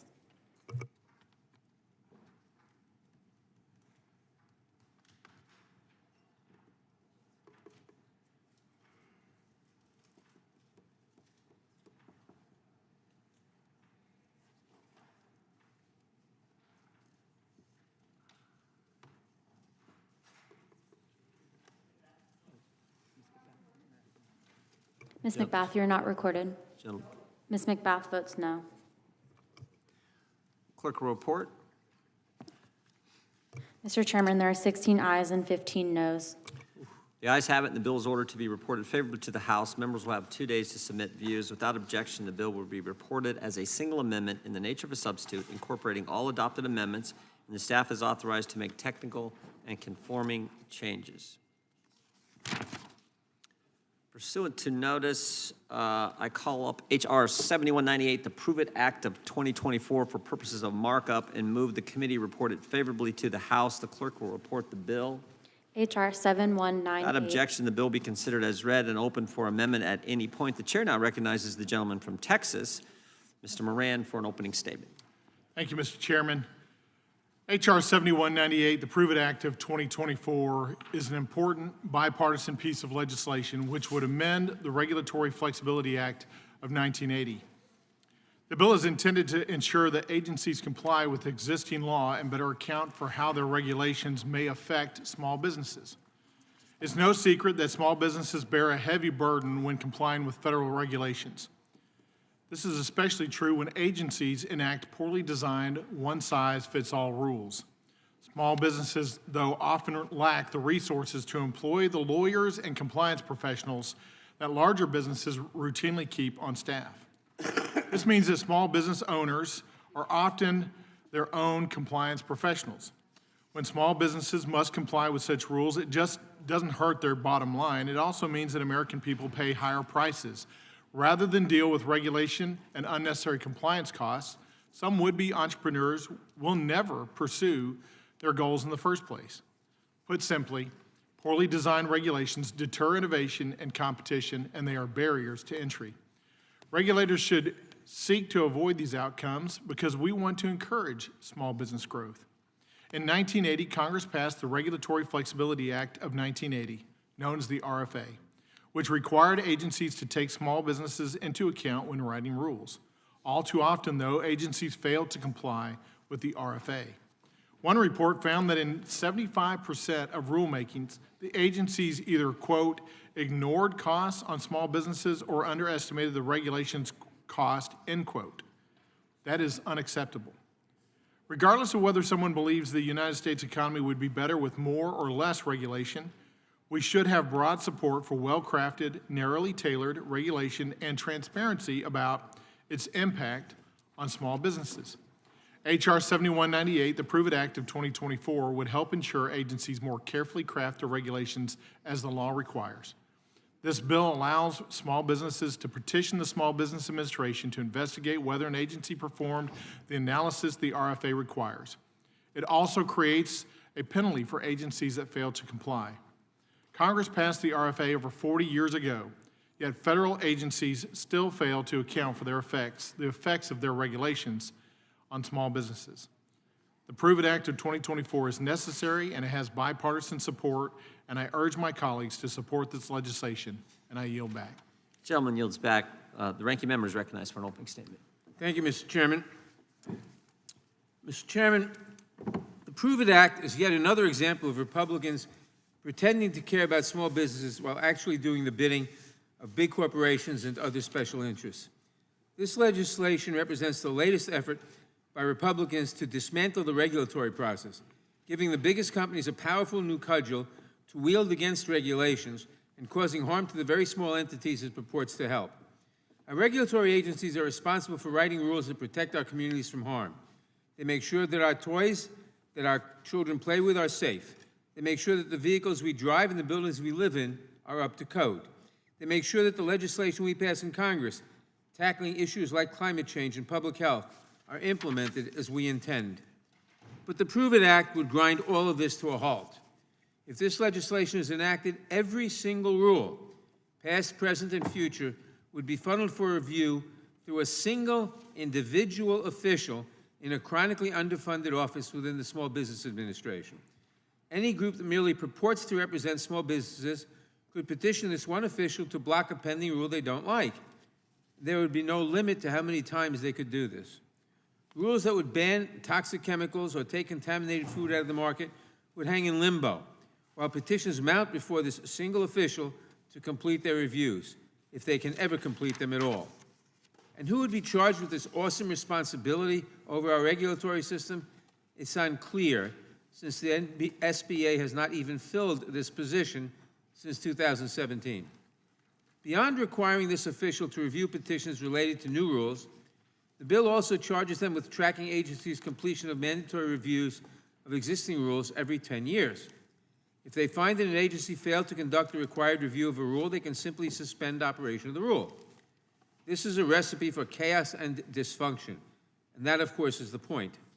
Republicans don't want to empower the agencies that ensure the drugs we take are safe, that ensure child car seats protect the most vulnerable among us, and that enforce our competition laws to ensure that small business has a chance to thrive. They want to throw sand in the gears of these agencies to ensure that they never issue the regulations we depend on to keep us safe. This bill will do little to help small businesses, but for powerful companies and special interests, it could prove to be a windfall. I urge my colleagues to join me in opposing this bill, and I yield back the balance of my time. Gentleman yields back. Without objection, all other opening statements will be included in the record. Chair now recognizes the gentleman from Texas for the purpose of offering an amendment in the nature of a substitute. Mr. Chairman, I have an amendment at the desk. Clerk will report the amendment. Amendment in the nature of a substitute to H.R. Without 71. objection, the amendment in the nature of a substitute will be considered as read and shall be considered base text. For the purpose of the amendment, the chair recognizes the gentleman from Texas to explain the amendment. Mr. Chairman, quickly, this amendment simply makes minor changes to the bill. It clarifies the meaning of the bill and makes it more easily understood. This amendment is not intended in any way to alter the important purpose of this bill. I urge support for this amendment, and before I yield back, I would like to ask for unanimous consent for several documents be entered into the record. The first is a March 20, 2024 letter from freedom fighters to the chairman and ranking member. Without objection. The second, Mr. Chairman, is from a February 5th, 2024 letter in support of this bill from NAFA. Without objection. The third is a February 1, 2024 letter to the Honorable Brad Finstead in support of this letter, in support of this bill from NFIB. Without objection. The fourth is from NSSGA, the National Stone and Gravel Association, dated February 29th, 2024, again, a letter in support. Without objection. Next, Mr. Chairman, a February 6th, 2024 letter from ICBA in support of this legislation. Without objection. And two more, Mr. Chairman, February 1, 2024 letter to several committees in support of this letter on behalf of a number of state, regional, and local chambers from across the nation. Without objection. And finally, an article that's titled Energy and Environment Rules Dominate the Week. This is from AAF Week in Regulation, dated March 18th, 2024, with Dan Goldbeck being the author. Without objection. Thank you, Mr. Chairman. I yield back. Gentleman yields back. Who seeks recognition? I think the first hand was the gentleman from Maryland, then we'll come to Mr. Correa. The gentleman from Maryland is recognized. Thank you, Mr. Chairman. I have questions for my colleague on this, because I'm not exactly clear on the scope of what would be under the purview of the Chief Counsel for Advocacy of the Small Business Administration. And what's the purpose here? I mean, what are the types of regulations that you're trying to get at? And I yield to my colleague. Thank you for that important question, because the issue here is, as regulations come up from here on out, we want to give small businesses the opportunity, regardless of whether or not we define them in specific scope today, if they have an impact on those businesses, a substantial impact or a significant economic impact to a substantial number of small entities, then those entities should have the right to actually understand what the impact of that regulation proposed is going to be, and then seek redress for it. And frankly, it goes back to that original RFA legislation, and we today simply are saying we want our agencies to follow the law. We want our agencies to do the thing that they were already mandated to do several decades ago. If I could. So how many regulations, or let's say in the previous year, what's the number of regulations or rules that this entity would have been potentially called upon to review? Because I'm guessing thousands, but you know. Yeah, it likely is thousands, because when we look at 75% of these regulations not having had this analysis, there certainly is a burden put on the administrative state to justify the regulation. But I think that's part of the issue here is we do not want our regulatory agencies to run amok and get into a situation where they begin to run over our small businesses without evaluating and putting out that information on the front end. All right, let me just, one other question, because I noted the ranking member noted that this position hadn't been filled in, I guess, the past 7 years, which, makes me wonder about sort of the nature of this office. I mean, how big is this office? How big is the staff? What's the scope of what they're doing? Because if you're asking them to be able to review thousands of rules or regulations potentially, I would assume it's got to be a pretty sizable office, not just to handle the volume, but the expertise and the scope of what they could potentially be called to review. And I would defer to you. Yeah, and I thank the gentleman from Maryland for that point, because the fact that the office of the chief counsel has been vacant for so long is telling, really, unfortunately, that this has not been important to the executive branch of the government to fulfill its obligations that already exist under law. And we need to either go back and say, well, we don't need them to do that, or we need to say, no, this was put in place for a reason, and that's what we're doing here today is, decades ago when this law went into place, it was for a specific reason, that's to protect small businesses. Let's make it actually happen. Let's give redress to our businesses. Okay, but I mean, if you pass the law first without building out the office, could that create sort of a bottleneck effect, which I think is, one of the things that the ranking member raised? So, again, potentially you could have 1,000 plus, maybe 2,000 of these potentially. And certainly there's going to be people gaming this. Competitors will, the reg came out that, they think benefits their competitor, somebody else that might then want to challenge it. How do we build this out fast enough to make sure that it can move? Because I'm not seeing where, those sorts of resources and are added here. So I'll defer again. You hit the nail on the head. Actually, it's about burden and resources, because you're either going to place that burden on government, who by law has that burden to go into right now, or you're going to put that burden on businesses who likewise do not have the resources to deal with these overly burdensome regulations as they come into place. So we do want to stop and pause and slow down before we roll out regulations on small businesses that are going to impair their ability to grow. Well, fair enough, but if you don't put in an apparatus that can handle this immediately, let's say somebody raises a challenge to a regulation currently, then they'd have to fight the regulation of the small business would have to fight it under the current structure.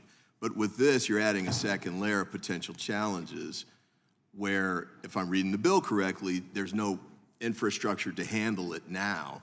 And then there'd still be the second layer to go through that is already in place. Isn't that right? Certainly, I think we need to evaluate that as it moves forward. But the step one is, let's make it happen. Let's put the onus on government. Let's put the burden on government, not on businesses. And then secondly, if we need more adjudication in that regard, let's see how it pans out.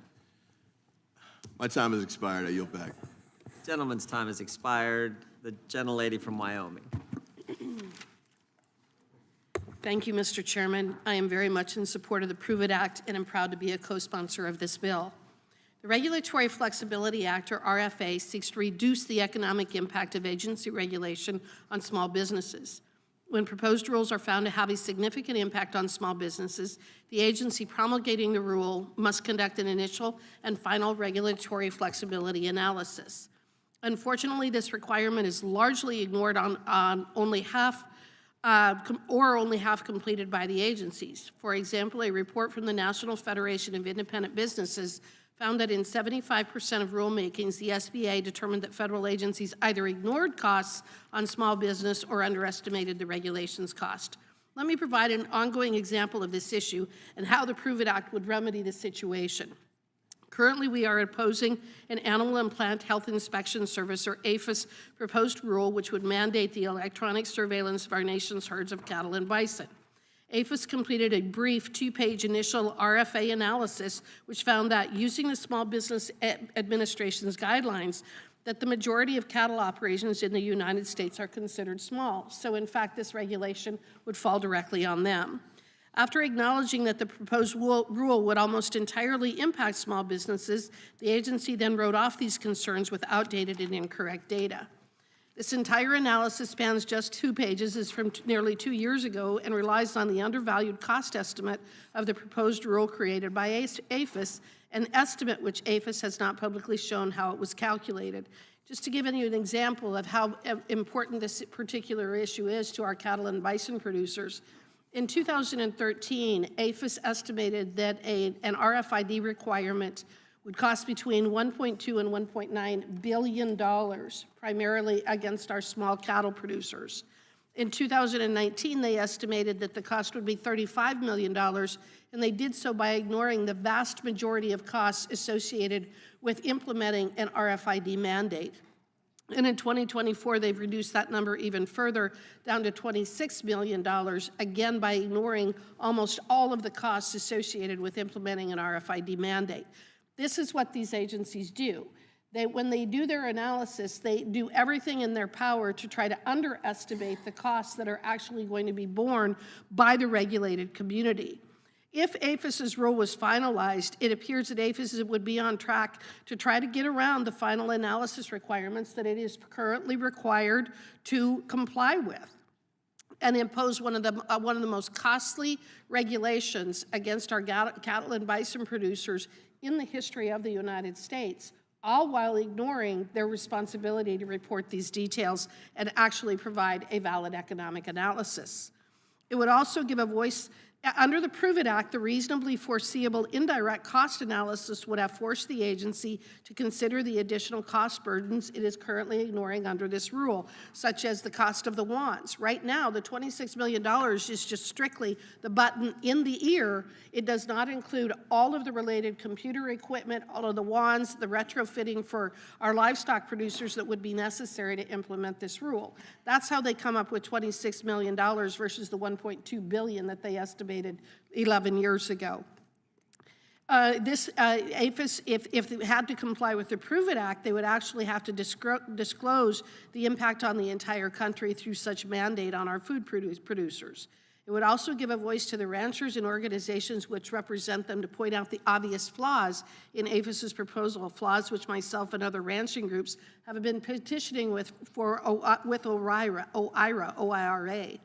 The shortcomings in the proposal stem from the agency's lack of industry expertise and create a real challenge, would be challenged under the Prove It Act's empowering of small businesses to challenge the findings in the initial regulatory flexibility analysis.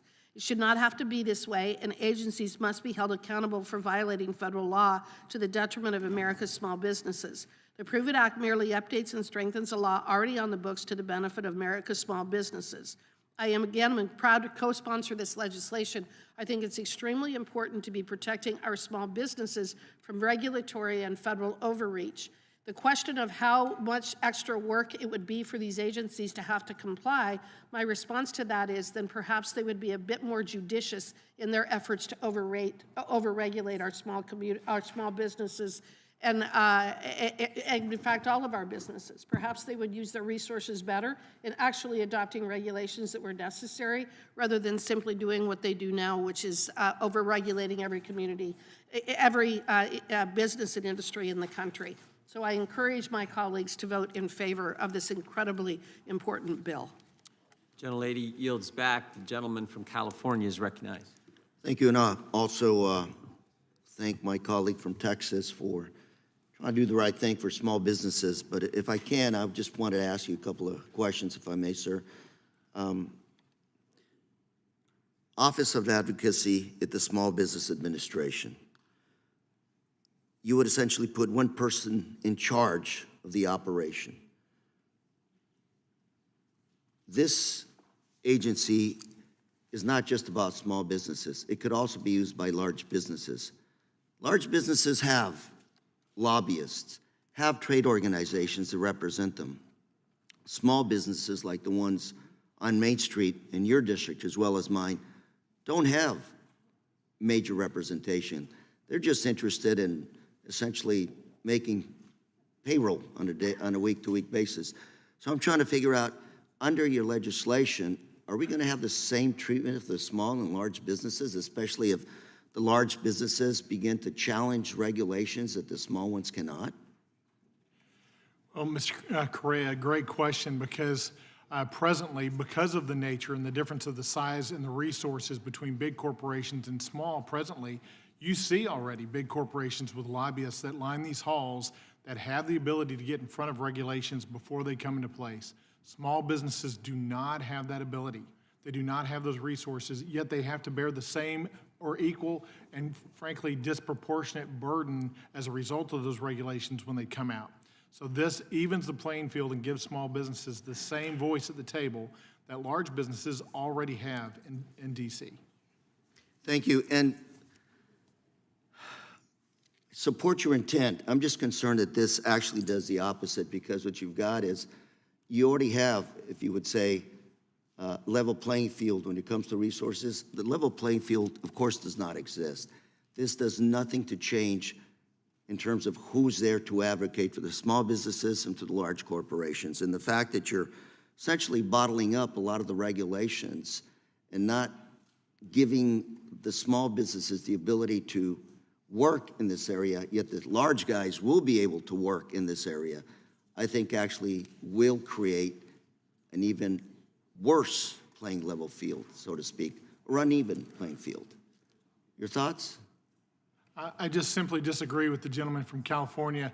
This actually provides the ability for small businesses to go to the Office of Chief Counsel and say in a relatively easy way, present their case and say, look, you haven't done your job here, and there is a significant impact to a substantial number of small entities as a result of this proposed regulation, and you need to do your due diligence and let us know what that impact is going to be.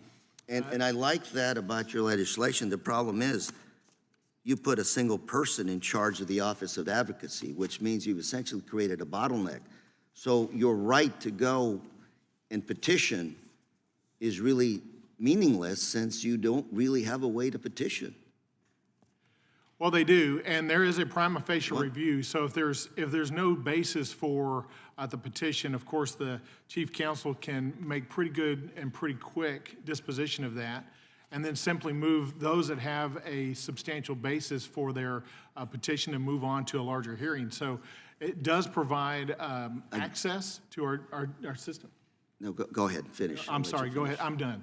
I'm just going to say, I'd like to see that happen, but again, you change with this proposed legislation, you change the process, one person, one agency, without giving them more resources. So really, you're giving small businesses the ability, the right, but they won't be able to exercise it. I'd love to support it, but I'm just going to have to say no on this one. Will the gentleman yield for a moment? Yes, Correa? yes.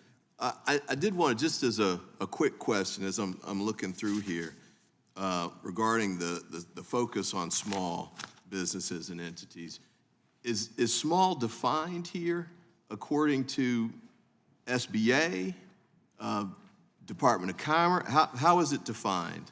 And does it take into account the variations among different industries that could come under this jurisdiction?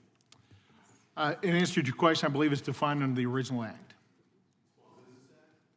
Under the original 1980 act.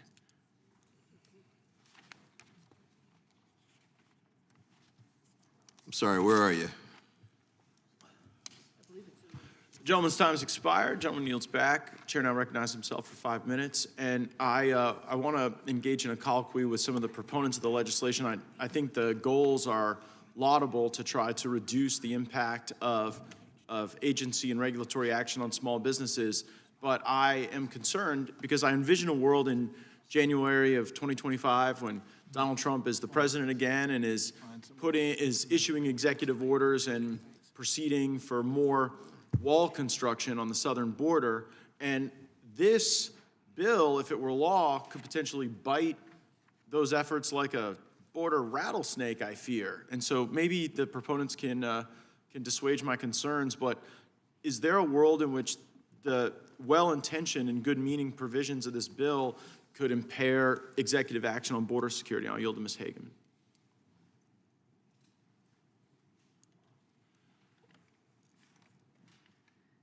Or Mr. Moran. Sorry, Mr. Chair, could you repeat that? Yeah, I want to give you the opportunity to dissuade my concerns that the provisions of this act could be utilized by a small business or a nonprofit to impair executive action on border security. No, because we're not talking about executive action, we're talking about regulatory burdens from the administrative state on businesses. And frankly, if we're going back to the original intent of the 1980 Regulatory Flexibility Act, which was the act I was referencing for you just a second ago to the gentleman from Maryland, what we're talking about is, are we going to force our government to slow the regulatory process down or not? Yeah, but the question is whether or not someone could slow down, not the regulatory process, but could slow down a regulation that is there to facilitate additional construction of a border wall. For example, if President Trump were to have to issue executive orders, if DHS were to have to engage in eminent domain, or some other regulatory act in concert with Texas or someone else, like, is there a world in which some nonprofit or small business could send the Trump administration off on some prove-it wild goose chase while people are coming across our border? I guess that's my question. Yeah, if the gentleman is asking if a bill that's passed by Congress can be misused or misinterpreted to thwart good activities, I would say that's always a possibility. And certainly we do not intend this bill to be overly broad, but we need to provide a pause and a regulatory slowdown that affects small businesses. So the intent is not to do that, certainly not. Can we conceive of hypotheticals when that might happen? Well, I suspect we can conceive of many hypotheticals, but the reality is this is going to preserve businesses' ability to grow without the administrative state bringing down its heavy hammer on it. And if I may engage Certainly. as well? Certainly. What this is a good government bill, and it's about accountability and transparency. And all it does is requires the regulatory agencies to actually disclose the cost of their regulations upon small businesses. So again, using the ear tag example, the agency is attempting to minimize how much they say this is going to cost because they want to avoid having to do a more detailed analysis on of what the real cost to the regulated community, our cattle and bison producers, would be. In the case of building the wall, it is so long as the agency is actually disclosing the costs, then this doesn't necessarily even come into play. So it is a good governance bill requiring our agencies to be honest about the cost of the regulations that they are issuing. It would make me feel better if the gentlelady could just tell me that you can't envision a circumstance in which the provisions of this bill could be used to delay or otherwise impair those executive actions on border security. Is that I true? am not foreseeing what those would be. Great. I'm going to take my final moments to a point of personal privilege to recognize the esteemed former chairman of the Judiciary Committee, Mr. Smith of Texas. Thanks for being here and honoring us with your presence, Mr. Chairman. I yield back. Who further seeks recognition? Ms. Van Drew, you're recognized for 5 minutes. Thank you. Real briefly, I mean, facts are a good thing. So the facts are that the cost of compliance for small business has grown very significantly. The fact is in 2001, it cost nearly as much as double what medium-sized businesses spent per employee to comply with federal regulations. By 2014, that number went up to 5 times as much as what a medium-sized business does. And today, small businesses spend over 7 times as much per employee as medium-sized businesses do for compliance. And the SBA reported in one report, 75% of rulemakings, the SBA, a government agency, determined that federal agencies either ignored costs on small business or completely underestimated them. The Biden administration has even increased these costs more. The average annual cost of regulation is estimated to be, in a small business now, $14,000 per employee. It's a lot of money, and it's hard on small business. Entrepreneurship starts with small business. Entrepreneurship and small business, I state the obvious, is what built this great country. This bill goes in the right direction. I believe it's a good thing, and I will be supporting it. And I really mean it on this one. I would hope there'd be bipartisan support. I mean, if there's a little tiny bit more to be done, that's great. Want me to yield? I yield to Ms. Hageman.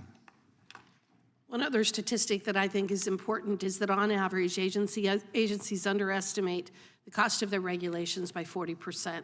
So to the extent that any agency identifies a regulation as being significant, meaning it will have an economic impact of over $100 million, you can assume that the actual economic impact of that regulation is $140 million. All we're attempting to do with this regulation is force the agencies to be more accurate in their calculations of the impact on our small businesses.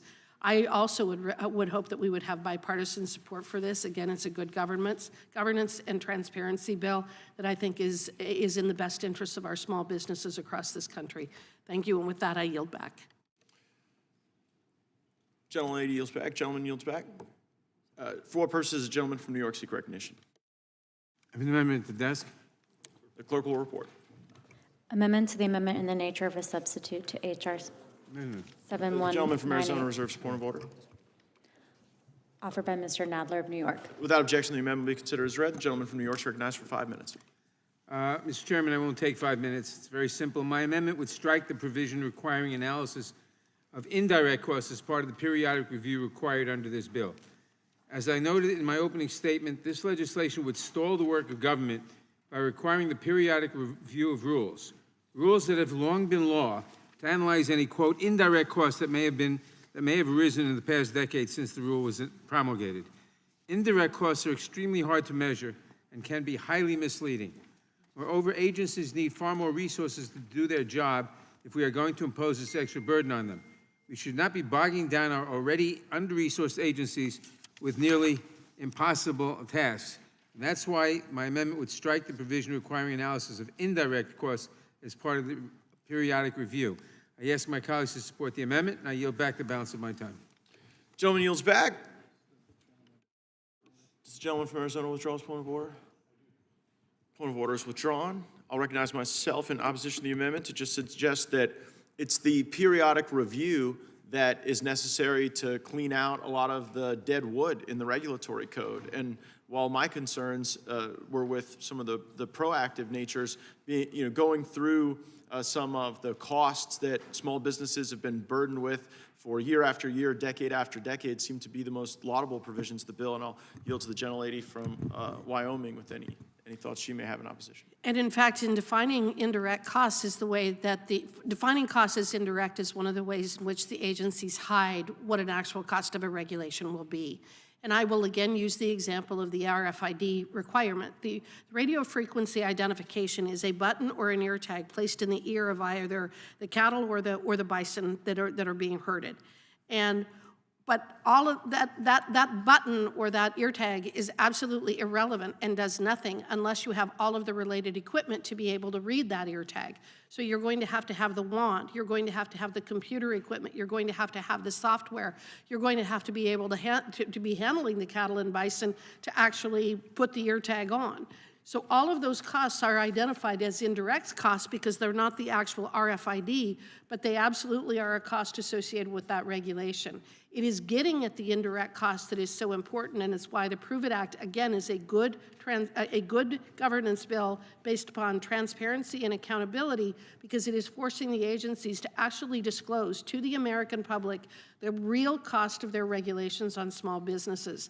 In light of the importance of small businesses to the economic powerhouse that the United States is, I would think everyone would want to know what the cost of these regulations are. With that, I yield. I'll yield to Mr. Moran. I'll yield to the gentleman from Texas right now. Thank you, Mr. Chairman. Just to follow up on that, I just want to tell you, as a former business owner, indirect costs are real costs to business owners. And we take those into consideration when we are determining whether or not we're going to invest and grow or even start a business. So those indirect costs are extremely important to understand. For that reason, I oppose this amendment. I also find it ironic that oftentimes those on the other side of the aisle seek to require an examination of indirect climate costs across the board for businesses. And in this case, indirect costs, again, are real things that business owners have to take into consideration when they are deciding whether or not to start or grow or invest and whether or not they can survive. I yield back. Gentleman yields back. I yield back. The question is on the adoption of the amendment, nature of on the adoption of the amendment. All those in favor will signify by saying aye. Aye. All opposed, no. No.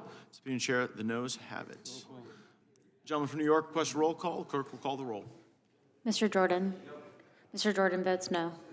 Mr. Issa? Mr. Buck? Mr. Gates? Mr. Gates votes no. Mr. Biggs? Mr. Biggs votes no. Mr. McClintock? Mr. McClintock votes no. Mr. Tiffany? Mr. Tiffany votes no. Mr. Massey? Mr. Massey votes no. Mr. Roy? Mr. Bishop? Ms. Sparts? Mr. Fitzgerald? Mr. Benz? Mr. Klein? Mr. Klein votes no. Mr. Armstrong? Mr. Armstrong votes no. Mr. Gooden? Mr. Van Drew? Mr. Van Drew votes no. Mr. Nels? Mr. Moore? Mr. Moore votes no. Mr. Kiley? Mr. Kiley votes no. Ms. Hageman? Ms. Hageman votes no. Mr. Moran? Mr. Moran votes no. Ms. Lee? Mr. Hunt? Mr. Fry? Mr. Nadler? Mr. Nadler votes aye. Ms. Lofgren? Ms. Lofgren votes aye. Ms. Jackson Lee? Mr. Cohen? Mr. Johnson? Mr. Schiff? Mr. Swalwell? Mr. Swalwell votes aye. Mr. Liu? Ms. Jayapal? Mr. Correa? Ms. Scanlon? Ms. Scanlon votes aye. Mr. Neguse? Ms. McBath? Ms. Dean? Ms. Escobar? Ms. Escobar votes aye. Ms. Ross? Ms. Ross votes aye. Ms. Bush? Mr. Ivy? Mr. Ivy votes aye. Ms. Ballant?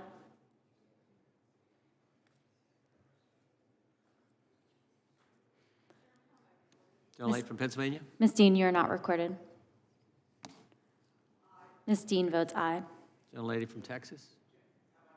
Ms. Jackson Lee, you are not recorded. Ms. Jackson Lee votes aye. Gentleman from Oregon. Mr. Benz votes no.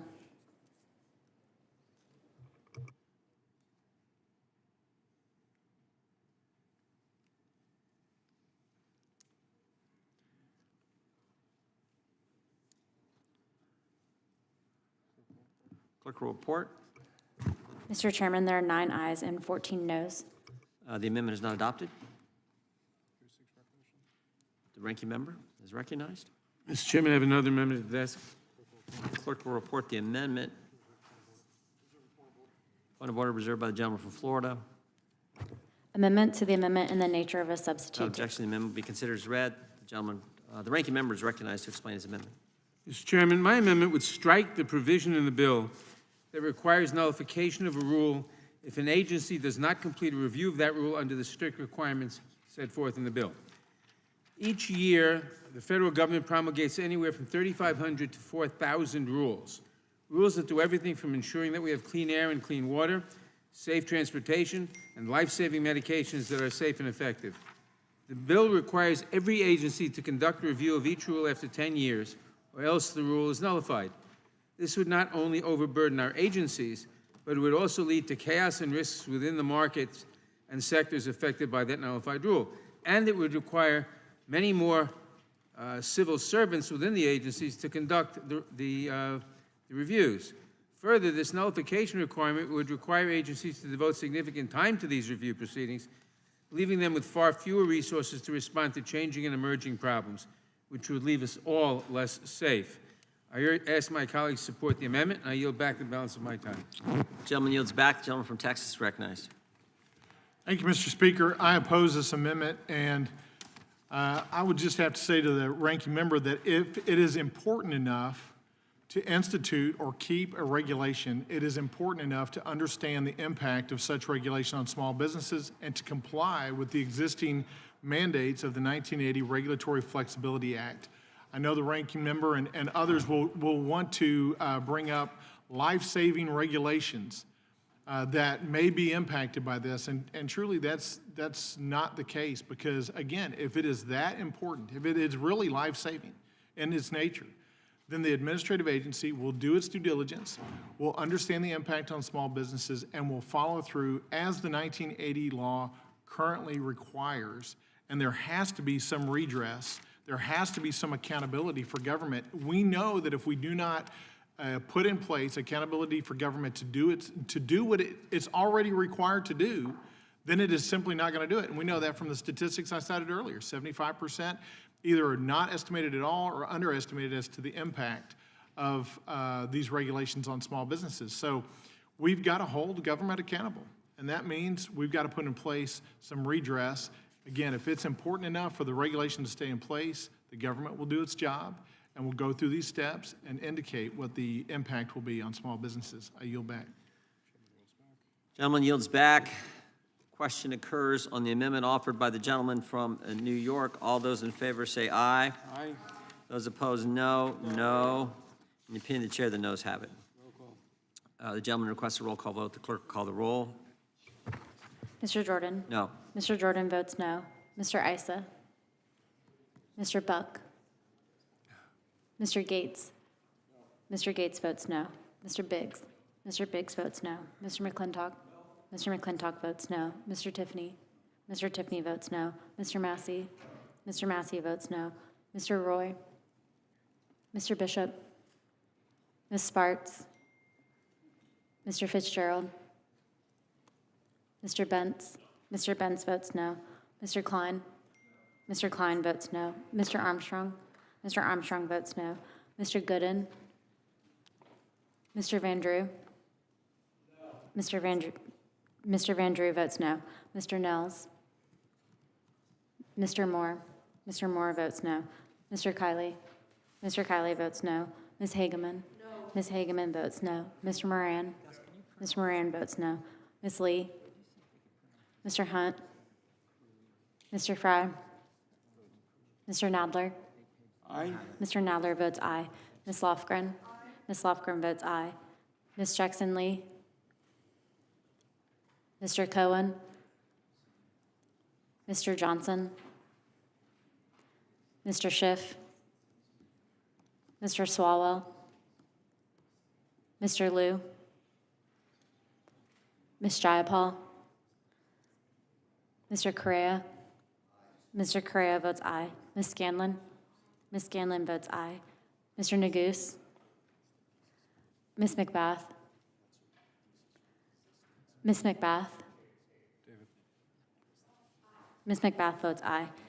Ms. Dean? Ms. Dean votes aye. Ms. Escobar? Ms. Escobar votes aye. Ms. Ross? Ms. Ross votes aye. Ms. Bush? Mr. Ivy? Mr. Ivy votes aye. Ms. Ballant?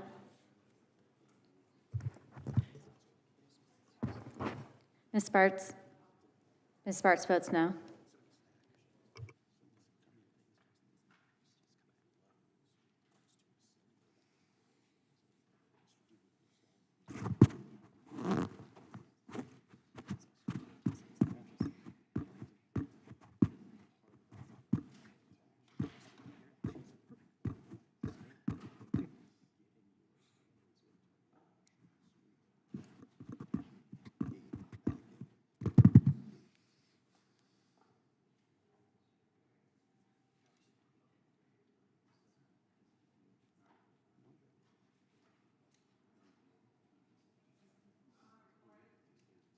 Gentleman from Texas. Ms. Jackson Lee, you are not recorded. Ms. Jackson Lee votes aye. Clerk will report. Mr. Chairman, Mr. Issa, you are not recorded. Mr. Issa votes no. Clerk will report. Mr. Chairman, there are 10 ayes and 16 noes. The amendment is not adopted. One final round from the gentleman from New York. Mr. Chairman, I have an amendment at the desk. Clerk will report. Point of order reserved by the gentleman from Florida. Amendment to the amendment in the nature of a Without substitute. objection, the amendment be considered as read. The gentleman from New York is recognized to explain his amendment. Mr. Chairman, my amendment would exempt rules related to environmental permits under the Clean Water and Clean Air Acts from the periodic review required under this bill. As I noted in my opening statement, this legislation would stall the work of government by requiring the periodic review of rules that have long been law, to determine any indirect costs that may have arisen in the past decade since the rule was promulgated. At a time when climate change is already wreaking havoc worldwide, we should not make it harder for agencies to protect our environment and our health. Indirect costs are a notably hazy concept, and we should not bog down our expert agencies with the nearly impossible task of determining such costs at the risk of preventing life-saving regulations from coming into effect. I ask that my colleagues support the amendment. I yield back the balance of my time. Gentleman yields back. Gentleman from Texas is recognized. Thank you, Mr. Chairman. I oppose this amendment to the amendment in the nature of a substitute offered by Mr. Nadler. As stated earlier, this is precisely why we need this legislation in place today that we're moving forward with, is because there are so many regulations going into place that are impacting small businesses, including these environmental permits under the Clean Air Act. If we're looking at the regulatory burdens that are being pushed upon our small businesses by an environmental and climate change agenda, it is crushing small business. And so to take that out of this legislation and to say, yeah, but we're gonna undo one of the larger parts of the regulatory burden that the administrative states puts on small businesses, we're going to undo the process to make sure that we evaluate those burdens and evaluate those regulations before they go into place, I think is misguided. As a result, I oppose. Gentleman yields back. Mr. Chairman.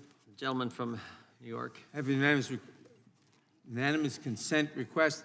I ask that this unanimous consent that this letter from Earth to Justice in support of the act be in opposition to the act, I'm sorry, be put into the record. Gentlelady objects. Question occurs on the amendment from the gentleman from New York. All those in favor say aye. Aye. Those opposed, no. No. Opinion of the chair, the noes have it. Roll call being requested. The clerk will call the roll. Mr. Jordan? No. Mr. Jordan votes no. Mr. Issa? Mr. Buck? Mr. Gates? Mr. Gates votes no. Mr. Biggs? Mr. Biggs votes no. Mr. McClintock? Mr. McClintock votes no. Mr. Tiffany? Mr. Tiffany votes no. Mr. Massey? Mr. Massey votes no. Mr. Roy? Mr. Bishop? Ms. Sparts? Mr. Fitzgerald? Mr. Benz? Mr. Klein? Mr. Klein votes no. Mr. Armstrong? Mr. Armstrong votes no. Mr. Gooden? Mr. Van Drew? Mr. Van Drew votes no. Mr. Nels? Mr. Moore? Mr. Moore votes no. Mr. Kiley? Mr. Kiley votes no. Ms. Hageman? No. Ms. Hageman votes no. Mr. Moran? Mr. Moran votes no. Ms. Lee? Mr. Hunt? Mr. Fry? Mr. Nadler? Mr. Nadler votes aye. Ms. Lofgren? Ms. Lofgren votes aye. Ms. Jackson-Lee? Ms. Jackson-Lee?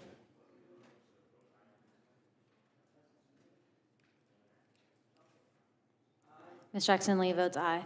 Mr. Cohen? Mr. Johnson? Mr. Schiff? Mr. Swalwell? Mr. Liu? Ms. Jayapal? Mr. Correa? Mr. Correa votes aye. Ms. Scanlon? Ms. Scanlon votes aye. Mr. Neguse? Ms. McBath? Ms. McBath votes aye. Ms. Dean? Ms. Dean votes aye. Ms. Escobar? Ms. Escobar votes aye. Ms. Ross? Ms. Ross votes aye. Ms. Bush? Mr. Ivy? Mr. Ivy votes aye. Ms. Ballant?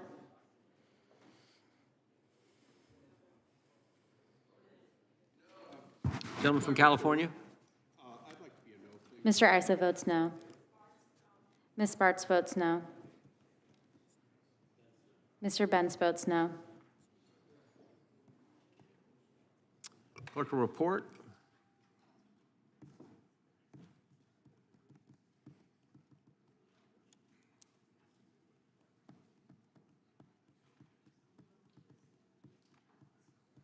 Mr. Chairman, there are 10 ayes and 16 noes. The amendment is not adopted. Who seeks recognition? Gentlelady from Georgia is recognized. Thank you, Mr. Chair. I have an amendment at the desk. Clerk report.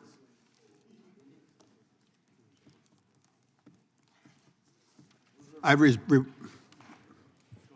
reserve a point of order. Gentleman from California reserves point of order. Amendment to the amendment in the nature of a Without objection, the substitute. bill be considered as read. The gentlelady from Georgia is recognized to explain her amendment. Thank you, Mr. Chair. My amendment will take into account the importance and necessity regarding rules related to children's health and safety in the Prove It Act by exempting them from Section 4A2.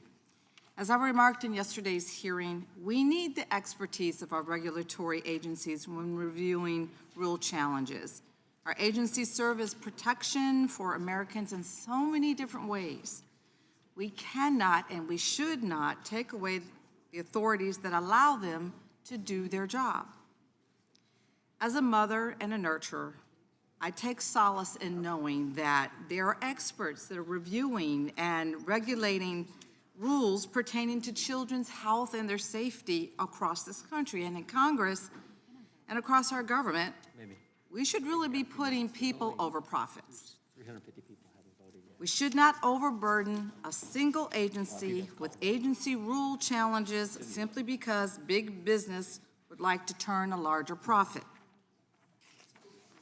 I will always be the loudest voice on this Hill for our children's health and safety, because it's really at stake.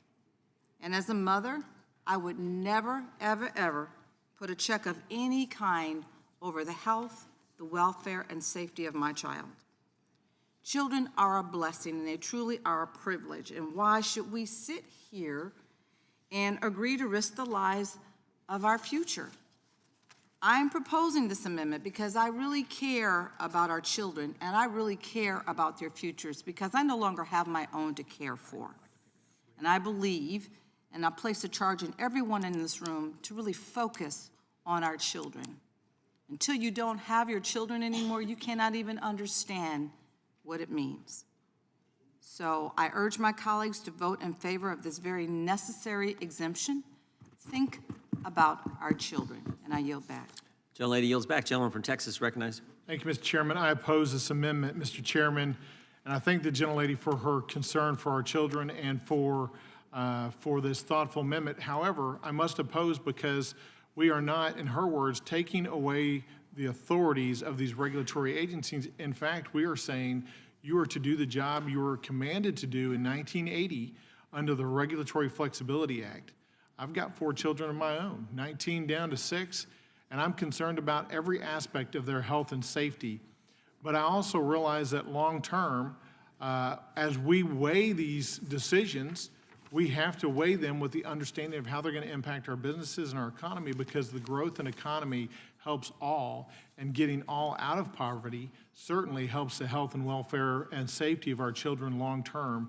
Again, we're talking about just making the agencies do the things that they have already been commanded to do for 44 years. We're not on the front end of this making agencies do something they weren't already supposed to do.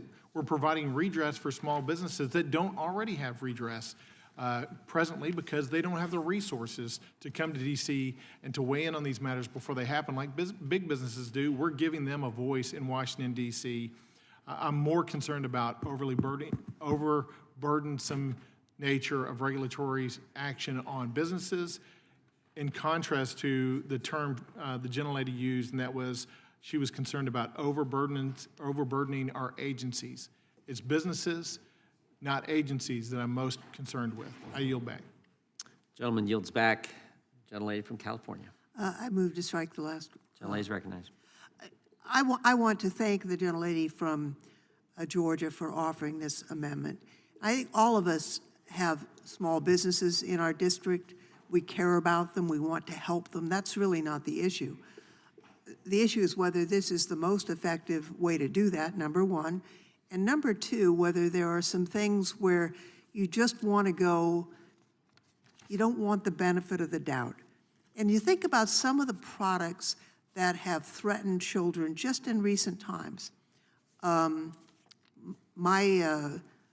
found myself hunting for baby formula for a member of my family every place I went because baby formula had been tainted. And we don't want anything that is ingested by an infant to pose a threat to them. And I'm sure that's true for every member of this committee on both sides of the aisle. There's no doubt about that. Think about some of the other things, products that have harmed children. Cribs, you know, to the point where you can't really give away an old crib because the way they're designed, they were originally designed, infants could get their head stuck and kill themselves. So these are the types of products that you want to make sure, you know, don't ever make it to the market. And if there are regulations that are put in place, we don't want to impede or deter or to hinder or to slow up any of those regulations. You know, I thought it was encouraging that the first bill we took up this morning was, I think it was unanimous and it was bipartisan. And it was to protect children from exploitation. We all are in that spot. And I think, and I don't question the sincerity of the author of this bill, but I do think that the amendment offered by the gentlelady is an important carve-out. And I know, you know, I'm not going to certainly impair or in any way insinuate that members who don't support the amendment are in favor of hurting children. But every year, the consumer product safety groups come out with toys that kill children. And we usually have a press conference in my district to alert parents and grandparents that these toys that are on the market pose a hazard to the little people who they hold most dear in their entire life. So I do think streamlining, deterring, slowing down in any way efforts to preserve the safety and health and well-being of children is an important goal. And I thank the gentlelady for the amendment. I'm glad that she offered it, and I intend to support it. And Mr. Chairman, I thank you for recognizing me, and I yield back. Gentlelady yields back. The question occurs on the amendment offered by the gentleman from Virginia who wants to speak on the amendment. Yeah, move to strike last word quickly. Gentleman's recognized. And I just think that, I'd thank the gentlelady for the amendment. We all want to look out for health and safety of children. I think we need to look at this a little bit differently. No agencies are exempt from the RFA right now. So if you carve out portions from the Prove It Act, then you're going to have a lack of essentially enabling the RFA to identify and call out inadequate agency analysis. This primary purpose of this bill is to help ensure agencies comply properly with the RFA. So really, it's going to have the inverse effect of your intent, where you're going to have health and safety laws affecting kids or regs affecting kids that are not going to get that look under the RFA or under the Prove It Act. And if an agency takes issue with the Prove It Act, it may be because that agency is unlikely to comply with the RFA to begin with. So since no agencies are exempt from the RFA, they shouldn't be exempt from this act either. And for consistency's sake and to make sure that we do actually enforce the regulations that affect health and safety of kids, I would urge that we reject this amendment. okay. Mr. Chairman. We got votes on the Mr. floor. Chairman, I withdraw my reservation. The point of order is withdrawn. Let's, if it's okay, we're going to take a vote on the amendment offered by the gentlelady from Georgia. All those in favor say aye. Aye. Those opposed, no. No. In the opinion of the chair, the noes have it. Recorded vote being requested. We'll do a recorded vote, and then we'll recess for votes. Mr. Call the Jordan? roll. No. Mr. Jordan votes no. Mr. Isa? Mr. Isa votes no. Mr. Buck? Mr. Gates? Mr. Biggs? Mr. Biggs votes no. Mr. McClintock? Mr. McClintock votes no. Mr. Tiffany? Mr. Tiffany votes no. Mr. Massey? Mr. Massey votes no. Mr. Roy? Mr. Bishop? Ms. Sparts? Mr. Fitzgerald? Mr. Bentz? Mr. Klein? Mr. Klein votes no. Mr. Armstrong? Mr. Gooden? Mr. Van Drew? Mr. Van Drew votes no. Mr. Nels? Mr. Moore?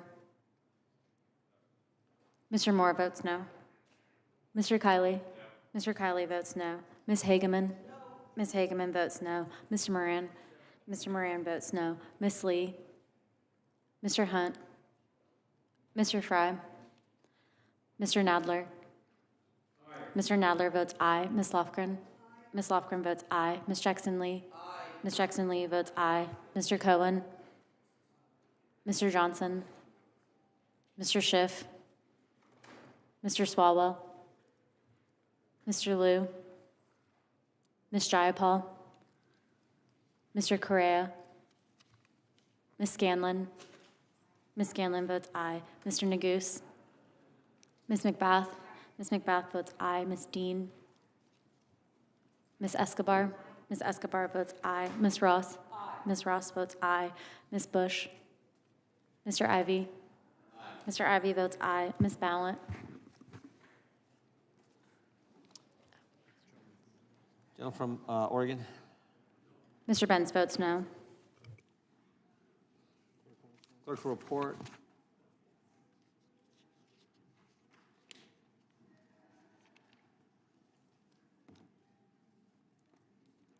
Mr. Chairman, there are 8 ayes and 11 noes.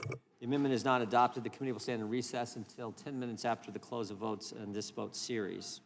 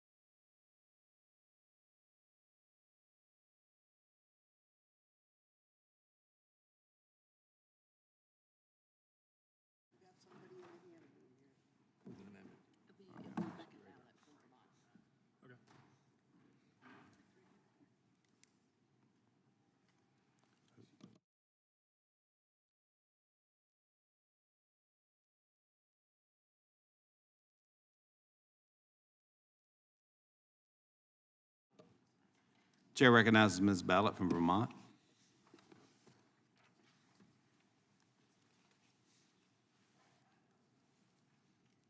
Mr. Chair, I'm sorry, we're getting our act together here.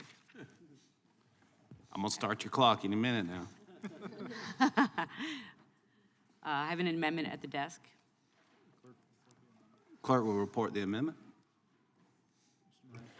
Amendment to the amendment in the nature of a substitute to H.R. 7198, offered by Ms. Ballant of Vermont. Page 11, line 23, insert after rule the following, other than a rule related to Without labor. objection, the amendment considered as Mr. read. Chairman, I reserve a point of order. Gentleman reserves. Gentlelady is recognized to explain the amendment. Thank you, Mr. Chair. My amendment would exempt the National Labor Relations Board, the NLRB, from the provision in the bill that makes a rule ineffective if an agency fails to do a 10-year review. The NLRB is the crucial institution to protect the labor rights of American workers. It's also consistently under-resourced and already working at full capacity. If this bill is enacted, it's unlikely that they'll be able to comply with the bill. Mr. Speaker, Mr. Chairman, point of order is withdrawn, but to speak to that amendment,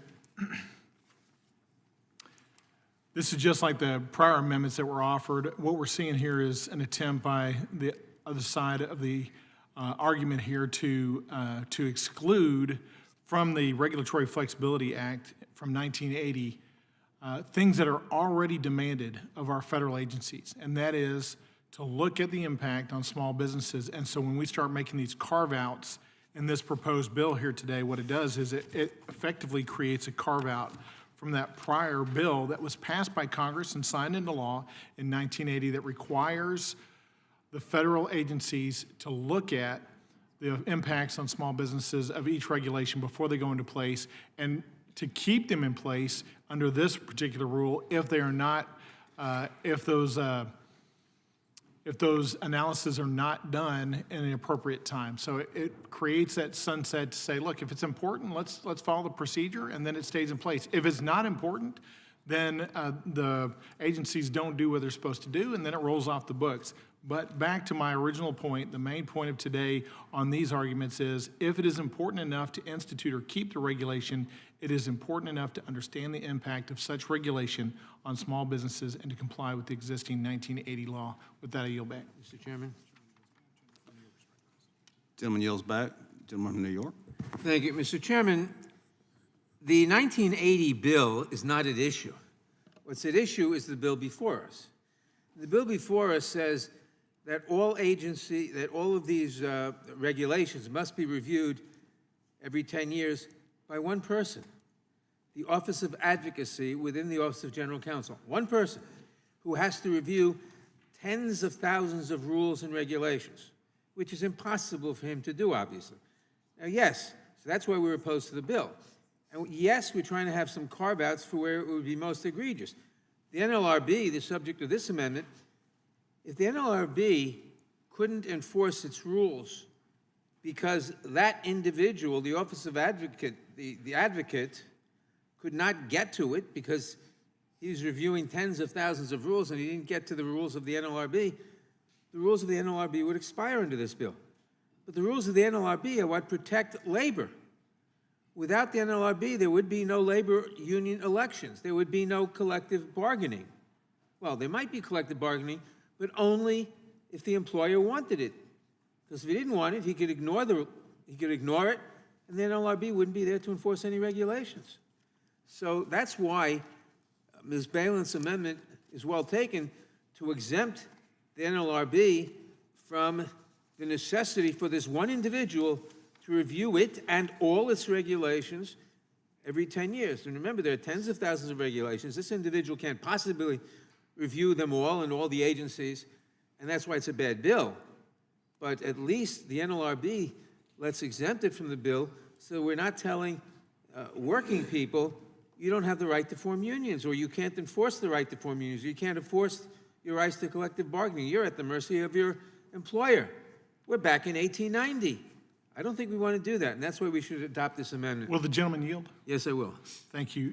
The gentleman from New York has based his argument in support of this amendment on the argument that one individual is to review these rules within the prescribed period of time, when in fact, the amendment points to page 11, line 23, and if you look at that line, it says if an agency fails to conduct a review of a rule. So the review of the rule is not on the onus of the chief counsel for advocacy, one person. The onus is on the agency generally. Again, that's why this amendment is improper and should be opposed. I yield back. Lady from, I'll yield to the gentlelady from Vermont. You know, I think it's been so clear as we've watched the growing income inequality in this country that we should be doing everything that we can at this moment to be supporting labor, supporting working people. And I feel like this amendment really speaks to the heart of that. And I yield back, Mr. Chair. I yield back. Chair recognizes Ms. Hageman. Just very briefly, Mr. Chairman, it is absolutely critical that the NLRB analyze the financial impact of its regulations on small businesses. Perhaps this is one of the most important agencies for this type of transparency and oversight. While I can understand the idea that of protecting labor, and I don't oppose that, without small businesses, we don't have jobs. And if we put the small businesses out of business, because of the onerous regulations issued by NLRB and other types of federal agencies, we're going to, I think, probably absolutely destroy our economy and destroy the very types of jobs that you're wanting to protect. So if there's any agency that should be subject to this type of oversight, it's the NLRB. With that, I yield back. Gentlelady yields back. Anybody else on the amendment? All right, the question occurs on the amendment offered by the gentlelady from Vermont. Those in favor say yes. Aye. Aye. Those opposed, no. In the opinion of the chair, the noes have it, and the amendment is not agreed to, and the recorded vote is requested. Clerk will call the roll. Mr. Jordan. Mr. Issa. Mr. Buck. Mr. Gates. Mr. Biggs. Mr. McClintock. Mr. Tiffany. Mr. Massey. Mr. Roy. Mr. Bishop. Ms. Sparts. Mr. Fitzgerald. Mr. Bentz. Mr. Bentz votes no. Mr. Klein. Mr. Armstrong. Mr. Gooden. Mr. Van Drew. Mr. Van Drew votes no. Mr. Nels. Mr. Moore. No. Mr. Moore votes no. Mr. Kiley. Ms. Hageman. Ms. Hageman votes no. Mr. Moran. Mr. Moran votes no. Ms. Lee. Mr. Hunt. Mr. Hunt votes no. Mr. Fry. Mr. Nadler. Aye. Mr. Nadler votes aye. Ms. Lofgren. Ms. Lofgren votes aye. Ms. Jackson Lee. Mr. Cohen. Mr. Johnson. Mr. Schiff. Mr. Swalwell. Mr. Liu. Ms. Jayapal. Mr. Correa. Ms. Scanlon. Mr. Neguse. Ms. McBath. Ms. McBath votes aye. Ms. Dean. Ms. Escobar. Ms. Ross. Ms. Ross votes aye. Ms. Bush. Mr. Ivy. Ms. Ballant. Ms. Ballant votes aye. Mr. Jordan. Mr. Jordan votes yes. Mr. Jordan votes no. You were right the first time. Clerk will report. No, hold it.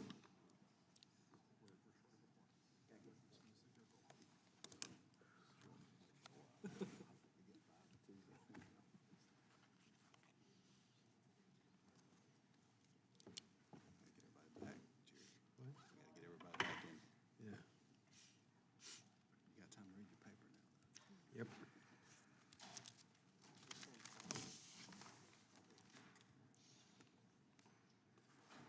Well, they are damn the Nike facility, my God. My brother's a Southwest captain, but he flies the old 737, so he doesn't have trouble with some of this new stuff. They've been losing some pieces, haven't they? Yeah. Ms. Jayapal, you are not recorded. Ms. Jayapal votes yes. Their quality control seems to be lacking. Airbus is built in my district, the new district. Mr. McClintock, you are not recorded. Mr. McClintock votes no. Mr. Johnson, you are not recorded. Mr. Johnson votes yes.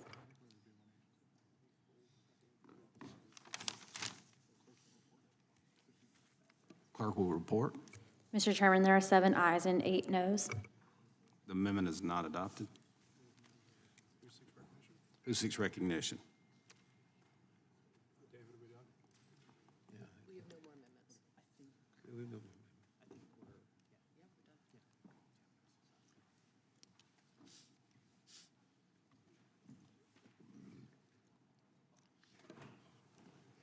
Without objection, I ask unanimous consent to enter a letter from the Job Creators Network in support of the legislation.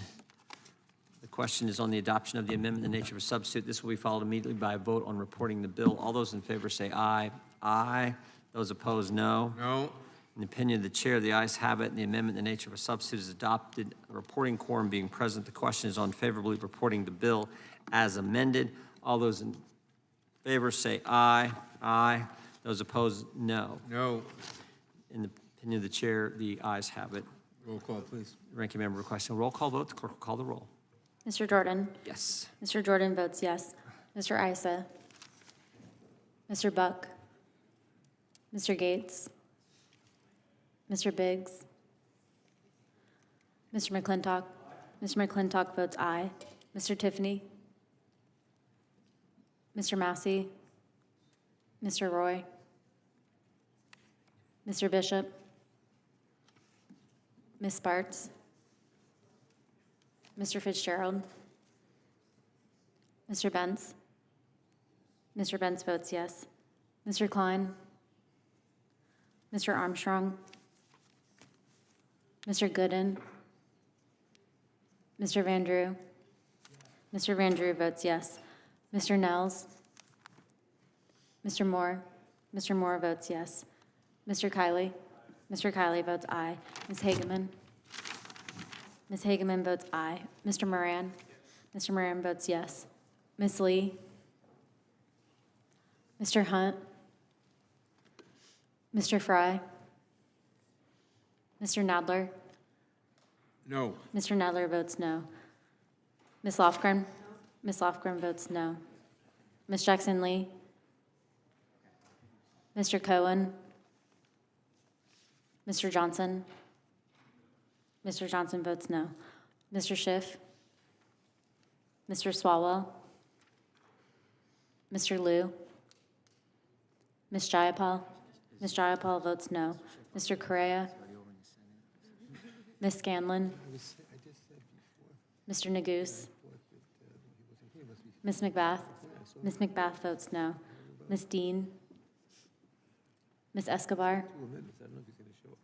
Ms. Ross? Ms. Ross votes no. Ms. Bush?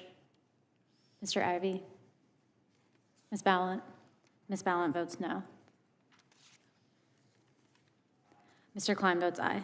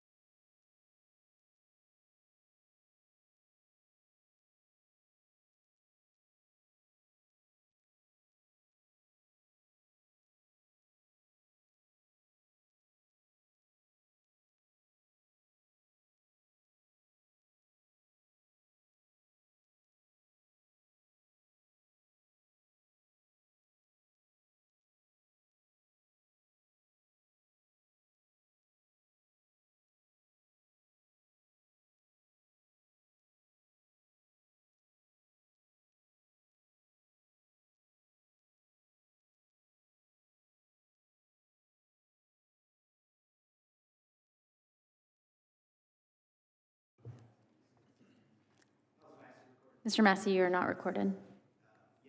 Yes. Mr. Massey votes yes.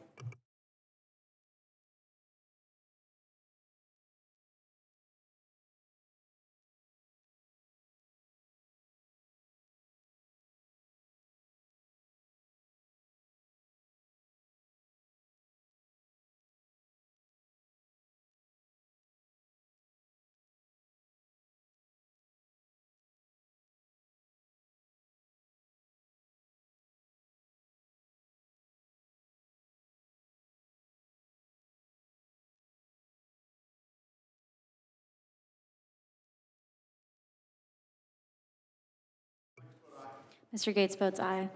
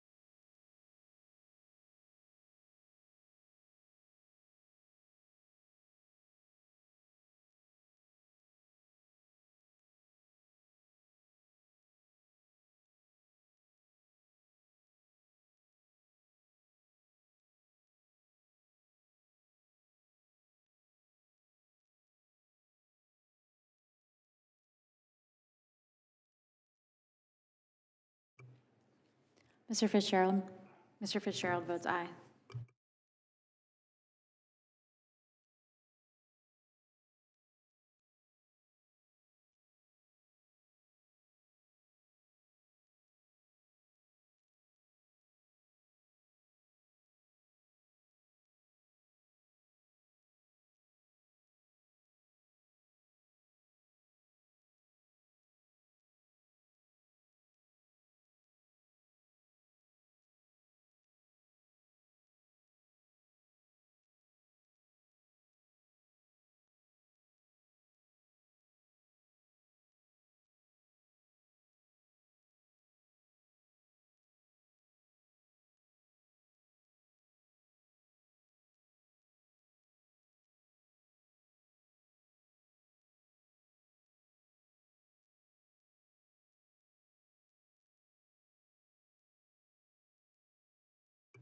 Mr. Johnson, you are recorded as no.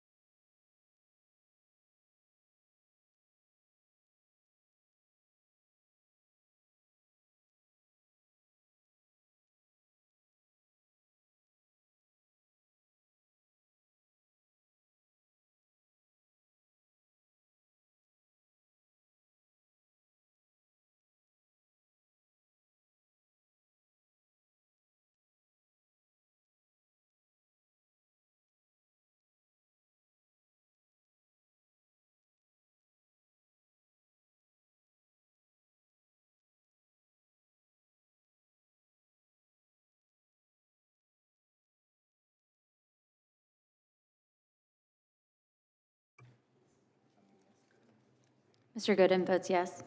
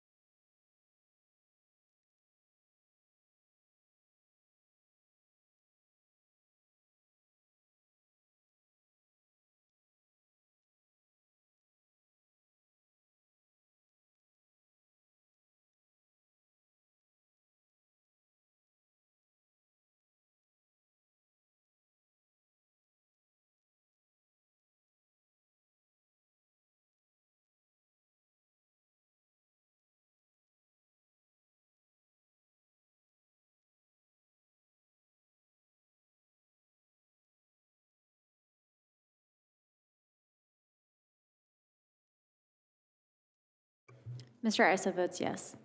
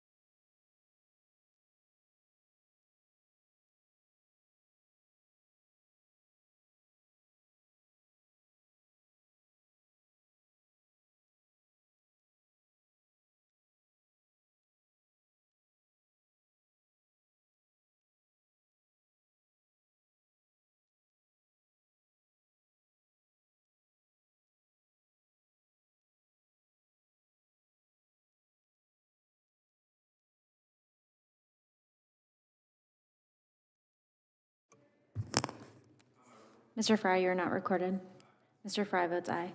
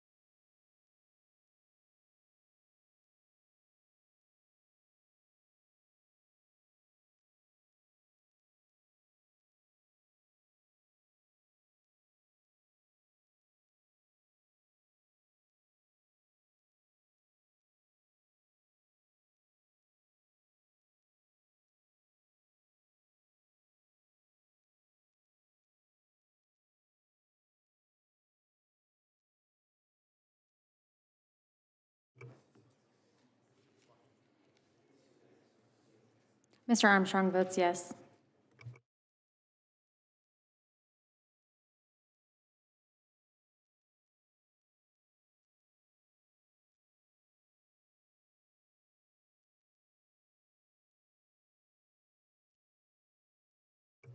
Ms. Scanlon, you are not recorded. Ms. Scanlon votes no. Ms. Bush, you are not recorded. Ms. Bush votes no.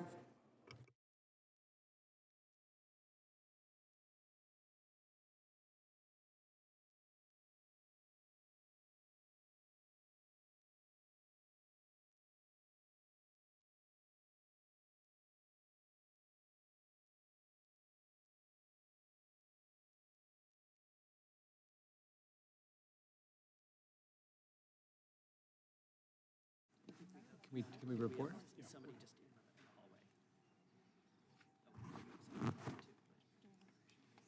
Gentlelady from Florida? Ms. Lee votes yes.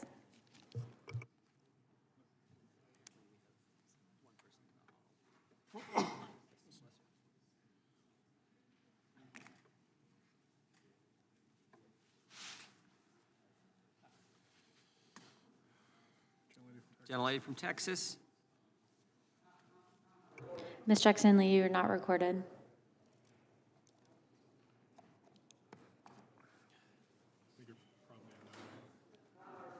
Ms. Jackson Lee, you are not recorded. I think you probably know.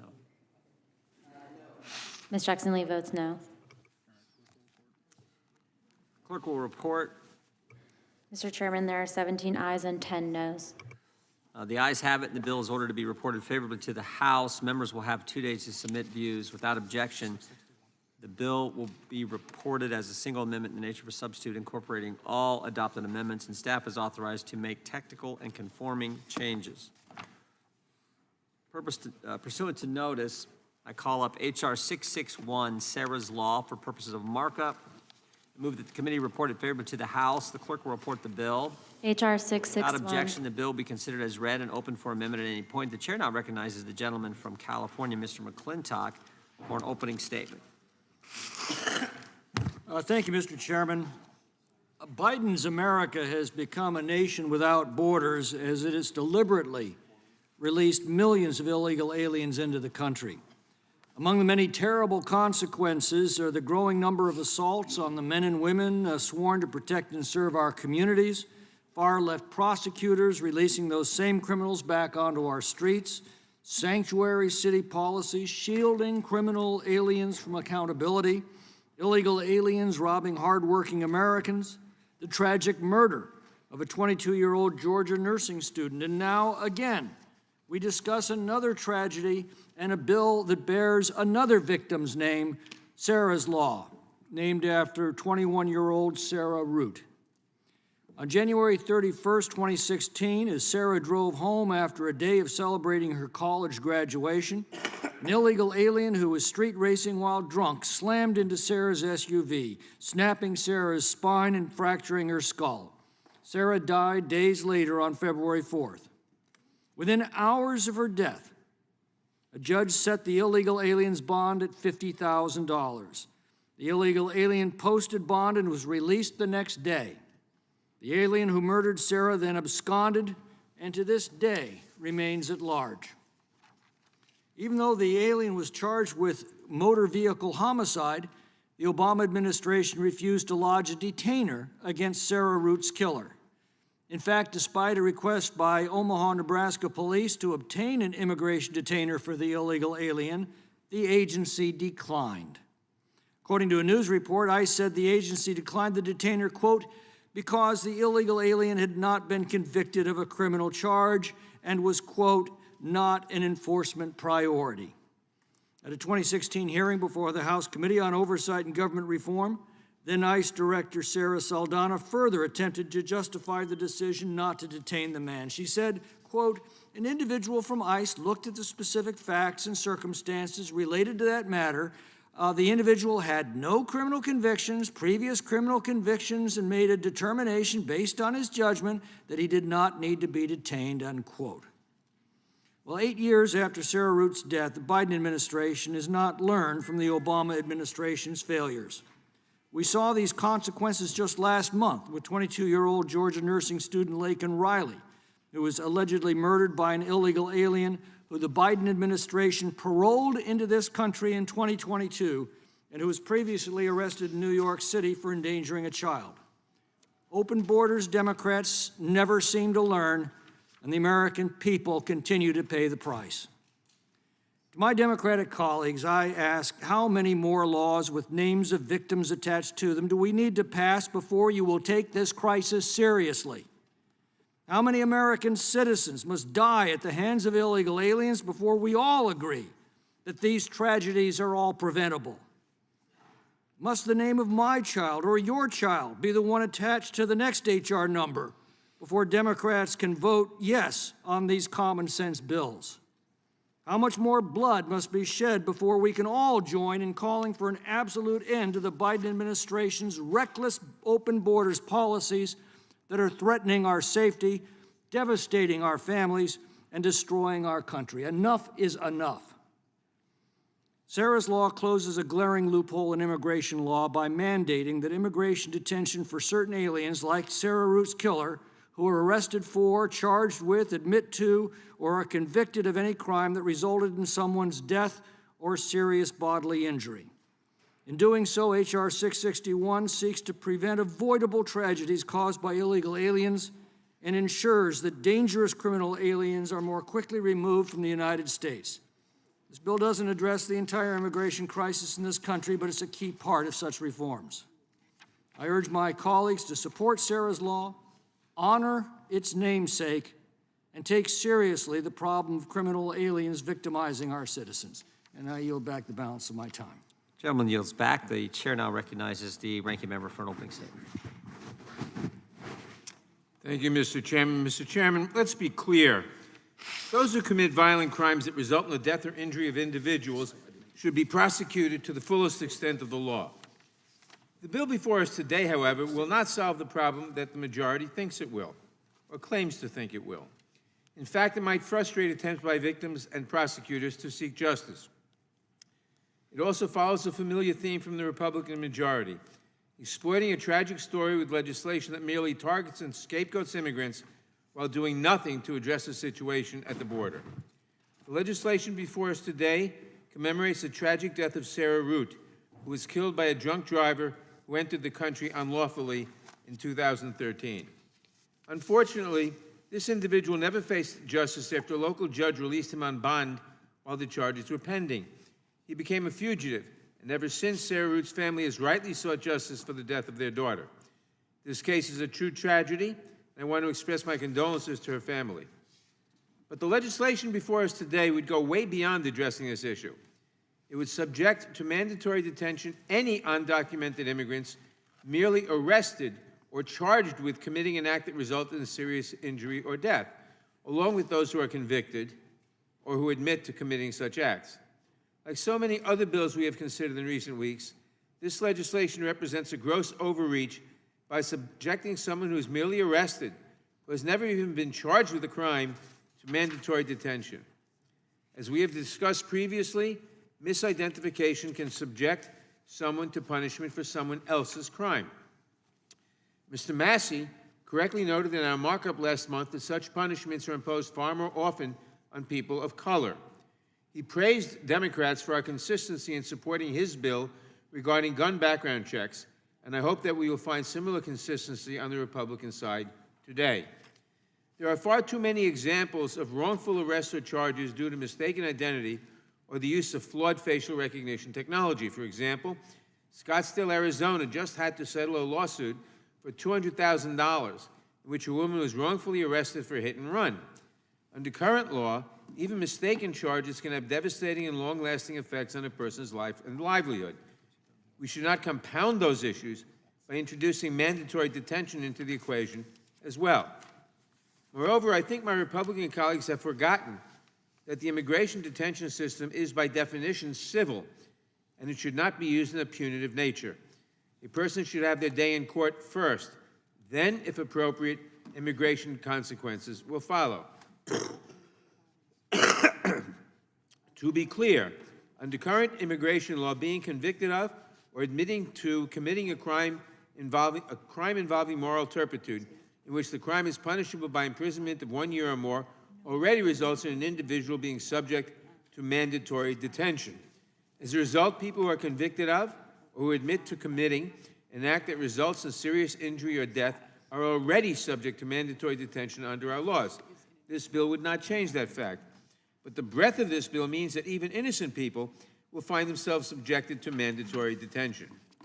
Setting aside the due process concerns, this legislation would also have the perverse effect of depriving victims and their families of justice. Similarly, state and local prosecutors often express concerns that ICE will take custody before criminal proceedings are completed, which frustrates prosecutors, judges, and victims' families. If this legislation had been in place at the time of Ms. Root's death, ICE would have issued a detainer after her alleged killer was charged with a crime, and if resources allowed, it would have taken custody of him and then swiftly removed him from the country due to his previous infractions. He would never have been transferred back to local custody to face justice the way the Root family desires. This legislation is just one more example of the shoddy approach to legislating taken by this Republican majority, in which headlines are more important than results. Rather than taking a careful and thoughtful approach that would avoid unintended consequences, the majority legislates first and asks questions later. I urge my colleagues to rethink this wrong-headed legislation and to work in a bipartisan manner on meaningful solutions to our broken immigration system. Thank you, and I yield back. Gentleman yields back without objection. All other opening statements will be included in the record. The chair recognizes the gentleman from California for the purposes of offering an amendment in the nature of a substitute. The clerk will report. Amendment in the nature of a substitute to H.R. 661. Without objection, the amendment will be considered as read, and the gentleman is recognized to, the gentleman from California is recognized to explain the amendment. Thank you, Mr. Chairman. This amendment makes small technical changes throughout. It also requires the DHS Secretary to issue a detainer for the criminal aliens covered by the bill, and if the aliens are not otherwise detained, to take custody of them. This amendment also expands the categories of aliens to which mandatory detention applies to include aliens arrested for, admitting to, or convicted of a crime that resulted in death or serious bodily injury.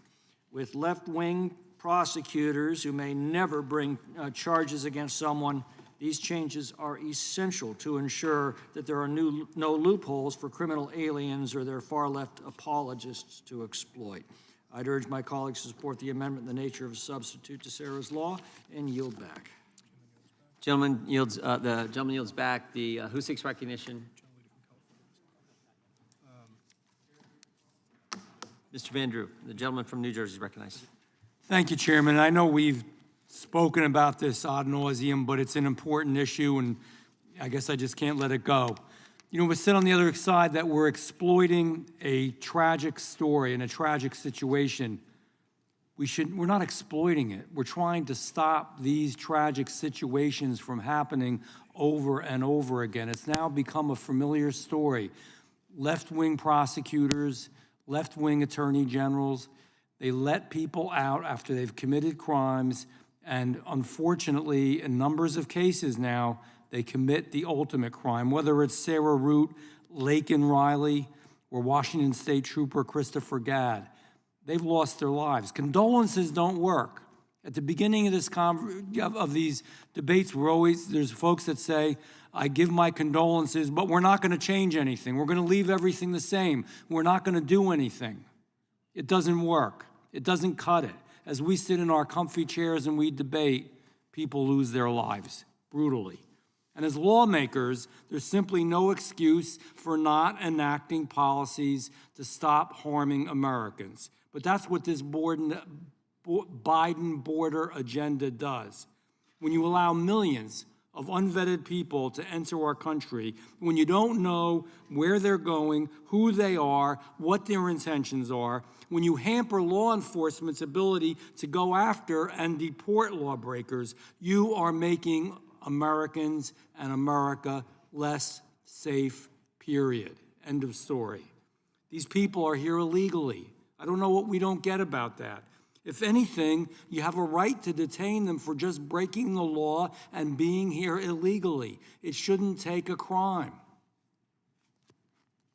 But Biden and Mayorkas, they've bent over backwards to allow as many of these people into our country as they possibly can, and innocent Americans have lost their lives. This bill is just one more very good common sense measure to ensure that we are protecting our constituents, our Americans, and that we are detaining and removing the worst of the worst that are here illegally. We moved similar legislation, my bill, through this committee that would detain and deport illegals that assault law enforcement. I am with Member McClintock. He is doing the right thing. This bill is the right thing. We cannot overlook this. We can't pretend it's not there. We can't put a blindfold on. These people need to be detained, and they need to be deported. This is a time for choosing for all of us who are going to vote. You're either with the Americans that live here, work here, break their back here, and many of whom are legal immigrants who are here, or you're with illegal immigrants, some of whom are breaking the law, some of whom are committing the ultimate act of violence. I don't know. It's an easy choice for me. I hope it's an easy choice for my colleagues. I yield back. If the gentleman will yield for just a moment. I yield. I just wanted to thank the gentleman for his comments, but also to give full credit to the bill's author, Randy Feenstra. I'm simply carrying it here in the committee. He deserves full credit for introducing this bill and seeing it through to hopefully a successful conclusion. I will reclaim my time and say on a lighter note, you are one of the kinder, gentler, nicer people that would actually do that. And I yield back to the chairman. The gentleman yields back, and I agree with his sentiments about the gentleman from California. And the gentleman from Washington's a kind person as well, and she's now recognized. Thank you, Mr. Chairman. I have an amendment at the desk. Clerk will report. Gentleman from Florida reserves point of order. Amendment to the Without amendment. objection, the amendment will be considered as read. The gentlelady from Washington is recognized to explain her amendment. Thank you, Mr. Chairman. What happened to Sarah Root is a tragedy, and as a mother, my heart aches for her family. No parent should ever have to go through the unbearable pain of having to bury their child. Sadly, passing this legislation would not bring Sarah's killer to justice. Sarah's family was failed by the government on multiple levels, and in fact, I know that they've been going after the local judge in this particular case. Fundamentally, this is a problem best solved at the local level, where they are better equipped to avoid unintended consequences. Unfortunately, the legislation before us today is an imprecise federal bill that would make a massive change to the national immigration system. This sort of bill acts a bit like a sledgehammer, hammering away at the problem but causing an enormous amount of damage in its wake. Through this bill's extraordinary breadth, it will put large numbers of people, including DACA recipients and TPS holders, at risk of being subject to mandatory detention, even if they are innocent of the crimes of which they are accused. Like all of the immigration enforcement bills we have marked up so far in this Congress, this bill does absolutely nothing to fix the immigration system, and it has zero chance of becoming law. On the day before the government is set to shut down, this is not how we should be spending our time. We should perhaps be discussing the recent Congressional Budget Office's assessment that over the next 10 years, immigration is going to grow the economy by $7 trillion and increase revenue by $1 trillion. We could discuss how a new government study shows that refugees and asylees have a net positive impact of $124 billion over 10 years. But no, instead, we're taking up legislation that has no chance of becoming law, does nothing to fix the system, and demonizes immigrants and immigration. The amendment I'm offering today would address some of the very broad consequences of this bill. Under the current version, someone can be subject to mandatory immigration detention simply for being arrested or charged with a crime that led to serious bodily injury or death. But as we have discussed in the previous bills that we've discussed in this committee, people are mistakenly arrested and charged with crimes far too often in this country. Do we really think that it makes sense to subject them to mandatory detention, even if they were wrongly arrested and then exonerated? A mistaken arrest can be a huge burden on an innocent person. Just look at what happened last year in Kenosha, Wisconsin. An African-American couple was eating dinner at an Applebee's with their 1-year-old son when the police came in looking for a couple who had just committed a hit and run. While the actual perpetrators hid in the restroom, the police violently arrested the innocent couple even while the father was holding the child in his arms. It took half a year in court to get the charges against this couple dropped, but the psychological and emotional scars from that, I'm sure, still remain. If this couple had been DACA or TPS recipients, and this bill was the law of the land, they might be in immigration detention now, even 2 months after they were exonerated. My amendment would also require that there be a conviction before the mandatory notification requirement under this bill takes effect. Releasing this type of personal information to a victim's family based on a mere charge is extremely dangerous, and it is not something we should be doing.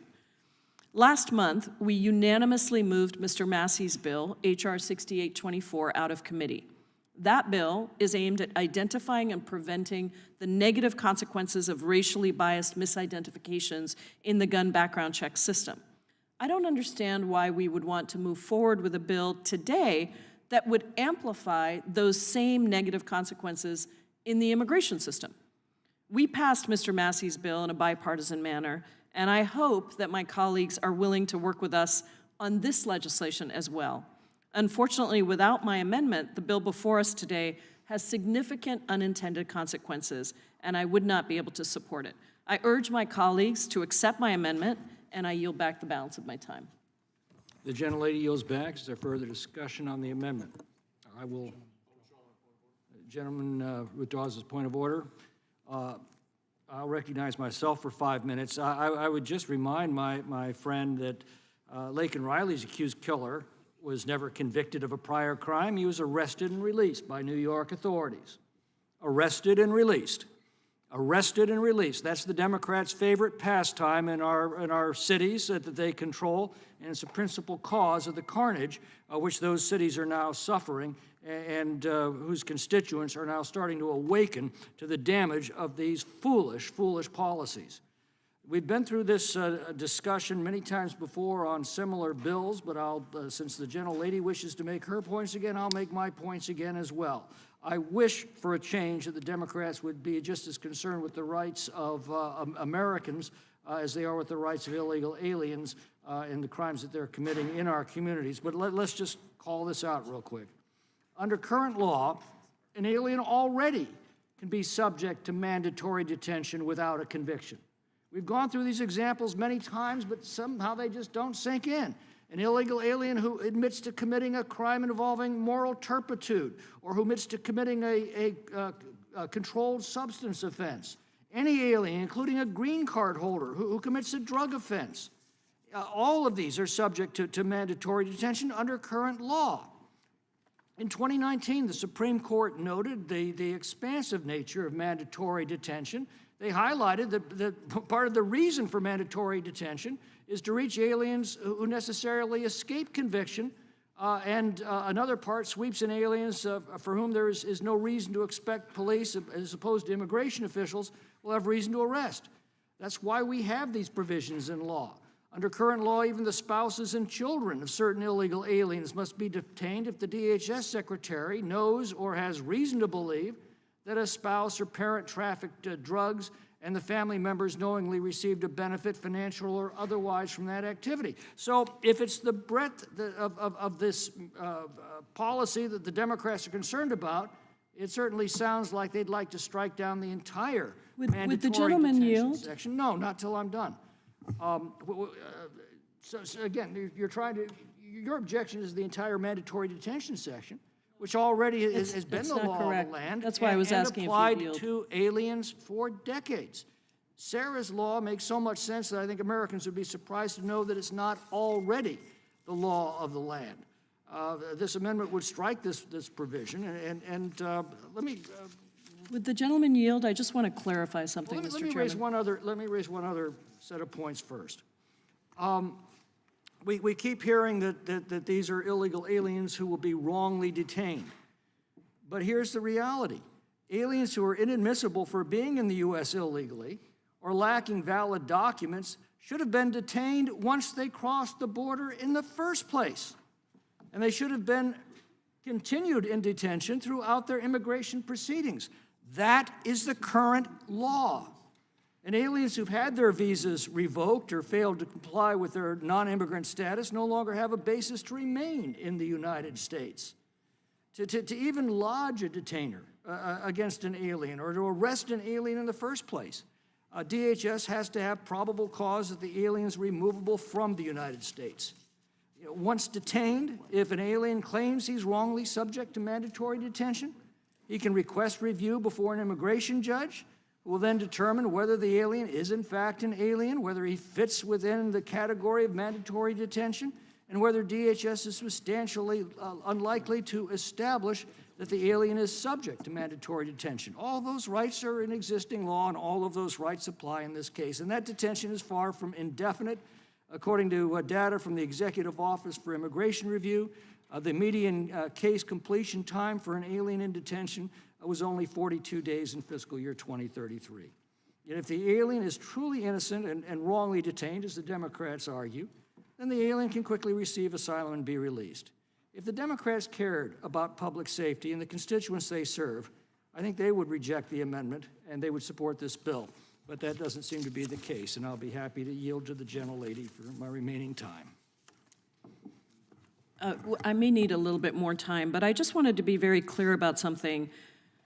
I am granting that if somebody is convicted of or admits having committed or admits committing acts which constitute the essential elements of any offense that resulted in the death or serious bodily injury, I'm not touching that, Mr. Chairman.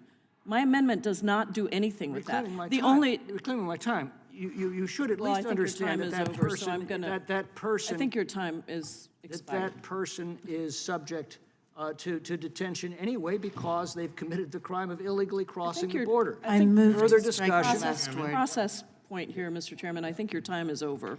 By 10 seconds. It was by 10 seconds. I know, but You interrupted me, but I'll be happy to recognize Ms. Scanlon now. Thank you, and I yield to the gentlewoman from Washington. Thank you. Again, I just wanted to make it clear that it is the case right now that if you're convicted of or admit to having convicted or admit committing acts which constitute the essential elements of any offense that resulted in the death or serious bodily injury, you are subject to mandatory detention. What this bill does, though, it expands that dramatically. And it says if you are charged with or arrested for, and that is the problem that I have. That is why I am submitting my amendment, because I am saying just being charged with or being arrested for a crime does not mean that you should suddenly give up all your due process rights and be mandatorily detained.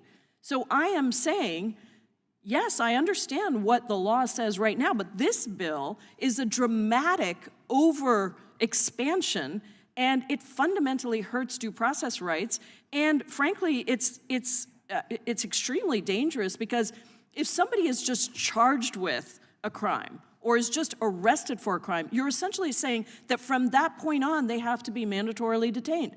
Not only has no administration ever been able to mandatorily detain everybody that is subject to mandatory detention right now, that's true of Republicans and Democratic administrations, but now what you're saying is we're going to expand that population even more, and we're going to mandatorily detain or require to mandatorily detain people who are just charged with a crime. And the reason I brought up Mr. Massey's bill from last time is because we know that people are charged unjustly all the time. We know that that happens, and we need to be really sure that we're protecting due process for everybody. And I care about due process for everybody regardless of legal status.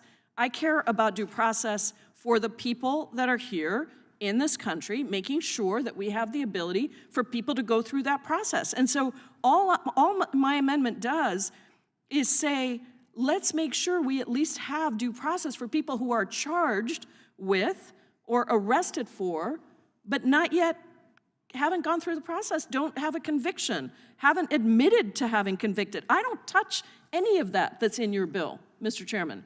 I literally just have an amendment saying if you're charged with or arrested with, you should not be mandatorily detained because you haven't gone through the legal due process that you are due for. So that is what my amendment is, and I reject the assertion that somehow Democrats want to not adhere even to what is current law or want to allow everybody. No, we just want people to have due process, and what your bill does is expand dramatically and hurt the due process rights, including, by the way, of legal residents who are here, people who are in TPS, people who are DACA recipients, people who have the legal ability to be here. This is a real problem, and I think everybody, including on the other side, if you believe in due process, you should want to support this amendment. I yield back to the gentlelady from Pennsylvania. Thank you, and I yield back. Gentlelady yields back. Is there further discussion? Mr. Biggs. Thank you, Mr. Chairman. I would have to oppose this proposed amendment, and I'll tell you why. I'm just going to give 3 quick reasons. Number 1, under Title VIII, someone who is not inspected and admitted into the United States is already subject to mandatory detention. Failure to detain those individuals is not consistent with the law. It may be consistent with practice, but it's not consistent with the law. The reality is, when an individual is released instead of held mandatorily, we have found that we lose complete track of them. We don't know where they are. So it makes almost a charge like this becomes almost a nullity. The third thing is due process. In most cases, if you are charged with committing a murder or an aggravated assault, you will be brought before a court to determine your release status. Failure to have adequate ties to a community would be one reason why you'd be remained. Flight risk would be another reason you'd be remanded and held. And I think that this bill, as it is consistent with current due process and the reality of the situation, and also Title VIII. And so I oppose the amendment. Yield back. Could the gentleman yield for just a moment? So I'll yield to you, Mr. Chairman. I just want to again emphasize the point that you made. An illegal alien is already subject to mandatory detention under existing law. That law was ignored in the case of Sarah Root's killer. It's being ignored in the case of more than 6 million illegal aliens that this administration has deliberately released into this country and about whom we know very, very little. And the fine point of the matter comes down to this. If this law had been enforced, or if this bill had become law, Sarah Root would be alive today.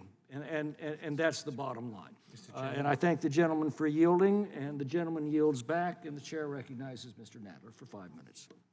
I thank the chairman. Mr. Chairman, this bill makes subject to mandatory detention anybody arrested or charged with, never mind convicted, of various crimes. That is opposed to the basic concept of due process. Now, some of the Republicans say, well, illegal aliens are already subject to mandatory detention, or ought to be. But we're not only talking about, but this bill is talking not only about illegal aliens. People who are here legally under DACA, for example, people who were brought here at 2 years old 30 years ago and are clearly Americans except in legal status, or TPS recipients. These people are here legally and yet would be subject to mandatory detention if arrested or charged with, never mind being convicted of or admitting to. That violates basic notions of due process. In addition to which, there's total hypocrisy. This bill will subject a lot more people to mandatory detention at a time when Republicans refuse to give the Department of Homeland Security the resources it needs to enforce the existing law. Congress has never appropriated, and no administration has ever requested sufficient resources to detain all non-citizens who fall under the mandatory detention categories. President Trump never tried to detain all migrants subject to mandatory detention. And this bill would expand who is subject to mandatory detention to people here legally who may never have committed a crime, who are simply arrested or charged with, and put them into facilities that we can't even fit all the people who should be in these facilities because Congress hasn't appropriated the money. The Trump administration hasn't requested sufficient money. The Biden administration requested, I think it was $16 billion to increase this and didn't get it. So this bill would simply do violence to all our notions of due process and do nothing to help solve the problem at the border. We have a problem at the border, but it wasn't deliberately created by President Biden.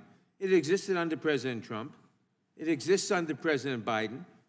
Conditions abroad have increased the number of people who seek to come here, conditions for which the United States has no responsibility. Climate change, political violence, gang violence, instability. These are what drive people to try to leave their homes. Nobody wants to leave their home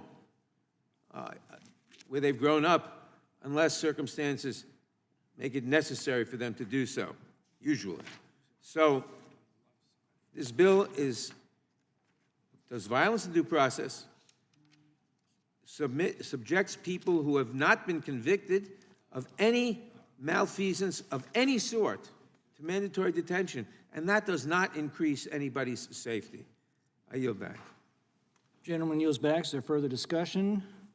Seeing none, the question occurs on the amendment offered by the gentlelady from Washington. Those in favor say aye. Aye. Those opposed say no. No. In the opinion of the chair, the noes have it, and the amendment is not agreed to. Roll call, please. Recorded votes requested. The clerk will call the roll. Mr. Jordan, Mr. Isa, Mr. Buck, Mr. Gates votes no. Mr. Biggs votes no. Mr. McClintock votes no. Mr. Tiffany, Mr. Massey votes no. Mr. Roy, Mr. Bishop, Ms. Spartz, Mr. Fitzgerald votes no. Mr. Benz votes no. Mr. Klein votes no. Mr. Armstrong, Mr. Gooden, Mr. Van Drew votes no. Mr. Nels, Mr. Moore, Mr. Kiley votes no. Ms. Hageman votes no. Mr. Moran, Ms. Lee, Mr. Hunt, Mr. Fry, Mr. Nadler. Mr. Nadler votes aye. Ms. Lofgren votes aye. Ms. Jackson-Lee, Mr. Cohen, Mr. Johnson, Mr. Schiff, Mr. Swalwell, Mr. Liu, Ms. Jayapal votes aye. Mr. Correa, Ms. Scanlon votes aye. Mr. Neguse, Ms. McBath, Ms. Dean, Ms. Escobar votes aye. Ms. Ross votes aye. Ms. Bush, Mr. Ivy, Ms. Ballant votes aye.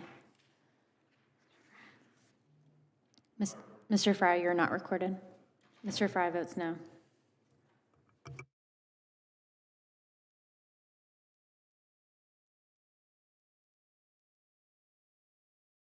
Clerk will report. Mr. Chairman, there are 7 ayes and 11 noes. The noes have it, and the amendment's not agreed to. Is there further discussion on the amendment in the nature of a substitute? Seeing none, the question's on the adoption of the amendment in the nature of a substitute. This will be followed immediately by a vote on the reporting of the bill. Those in favor say aye. Those opposed say no. No. In the opinion of the chair, the ayes have it, and the amendment in the nature of substitute is adopted. The reporting quorum being present, the question is on favorably reporting the bill as amended. Those in favor say aye. Aye. Those opposed say no. No. The ayes have it. The bill is ordered to be. Roll call is requested. Secretary, call the roll. Mr. Jordan. Mr. Issa. Mr. Buck. Mr. Gates. Mr. Biggs. Mr. Biggs votes aye. Mr. McClintock? Aye. Mr. McClintock votes aye. Mr. Tiffany? Mr. Massey? Mr. Massey votes aye. Mr. Roy? Mr. Bishop? Ms. Sparts? Mr. Fitzgerald? Mr. Fitzgerald votes aye. Mr. Bentz? Mr. Bentz votes aye. Mr. Klein? Mr. Klein votes aye. Mr. Armstrong? Mr. Gooden? Mr. Gooden votes aye. Mr. Van Drew? Mr. Van Drew votes aye. Mr. Nels? Mr. Moore? Mr. Kiley? Mr. Kiley votes aye. Ms. Hageman?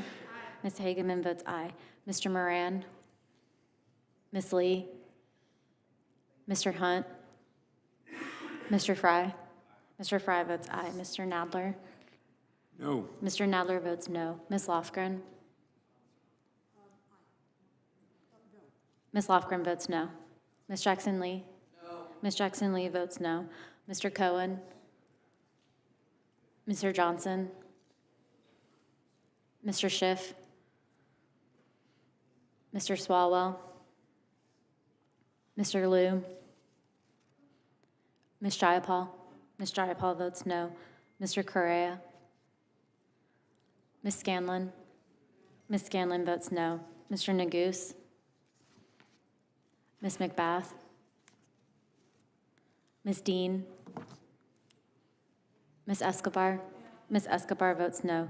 Ms. Ross? Ms. Ross votes no. Ms. Bush? Mr. Ivy? Ms. Ballant? Ms. Ballant votes no.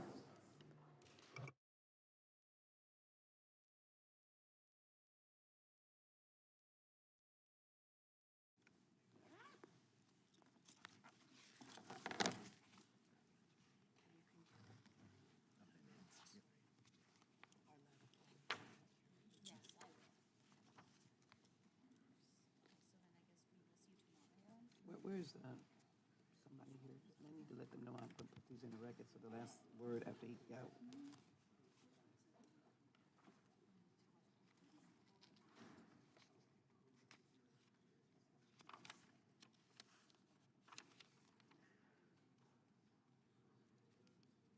What is her name?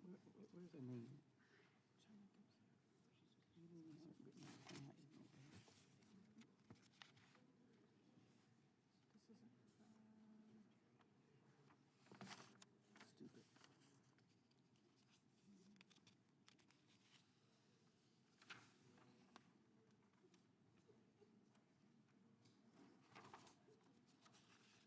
You need an article in there that has her name on it. You need it? No, I thought that was. Excuse me, ma'am, go look to the article that you took out, please.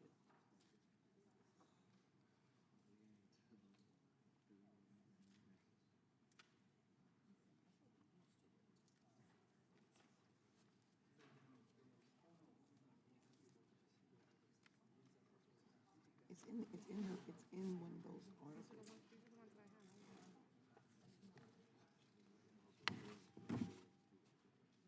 I gave a copy to, what's his name?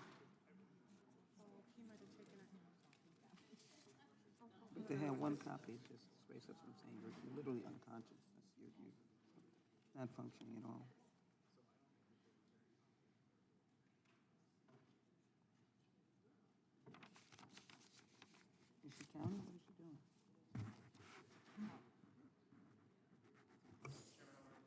Mr. Gates, you're not recorded. Mr. Gates votes aye.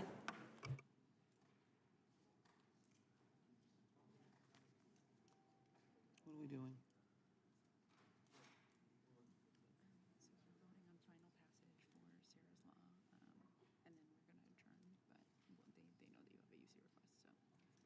I know, but how many people are we waiting? I mean, three people on their side? I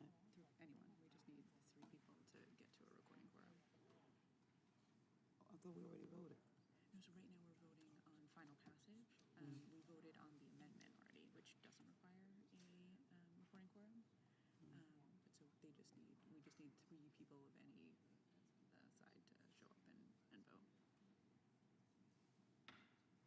don't want to miss the vote. Well, how many people are out?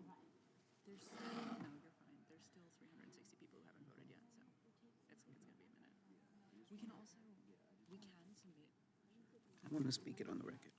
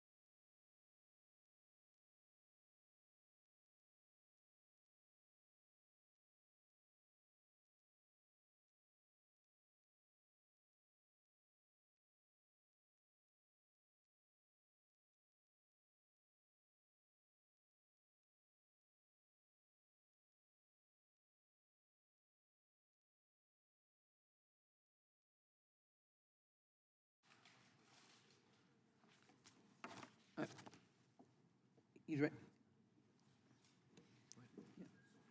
Mr. Chairman, I know this will be submitted when appropriate, but I'd like to ask unanimous consent to submit articles regarding China Gibson for the record relating to the amendment to H.R. 7187, and ask unanimous consent for them to be admitted when appropriate.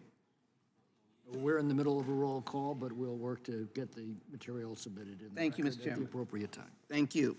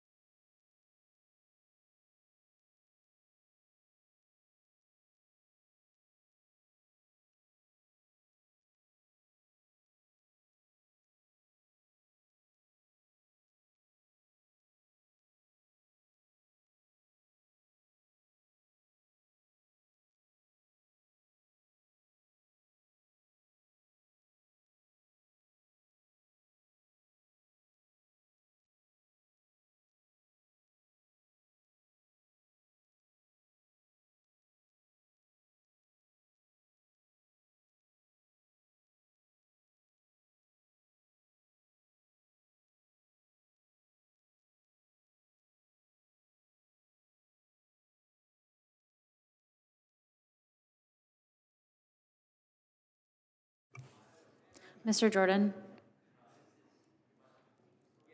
Mr. Jordan votes yes.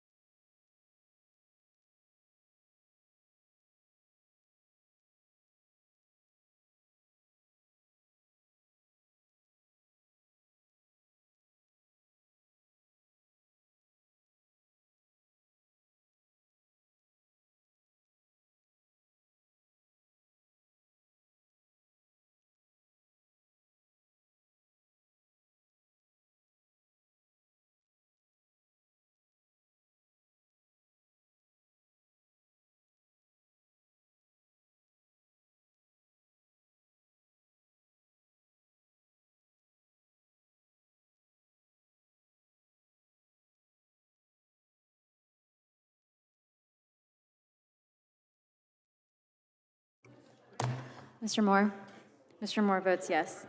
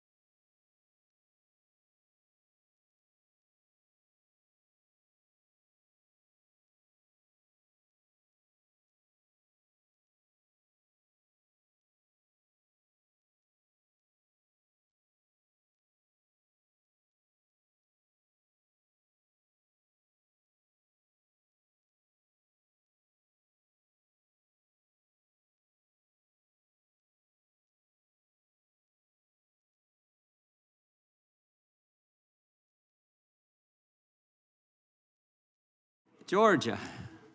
Mr. Johnson, you are not recorded. Mr. Johnson votes no. Thank you. So we can report now?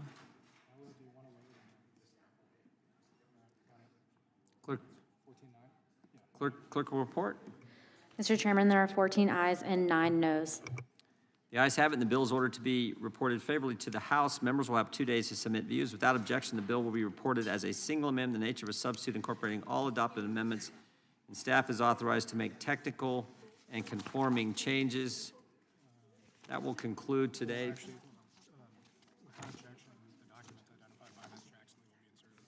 Without objection, the documents identified by Ms. Jackson Lee will be inserted into the record.